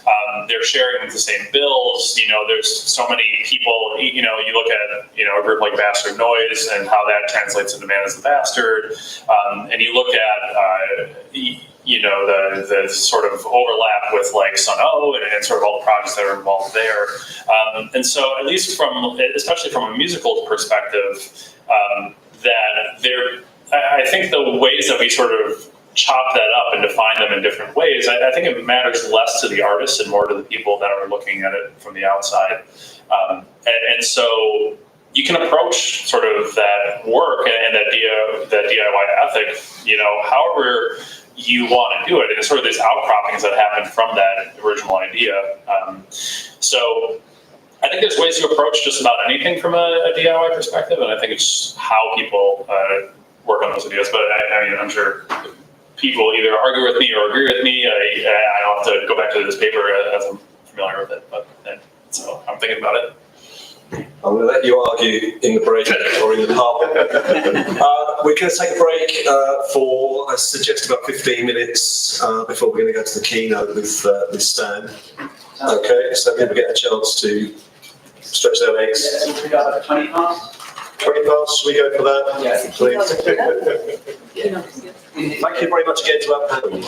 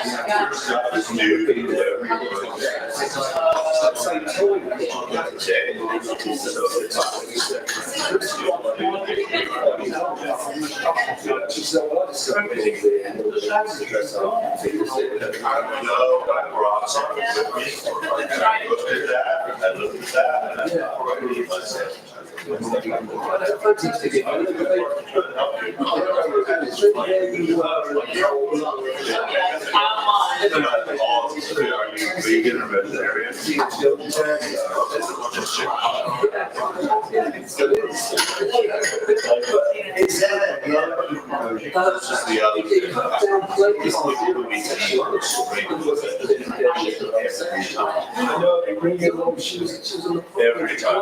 We'll have an office meeting, they'll order like pepperoni pizza, you know, chicken pizza, cheese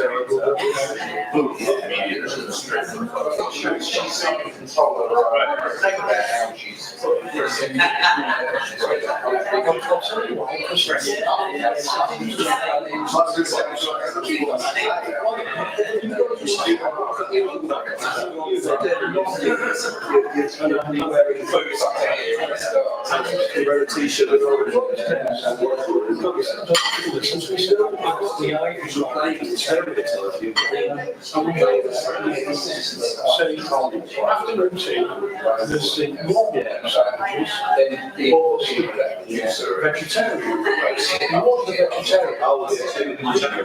I like cheese. No, sorry, I found out the argument.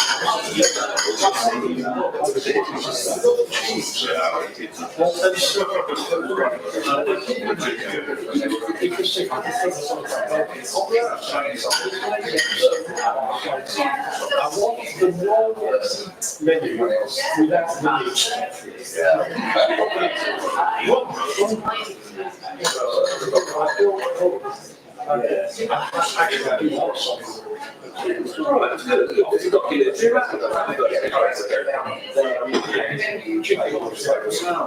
I mean, the thing is that they were tomorrow I'll make a break for it. Yeah, and that's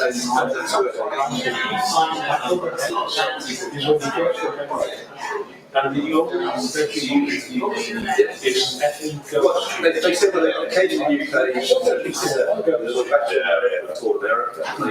what was the option? they said, well, we really honestly wanted to they kept what they were trying to review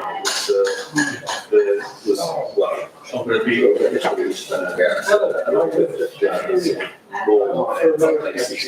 US. If you are in the US, yeah, they've been lost back to the one he plays. But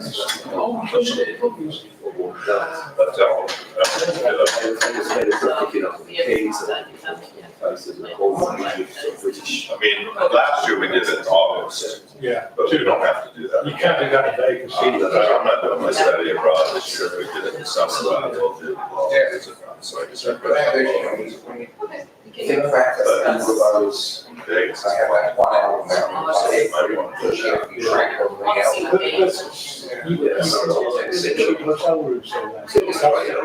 Basically, you're around.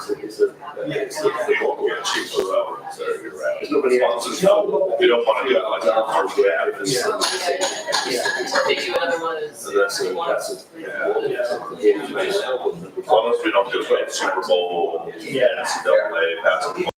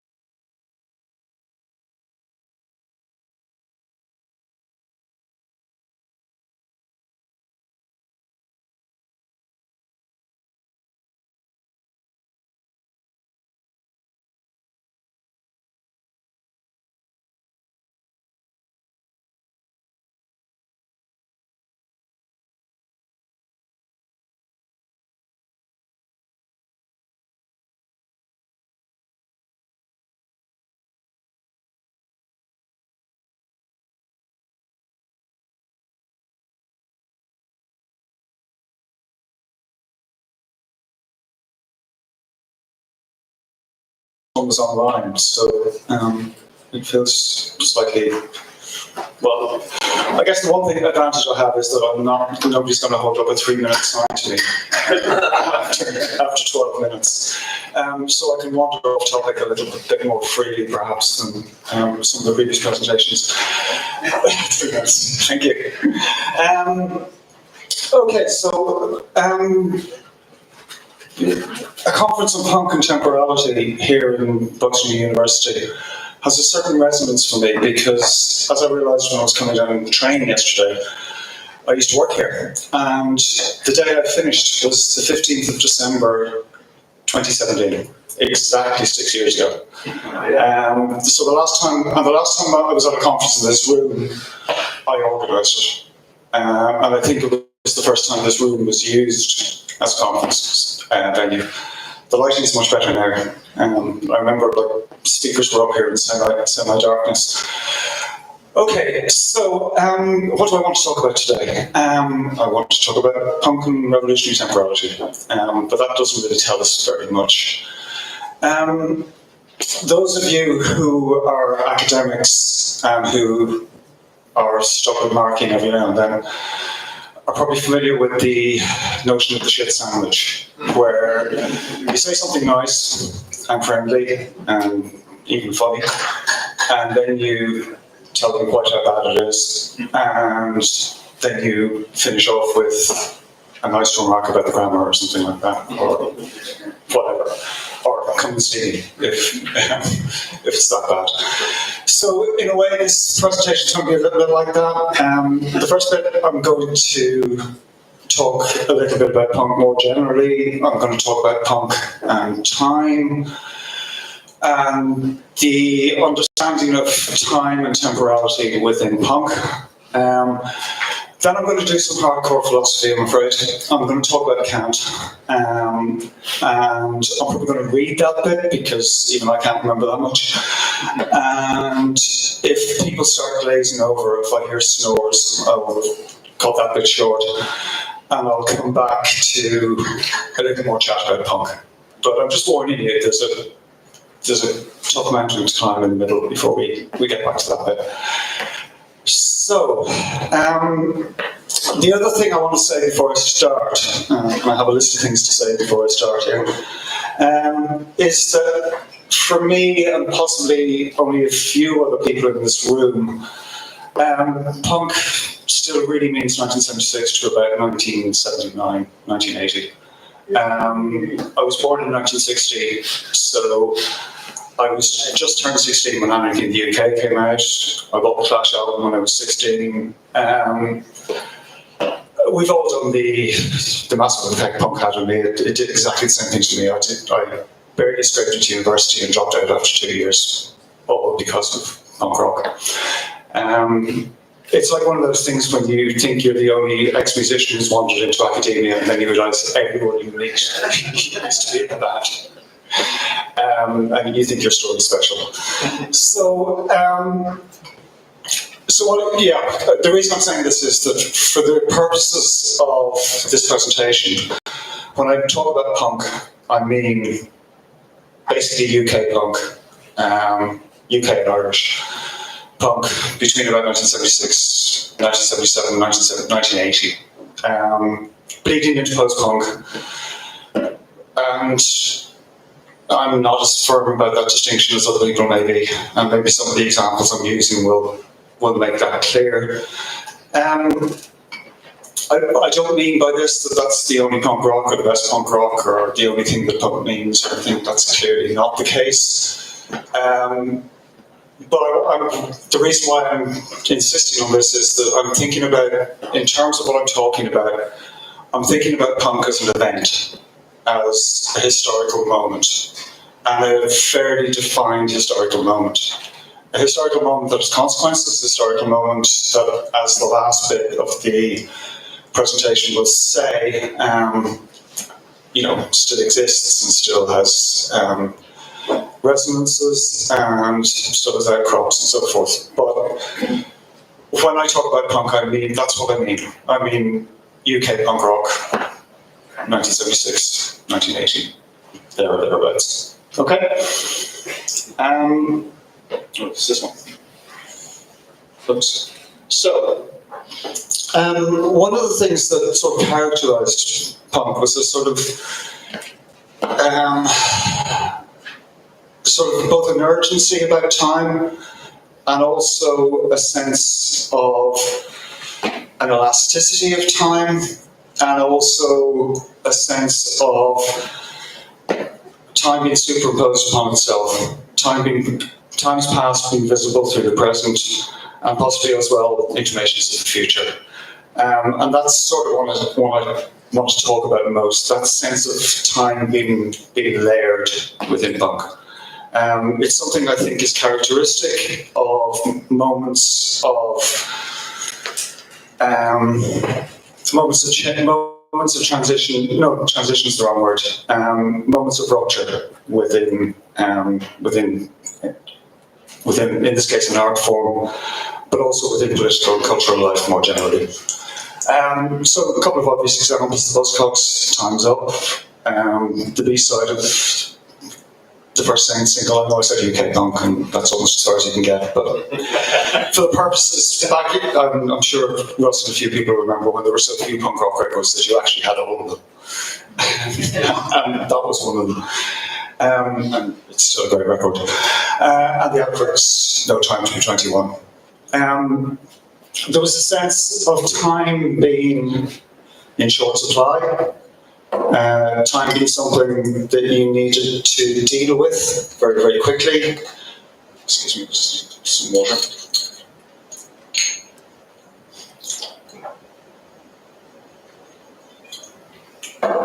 But the sense of, and also the very obvious thing in punk of playing very fast. Through the song really quickly. Often not at the same time as everybody else in the band. As I'm sure some of us remember. I guess the other thing was a sense of this being a time that was in some respect destined. I'm going to talk a little bit later about prophetic time, and this was something that put the UK punk took from reggae quite a lot. My title obviously alludes to that, but that culture record, G7's Clash, was a central record, certainly for me, in 1977, I think for a lot of people. I remember buying ordering a copy from Rough Trade for €5 English pounds, which was about £2 more than I'd ever spent on a record before. It was about twice as thick as any other record I'd ever bought, which I suppose is why it was so expensive, and the labels were stuck on by hand. But that sort of sense of 1977 being somehow a time of crisis was imported a little bit from reggae. And of course, the Pistols, or not the Pistols, that's the Clash, isn't it? Yeah. The Clash with 1977, no Elvis Beatles, no Rolling Stones in 1977. Unfortunately, there's no Clash in 2023, and there's still the Rolling Stones, but and still the Beatles. Yeah. I have students asking me, did you hear the new Beatles records? For fuck's sake. I didn't even like them at the time. So there's that sense of 1970s. And there's also, of course, the future. Your future dream is a shopping scheme. That's Eden, the shopping centre here in High Wycombe, which was the first one of those kind of new generation shopping centres that are 6 times as big as any other shopping centre that completely replaced the town centre that I ever got used to. So I always as well figured the Pistols' promised threat of no future was obviously multifaceted. It was no future, your future, which means I don't want your future. It was your future is no future, or it was there's no future, but you can grab the future. It can become your future. I always thought there was something multi-dimensional going on there. So was punk political? If punk was political, what was it political about? We've all been through all of this many, many times, so I'm just going to summarise this with the help of Matt Wardy's book. With the first chapter, he just summarised quite handily summarises a couple of ways of thinking about original British punk and politics. So, early pieces by Caroline Coon in Sounds, and Sounds were a little bit ahead of the game in starting to talk and write about punk. Her early interviews with Viscerals, the Clash of the Damned, centred on broken homes, criminal convictions, failed education. The old social realist, punk is a product of its time, punk is a product of a broken Britain. We thought it was broken then. The first, it's all just a scam, it's a rock and roll swing ball, and so forth. Towards the end of 1977, he quotes Judy Burchill and Tony Parsons that punk was just another illusion of rebellion, transformed into a commodity.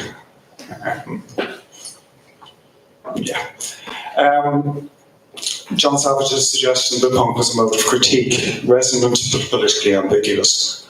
Now this is part of what I want to think and talk about, how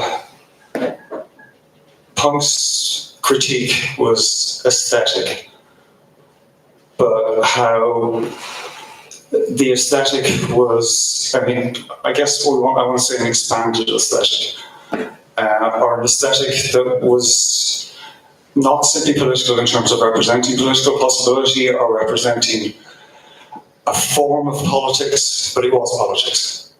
But it was also aesthetics. But it wasn't aesthetics as politics, and it wasn't aesthetic politics, it was politics and aesthetics. And the final version, I suppose, when Gary Butchell, when he was in the Socialist Workers' Party, saw punk's political promise as straightforwardly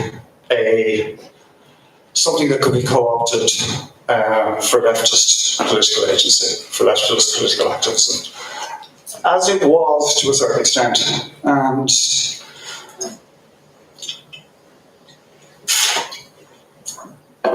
there's a bit of me that thinks that one of the things that you can't take away from punk and you can't take away from the times was the activities of Rock Against Racism and the anti-Nazi League, and the way in which I'm still firmly convinced that punk and people around it played a part with the isolation and eventual alienation of the National Front. And what I think, I was only 17 at the time, 17, 18, so maybe I wasn't, and I was a visitor here rather than living here, but I still think that that's not a contribution that can be minimised. Anyway, a couple of things that punk might mean politically.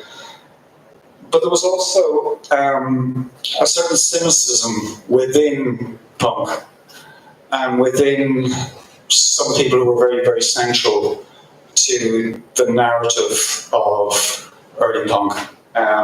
Specifically here, Mark P, who the founding editor of Sniffing Glue, and his later band, ATV, Alternative Television. And I'll just play a bit of this.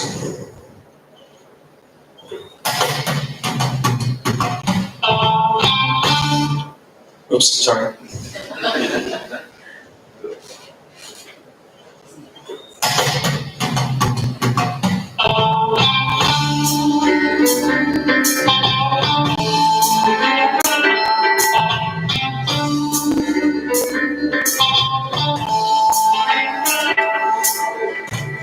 On the air, all angels sing. We never deserve anything as pure as God. Oh Lord, let us rain on after the night. Please wake me up from all I've been. You gotta wake me up from all I've been. But one day it's gonna come to all. We gotta praise the Almighty. Oh Lord, let us rain on after the night. Move and keep on, we're trying to get inside my head. We're trying to get inside. inside of my head.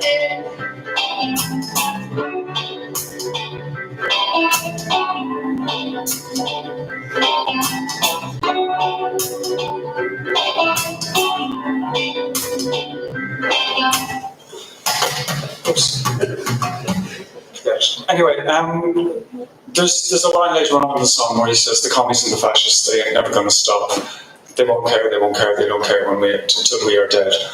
And there's that sense in a lot of punk when it wants to talk about politics, when it directly wants to address politics, of disengagement from left and right, or from any, or at least from apparent left or right, which can sometimes just sound vaguely libertarian. It can sometimes sound like something a lot more specifically engaged in some sort of more theoretical anarchism. Okay, that's the sort of, that's the first bit of the bread of the sandwich. Now we sort of come to the bit in the middle. What's that one?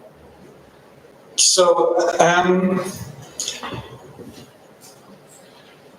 one of the things, I probably should have said this at the beginning, but I taught here in the School of Music Management.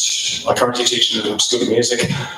But my PhD is actually in philosophy, and my PhD was on Kant and on political aesthetics.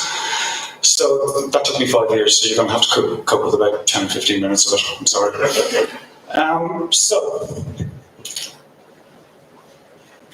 what I want to talk about is Kant's theory of history. And I want to talk about specifically how a particular event problematizes that theory of history. And I promise it'll come back. So in this, probably I suspect lesser known one of his works, The Conflict of Faculties, he addresses the question, is the human race constantly progressing? And he somewhat rhetorically suggests 3 possible answers that can be arrived at by evaluating human history as a whole. His first option is the terroristic. He discounts the notion of a continual regression towards wickedness, a view that he calls moral terrorism. For as this was the case, the race would already have destroyed itself. The enthusiast for this view is dreaming of a restoration of all things and a renovated world after the time when this one will have perished in flames. On such a view, the world is not only not progressive, but such progress would be infinitely impossible, since human history represents the falling away from an endemic, that's not the shopping centre, prehistory, and is only redeemable through an end of history in flames.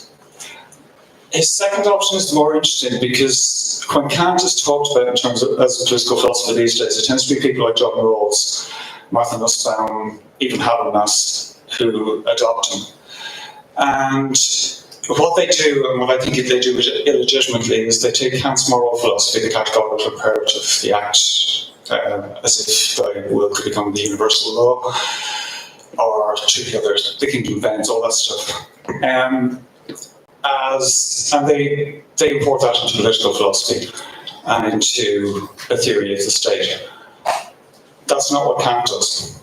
Kant has a very, very separate and very different notion of political philosophy. Kant is very, very clear that right, which is law, and virtue, which is what we do in our, not exactly our private life, but how we conduct ourselves as moral beings, are different things. So, glasses on again. Kant's second option is eudaimonism, a view that on first glance may seem to be precisely what he wishes to argue for. It's the view that the balance of good and evil in man can be tilted ever so slightly in favour of the good, so that the race is in perpetual progression towards improvement in its moral destination. Kant's dismissal of this view should give pause to commentators who see his teleology as infringing, if not completely contradicting, his doctrine of freedom, and should also worry those who see Kant's political thought as subsidiary to the main current of his ethical thought, and view political action as ideally ethical, as a coordination of individuals separately willing the good. Kant's argument against this view is rather strangely put, but in effect it argues that the notion that good men, by effort of their wills, can alter the proportion of good and evil elements inherent in our position, and thus tip the balance decisively in favour of the good. He argues that they can't. The view is that we have within us, as it were, a definitive and unchanging proportion of good and evil elements, and cautions against the idea that the person can, by virtue of the will alone, vanquish radical evil, and thus become a better person. So in other words, what Kant is arguing here is that we can't all simply by becoming better people by deciding to cycle instead of drive, and by deciding to, shop ethically, and all of those kind of things. All of those efforts put together, they're not bad things, they're commendable, we should do them, but that's not how we understand the world will change. Or at least that in itself, because quite simply, the world is a complicated place. There's an awful lot of us. The effects of all of those things taken together are actually unguessable. And it's a kind of moral vanity to assume that simply by choosing not to shop in Primark that we are in fact changing the world. Kant is quite clear on this, and he's quite clear about the notion of what he calls ethical vanity, which is not to say that you should shop in Primark, just...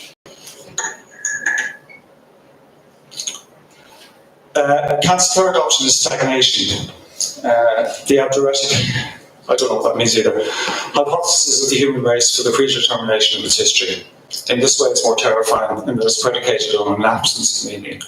A view that sees human life as a mere farcical comedy, and thus endows our species with no greater value than that which another animal species possesses, species that carry on the game. This is essentially nihilism. The idea that nothing means anything, that there's nothing that we know or can know about the world that tells us anything that's really of any great value. Stuff happens for no particular reason.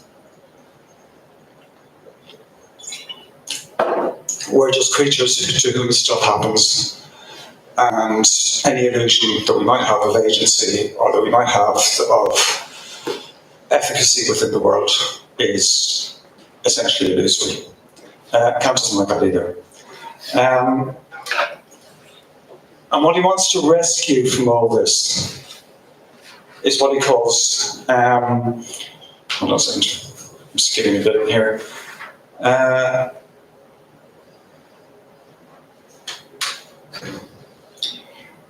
He wants to support what he calls a prophetic history of the human race.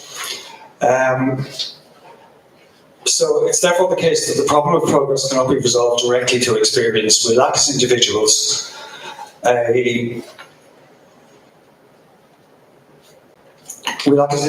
Copernican view of the operation of history, and more particularly of the operation of morality in the course of history. And furthermore, while an accurate view of the course of the planets can be gained from the point of view of the standpoint of the sun, a strategy for reason, no such standpoint is available to man in this matter. Kant puts it this way: in the final analysis, man requires coherency according to natural laws, but with respect to his future free actions, he must dispense with this guidance or direction. This is effectively determinacy versus free will. We can't simply decide on the basis of the analysis of what's happened previously to predict what's going to happen next, because we are free creatures. We can't use the human sciences, sociology, or whatever, to predict. We can use it certainly as a heuristic tool, but we can't absolutely predict what's going to happen.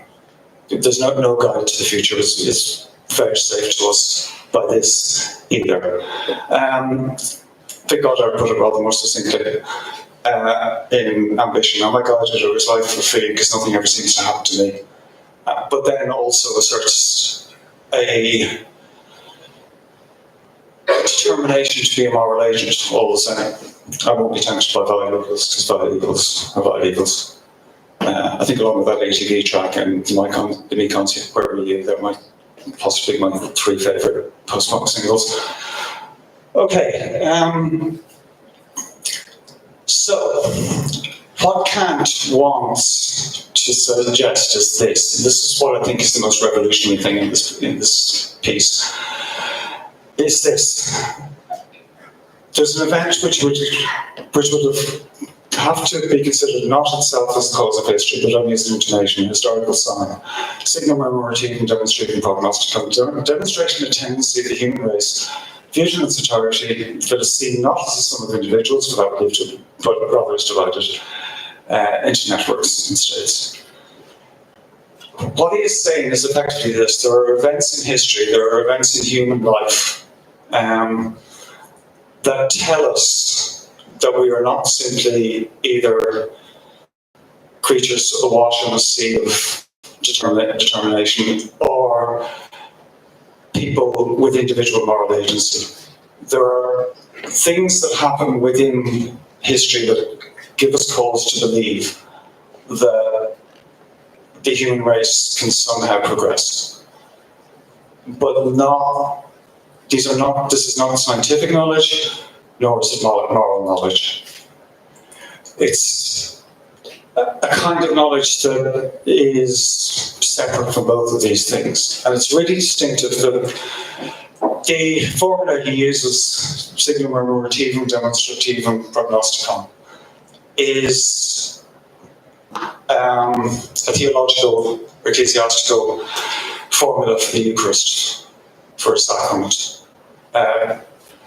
Christ died to forgive our sins. Christ died to present us with the possibility of salvation and the promise of eternal life.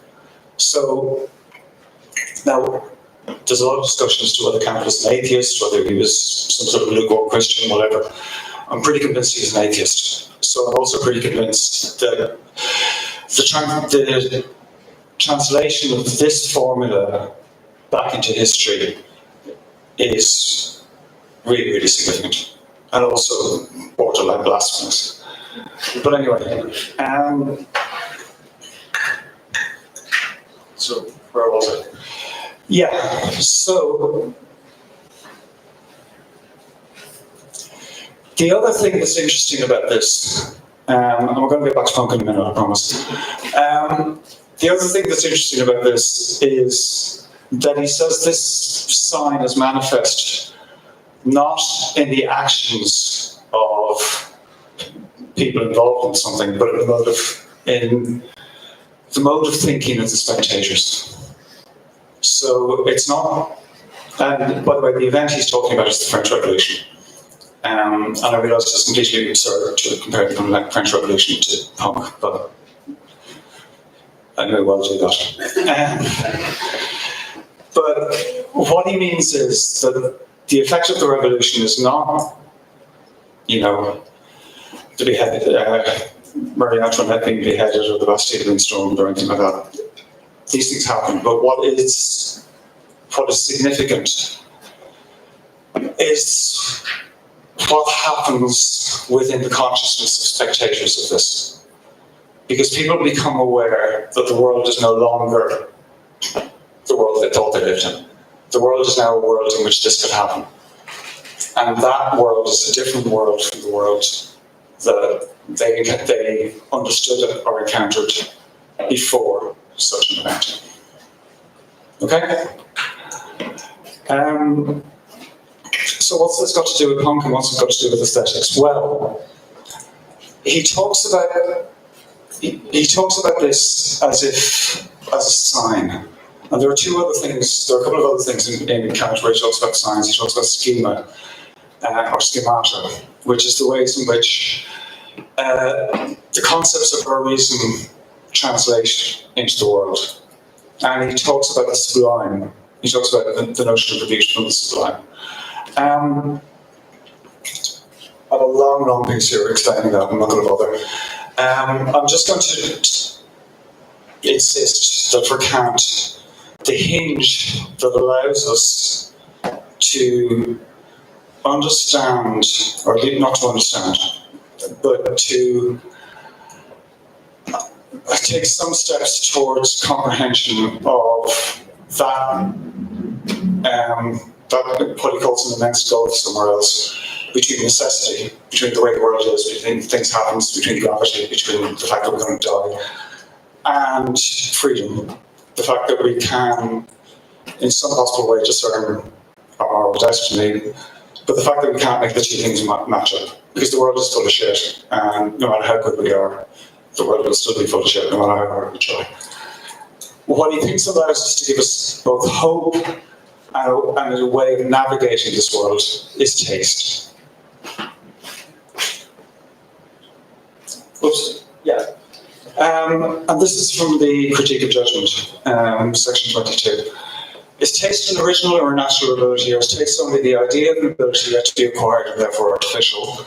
So that the judgment of taste with its requirement for an universal sense is fact only a demand of reason to produce such an agreement in the way we sense. That, after, hearing the first Clash album, I'm not joking, reading this was actually the next most significant moment of, no it wasn't, but it was close enough. I had a child in between, so I probably have to credit that one. But I've always thought that like taste an idea of ability yet to be acquired and therefore artificial. That's the feeling you get when you hear a great record. That's the feeling you get when you hear something that sounds transformative, or when you read something that does that, or when you encounter something that suggests a world in which that thing could exist. The world does not yet exist, hence the idea of ability yet to be acquired. You don't even yet have, again, maybe this is something that only happens a couple of times in the course of one's life or one's career, but there are times when you hear something and you don't quite understand, you may not even like it straight away. There's plenty of records that I love that my first impression was, what is this shit, Jesus? And I think we all had that, and I think punk hit quite a lot of people that way. But it demanded interpretation. It demanded that you think about it. It demanded that you adjust your sensibility to it. And I think punk, with its over-determination, with those layers of time, with that sense of time slipping, with that sense of past, present, and future being present all at once, demanded that degree of attention. Or maybe I was just 16 and maybe that's why it demanded that. But I have a feeling that I think there are things, and maybe this picks up on what Simon was talking about, there are certain moments in musical history that do a lot more than other moments that might otherwise look quite like them. And when I say music, I mean musical, social, cultural, political history, whatever. Anyway, so that's my argument. Punk, as an exercise of taste, was also a judgment on the world. But it wasn't a judgment on the world as in we should now combat racism, sexism, whatever. Although I'm convinced it does bring that with it. But it also brings with it it brings it with that sense of revolutionary possibility. That sense that it is possible for the world to change. It's not necessarily possible to organise in such a way that the world will change the way you want it, but it is possible for a situation to emerge from history that will intimate that suggestion of change. Now, revolutions very often fail.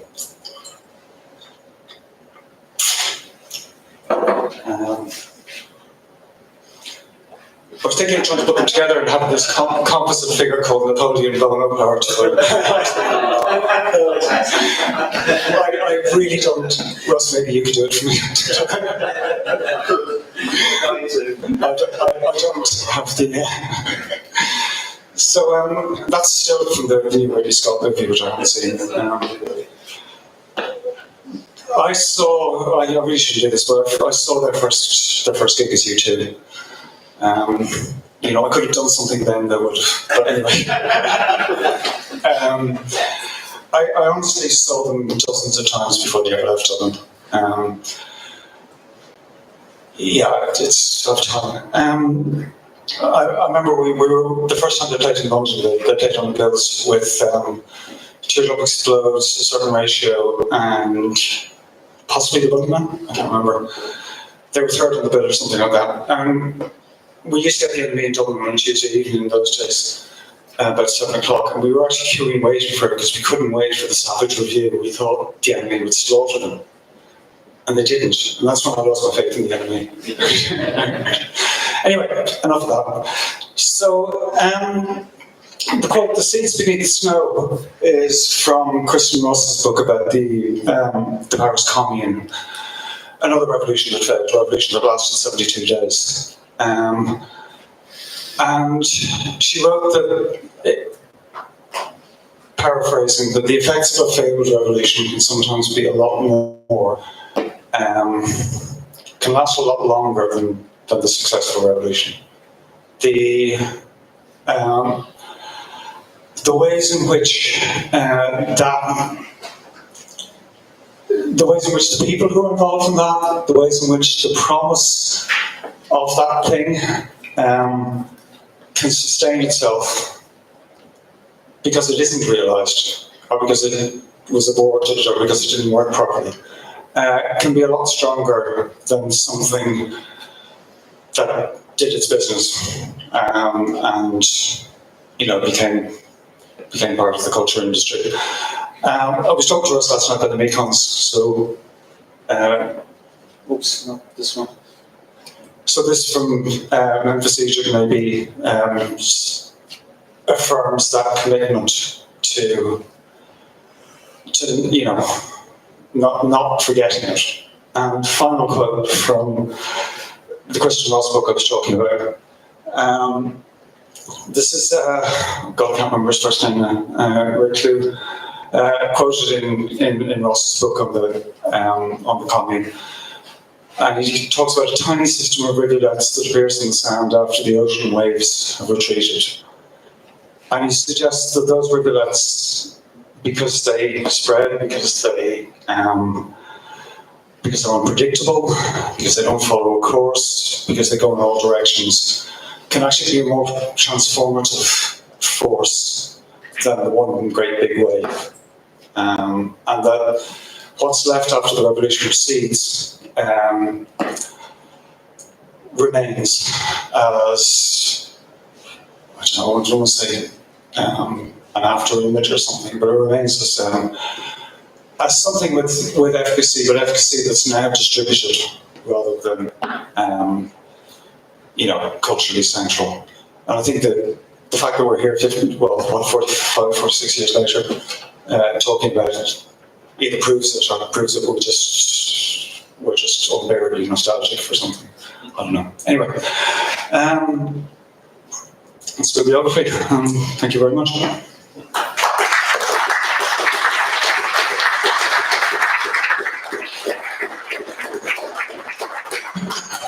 I have a question. Okay.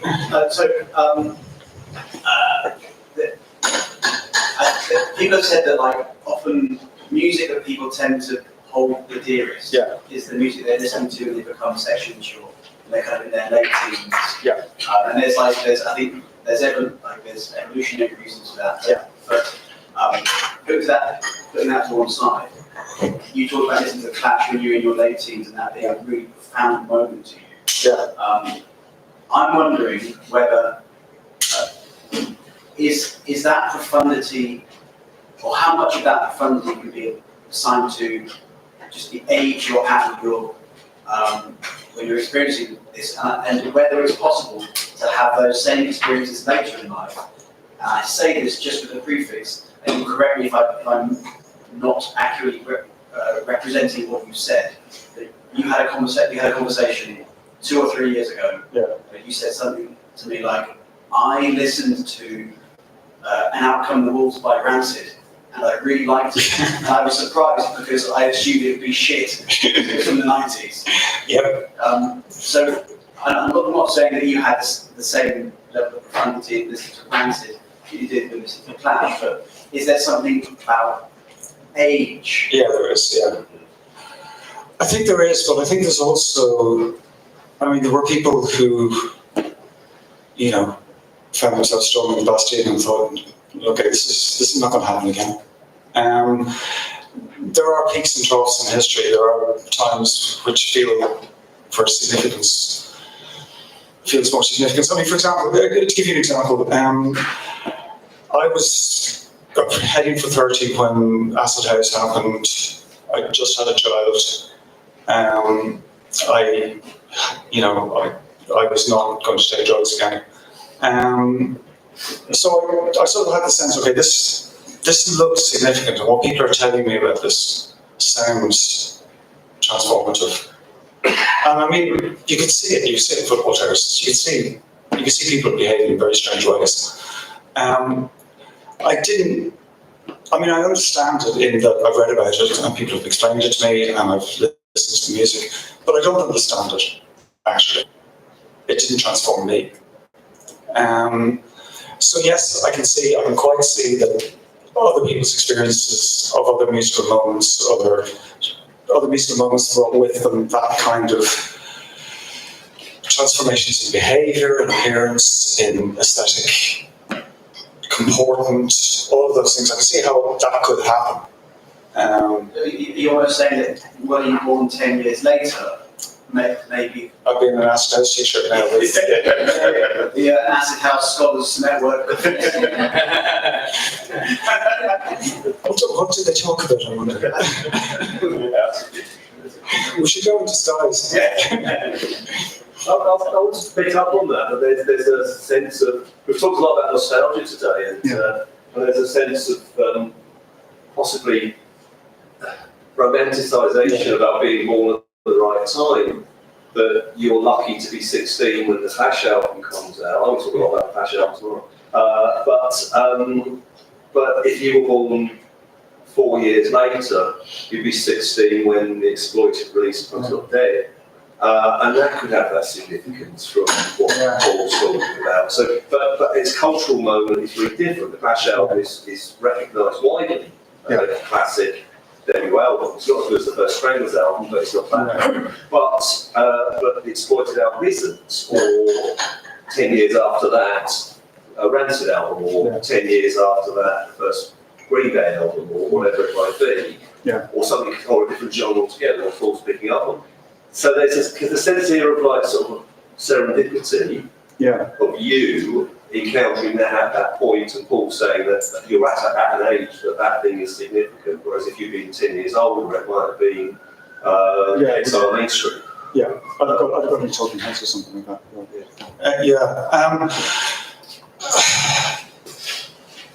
I think, one of the answers to that I can think of is my parents were utterly unmusical. We had some records in the house because they thought they had to have some records in the house, but they never listened to them, they never played them. My mother had a little bit of snobbery about classical music, but she actually, once I realised she didn't actually know very much about it, like that fell away. The only time that I ever remember showing any interest in what I was listening to or what I was doing was the Sex Pistols. And she came into my bedroom and asked to listen to some punk rock. So I decided, okay, put on God Save the Queen, might as well just go the whole way. And she just walked out of the room without a word. Never asked again, because I think she was really scared as to what might happen. But what I'm saying is that, my mother knew what punk rock was. She probably wouldn't have heard of the Exploited. With greatest respect, she probably wouldn't have heard of Rancid. Now that's, just because something's a media sensation, that doesn't necessarily mean it's important. But that's certainly one of the things that intimate that, there was something going on here that was more than the first Clash album. It was the first Clash album plus. And even for people who, it's really hard to know. I've no idea what people who didn't get it and for whom it wasn't intended saw. So, yeah, I don't know. I really like that, thanks, and I really liked your chapter for our book, Punk and Philosophy, that I'm doing with Ed Avery. I think you're right. I think that you can link, that there is a teleological underpinning in Kant's aesthetic theory. Yeah. And I think you can link that notion of the critique of taste and his notion of taste to what you're talking about within punk. I just find it quite funny that Kant, that was writing in the late 18th century, so we're talking about the middle of classicism, Russ died in 1793. Do you think there's any kind of, and I'll say this in a kind of funny way, tension, the Kant's notion of critique of beauty, that he would probably see in the sonata form of classical music at the time, is we're kind of seeing in a kind of negative, no future, Sex Pistols kind of, I wouldn't say atonal, they're not atonal, I know they're not, but that kind of punk aesthetic. And it kind of really, it just makes me smile when I think of those two. Because I wrote part of my master's thesis on linking the sublime to crass, sublime to crass. Yeah. I don't know whether I was successful or not, but I gave it a good bloody good go, Yeah. What was it Deleuze thought that his books of other philosophies did that he basically fucked them up the arse or something like that? Was that his expression? I mean, making Kant like punk obviously is. Kant didn't even like music, actually. And the weird thing, I don't know, says somewhere that Kant and Hegel were the last two philosophers who could write about aesthetics while knowing nothing about art. Because for neither of them was aesthetics necessarily anything. Well, it was to do with art, but it was also to do with natural beauty. And it was, for Kant anyway, it was definitely to do with it. Kant thought that music was a minor art, and it upset the conversation of gentlemen. Whether women had different conversations including music, I don't know. But so I think, Hannah Arendt said the critique of judgment was actually really terrible as aesthetics, but it was a really good foundation for a political philosophy. And I've always thought that's true. I've always thought it's not really, it doesn't tell you very much. It certainly doesn't tell you very much about art. No. But as a way of starting to think about art and politics, it's actually really good. The only other issue I suppose you could say is you could then apply kind of the birth of tragedy. You could grab Nietzsche and place it onto punk, or you could, Has anyone done that? I don't think they have. No, well, we talk about it later. Okay. Book idea.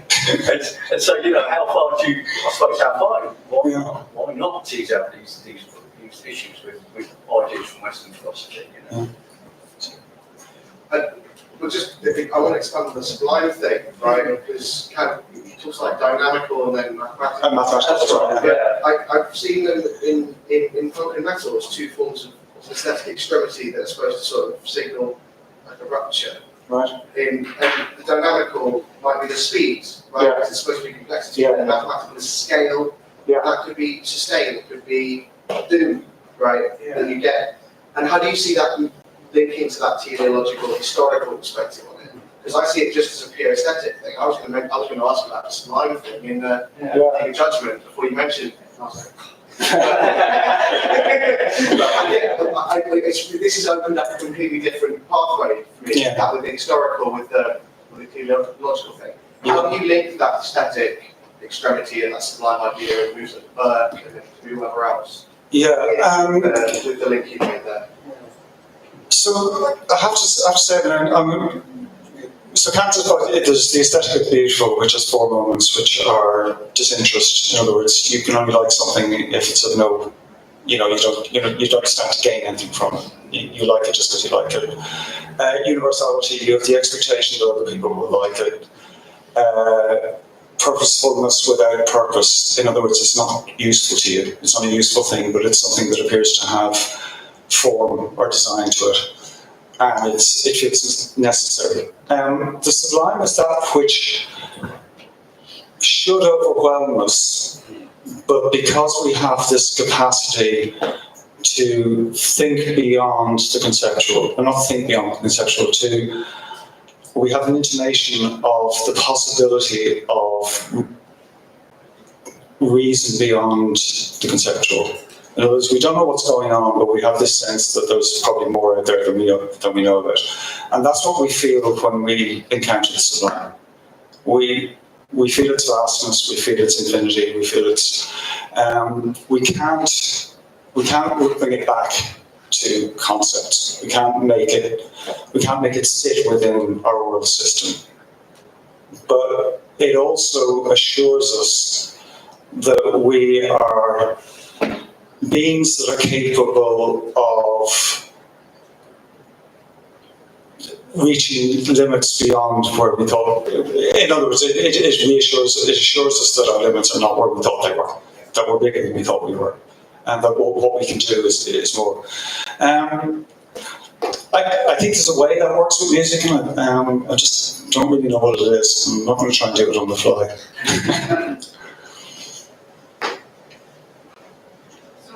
Interesting, how does UK fund, for example, contest this colonial imperial history you brought out in the card? Yeah. If I understood it correctly, it's effectively aligned one subject with this imperial subject, colonial subject. Why is it a colonial subject?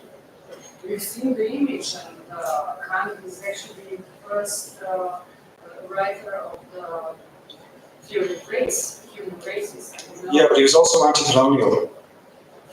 If you can't resist the idea of colonialism, he was absolutely firm about that. Yes, he's a racist, but he was anti-colonial.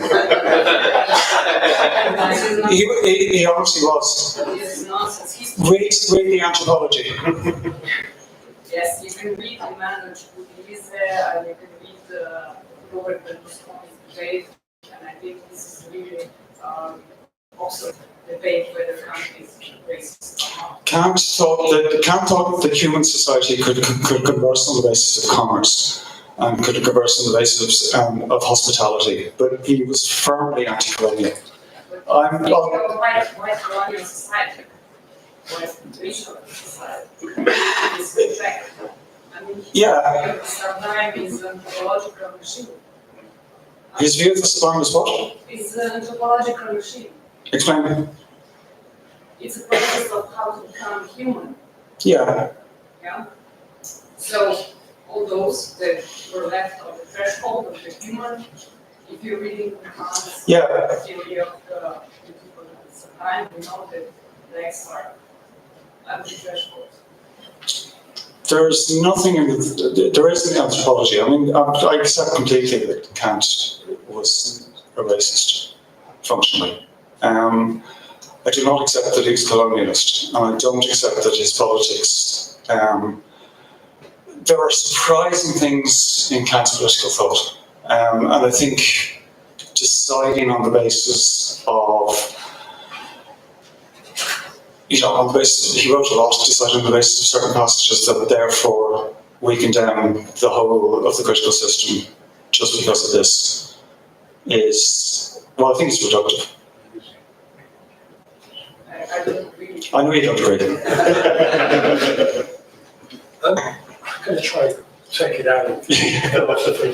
I can see a line from Kant and Marx, Nietzsche and Marx, through to the Situationists and De Boer. There's kind of a natural progression. But I'm going to put it down to a kind of base level question. I, like you, had that period. I, like you, am of that age. Yeah. I had that experience. Yeah. I'm really interested, and I speak from kind of my own perspective here. Were you conscious of that fundamental change when it was happening? Or are we now retrospectively looking back at it and saying, wow, I was there, I changed? Or was there a consciousness that this was occurring to you? I think part of it was all happening so fast. I mean, I think that's the other thing. I probably didn't mention this at the beginning, but that's sort of part of the sense of speed with punk was the simple, here's something else, and here's something else, and here's something else. I mean, the very fact that the Jam put out 2 records in 1 year, the Strangers put out 2 records in 1 year, the Street, the first 4 Clash singles, like all of that, there was just so much to keep up with. And you know, even 6 months later, it was oh my God. But was there a fundamental moment?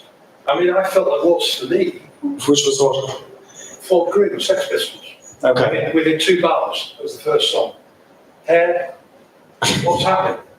What's this? You know, I'm a northern soul. What the hell's going on here? Life changed instantly. But there wasn't a consciousness of its significance outside of the self, of the body, for society, as to what happened in the next 18 months. And I'm wondering whether you had that, or whether it was just kind of, well, really a retrospective look back at what occurred then that allows you to philosophise in the way you are now. Sorry, I don't want to get you. Yeah, it's impossible. I mean, I know what I looked like 45 years ago. Yeah. I know what I listened to 45 years ago. I remember conversations, gigs, obviously, things that happened that made it clear to me that I was still at school, and suddenly I was the punk in the class, and there was that sudden sense of... There was one of you. And it was one of me, yeah. Exactly. You quietly, somebody would pull you aside and sort of say, this punk stuff, can I borrow something? But yeah, I mean, everybody liked metal, everybody liked prog. Actually, was it you, somebody mentioned earlier, like people, you mentioned people who didn't even like music. And that's actually something I remember from the time. Lots of people in my school were just not interested in music, which is impossible now, I think. Sorry, I didn't really answer that, but... No. If I understood you correctly, you're saying that the second of the 3 possibilities, which is the Eudaimonism. Yeah, not easy to say that. It's not easy, no. I don't think I've said it has to be. I think you're saying that, perhaps that can map to punk in that late 70s period. I'm sorry, I'm going back to this, you know, what about before 76, what about after 78, 9? You know, would you say that proto-punk, as they call it, or you know, punk from the 80s and 90s, like Fugazi and Bikini Kill and Minor Threat and what have you, that those are not eudaimonistic or whatever it is? Am I saying that? No, that's good. I don't know. I don't think we can bring this to, you know, are the Clash eudaimonistic or the prophetic or the whatever, because it's not. I don't think it's the bands, and I don't think it's the particular records. I think it's what Kant says. It's an event as it's understood in the minds of the spectators, and that event is all of it. And that event is all of it, including its contradictions, including the bits that you worry about, including the bits that don't quite make sense. It's having to sort of take in all of that all at once is the event. Not, I mean, yes, it's indexed to particular records and it's indexed to particular things that happened, but it's all of it. Because, I mean, part of the thing with school, you'd have people, you know, saying, well, you know, punks, they gobble people, they're stupid. And you'd be forced to, even though you never gobbled anyone in your life, you'd be forced to defend that. You were suddenly the punk who had to do this. So it put you in a position of moral jeopardy would be going far too far. But it did put you in a position of having to think through things that you might previously have had to think through. I think that's what I mean by it being an event rather than simply a collection of records or a collection of the gigs that you went to or things that you read. And it's also, I think, what I mean by this being something, an event that was manifested in the mode of thinking on the part of the spectators of that event. If that makes sense. the way in which it worked itself out was the way in which you and me and all of us had to deal with the consequences of cutting our hair and having an earring. And to Russ's point, though, that same event could occur 10 years later. It could occur in 1991 when Nirvana releases Nevermind, and for a whole nother generation. For a whole other generation. Who were too young to have, to experience Generational reactions. Yeah. But was there, can we think of a year when nothing happened? When if you were 16 that year, you were just stuck with, I don't know. 2023. But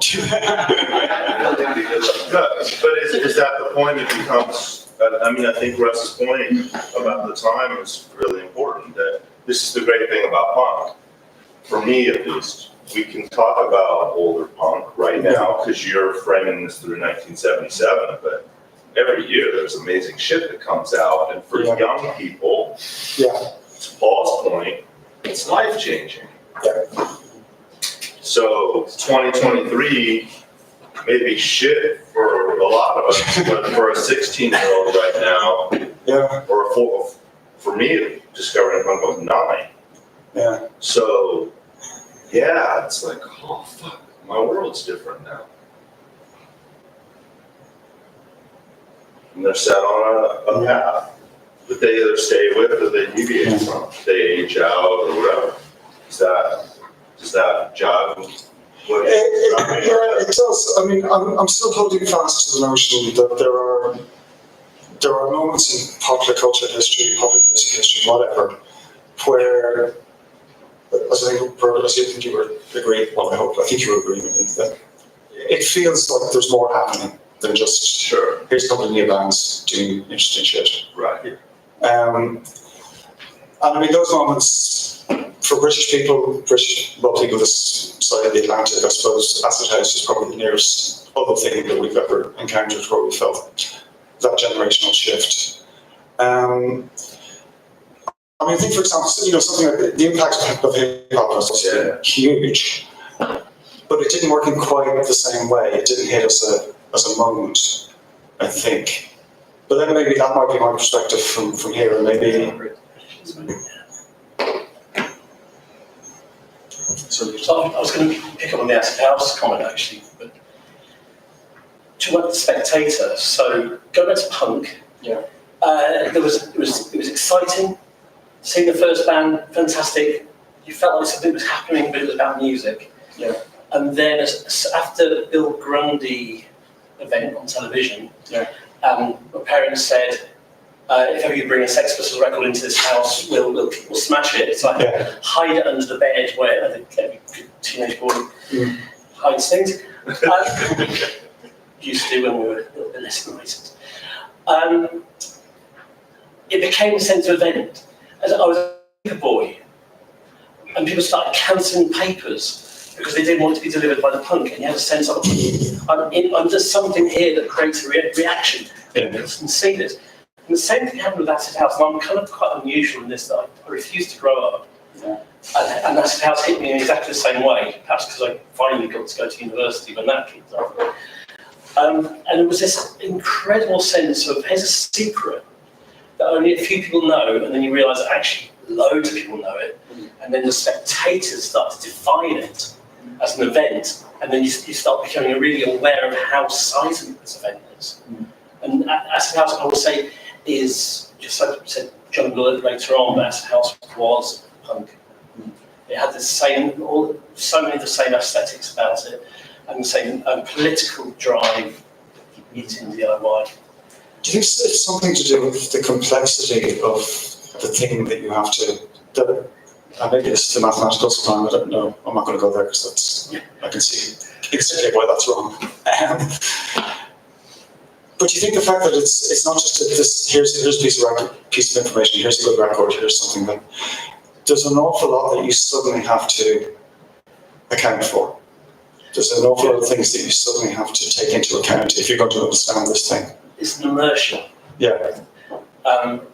As a young person 14, 15, the immersion's kind of natural. As an older person, the immersion was chemical. Yeah. It was still a total immersion, so I did it. It's interesting about hip hop. We had a very different relationship in the UK to hip hop. Yeah. It was a stylistic thing rather than being an immersion into a way of life. Yeah. And that's I think I said way of life, but there was this. It was being defined externally. Yeah. Because internally we're pushing barriers all the time. I'm not what you say I am. Yeah. Which is. Yeah, I mean, I think it's immersion, but it's immersion that demanded. I mean, I presume you can immerse yourselves in banality if you want.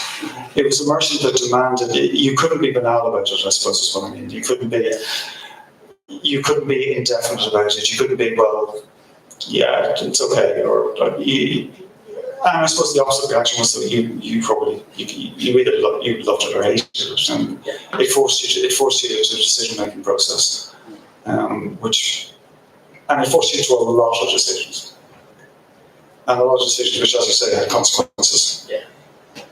Which can happen with us at house. Yeah. So, since Matt, this is the last question. Sure. It's more of a comment. We'll see where it goes. Yeah, it's all coming back to what you talked about earlier about the age thing, and actually there has been a lot of studies done around adolescence and late adolescence. Yeah. And actually that idea that at that point you are developing a much more independent sense of self. Yeah. And in doing that, an independent sense of identity. And it has been demonstrated that the music you are exposed to, so it could have been punk, it could have been acid house, it could have been glam rock, whatever, but that really quite significant period of age, yeah, that music that you're exposed to does become the thing that remains with you, yeah, throughout the rest of your subsequent adult life. It becomes that touch point. So that age thing does play a really, really important part of how we then create and develop and attach, but align ourselves to an identity. The identity may change. The identity may change in the way that we publicly present and perform our identity, but it still comes back to that period of late adolescence. Sure. The school I work in, there's maybe half a dozen people who work in music psychology, and every time I talk about culture, they tell me that, or tell me something similar. And I always end up going, no, but it means something more than just what it does in my head, or what it does to my brain. Yeah. So I'm also a little bit resistant to it, simply because... Oh, it's not the thing. Yeah. It's that alongside a combination. Yeah, no, but things that happen in that period of time, because, you know, adolescence is that whole period where your chemistry is changing, your mental capacity is changing. I'm desperate to dive in. You're a professor of music. This isn't just music, is it? This could be film, this could be books, this could be art, this could be football, this could be bicycling, this could be fishing, this could be all sorts of different things. You know, I know we're here to talk about music, but this, you could be a 16-year-old who's really into fucking fly fishing. Yeah. And that's the thing, you don't care about music. Yeah. And your parents didn't care, my parents didn't care about music, we had no records in the house. Right. And there's an awful lot of people that music doesn't matter. Yeah. But they have come of age at a time as something significant. Yeah.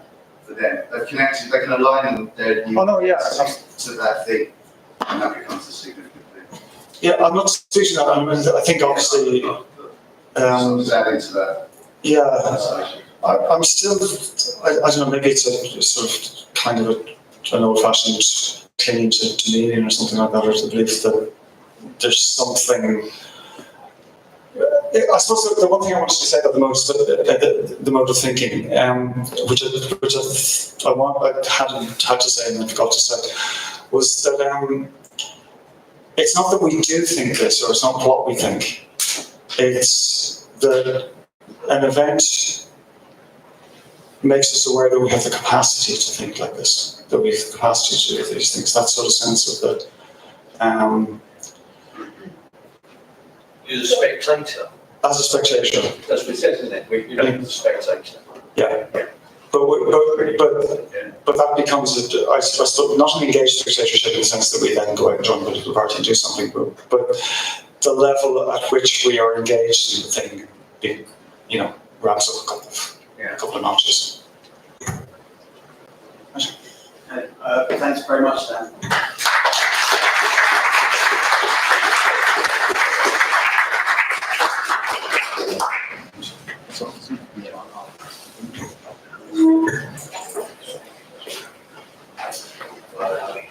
Hello. Okay, so we're at the end of day one. Thank you, everyone, so much for coming. Thank you for attending and presenting and asking questions. We're doing it all again tomorrow. But we also know that conferences are as much about the conversations that happen outside the formal presentations as they are the formal presentations. So with that in mind, I mean, those of you that are sticking around this evening, I think we're going to try and find somewhere to go. Martin has said there's some bands on at the Phoenix. One band in particular on at the Phoenix. So the Phoenix is the beautifully, ironically titled Eden Shopping Centre. The Phoenix is on Bridge Street, which is the other side of the shopping centre from where we are here. So I guess what's the description? The band are called Baby Teeth, and they're the first punk band I've liked since 1979. Okay, so and they're teenagers. Okay, so we're under promising and over delivering maybe. So the best punk band since 1979 is playing Wickham tonight. My favourite punk band is So yeah, what time is it? Free entry? I've no idea. I've just been told it's happening tonight. Did you say it's free entry? I don't have no idea. Punk band on next night free at the Art Centre. What's right? Punk band playing at the Art Centre free. Is that? Doors are at 8. Doors are at 8, the Art Centre. Which is the church. Phoenix. Oh, right, okay. So, thanks, Charlie. So, yeah, I guess pick your venue. But yeah, thank you everyone for coming. Hope to see a lot of you again tomorrow. And yeah, just thanks again. Thanks, Paul.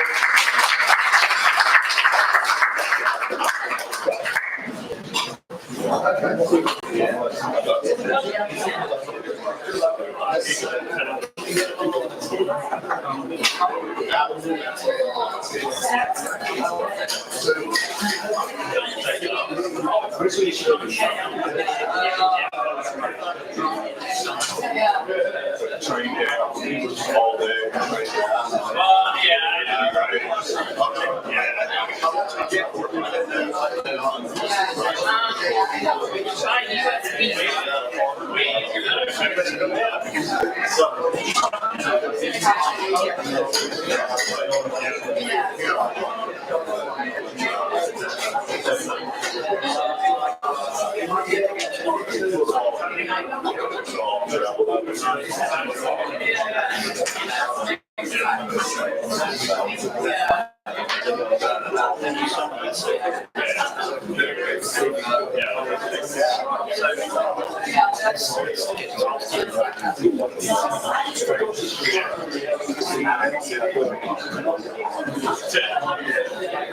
You're all right? Yeah.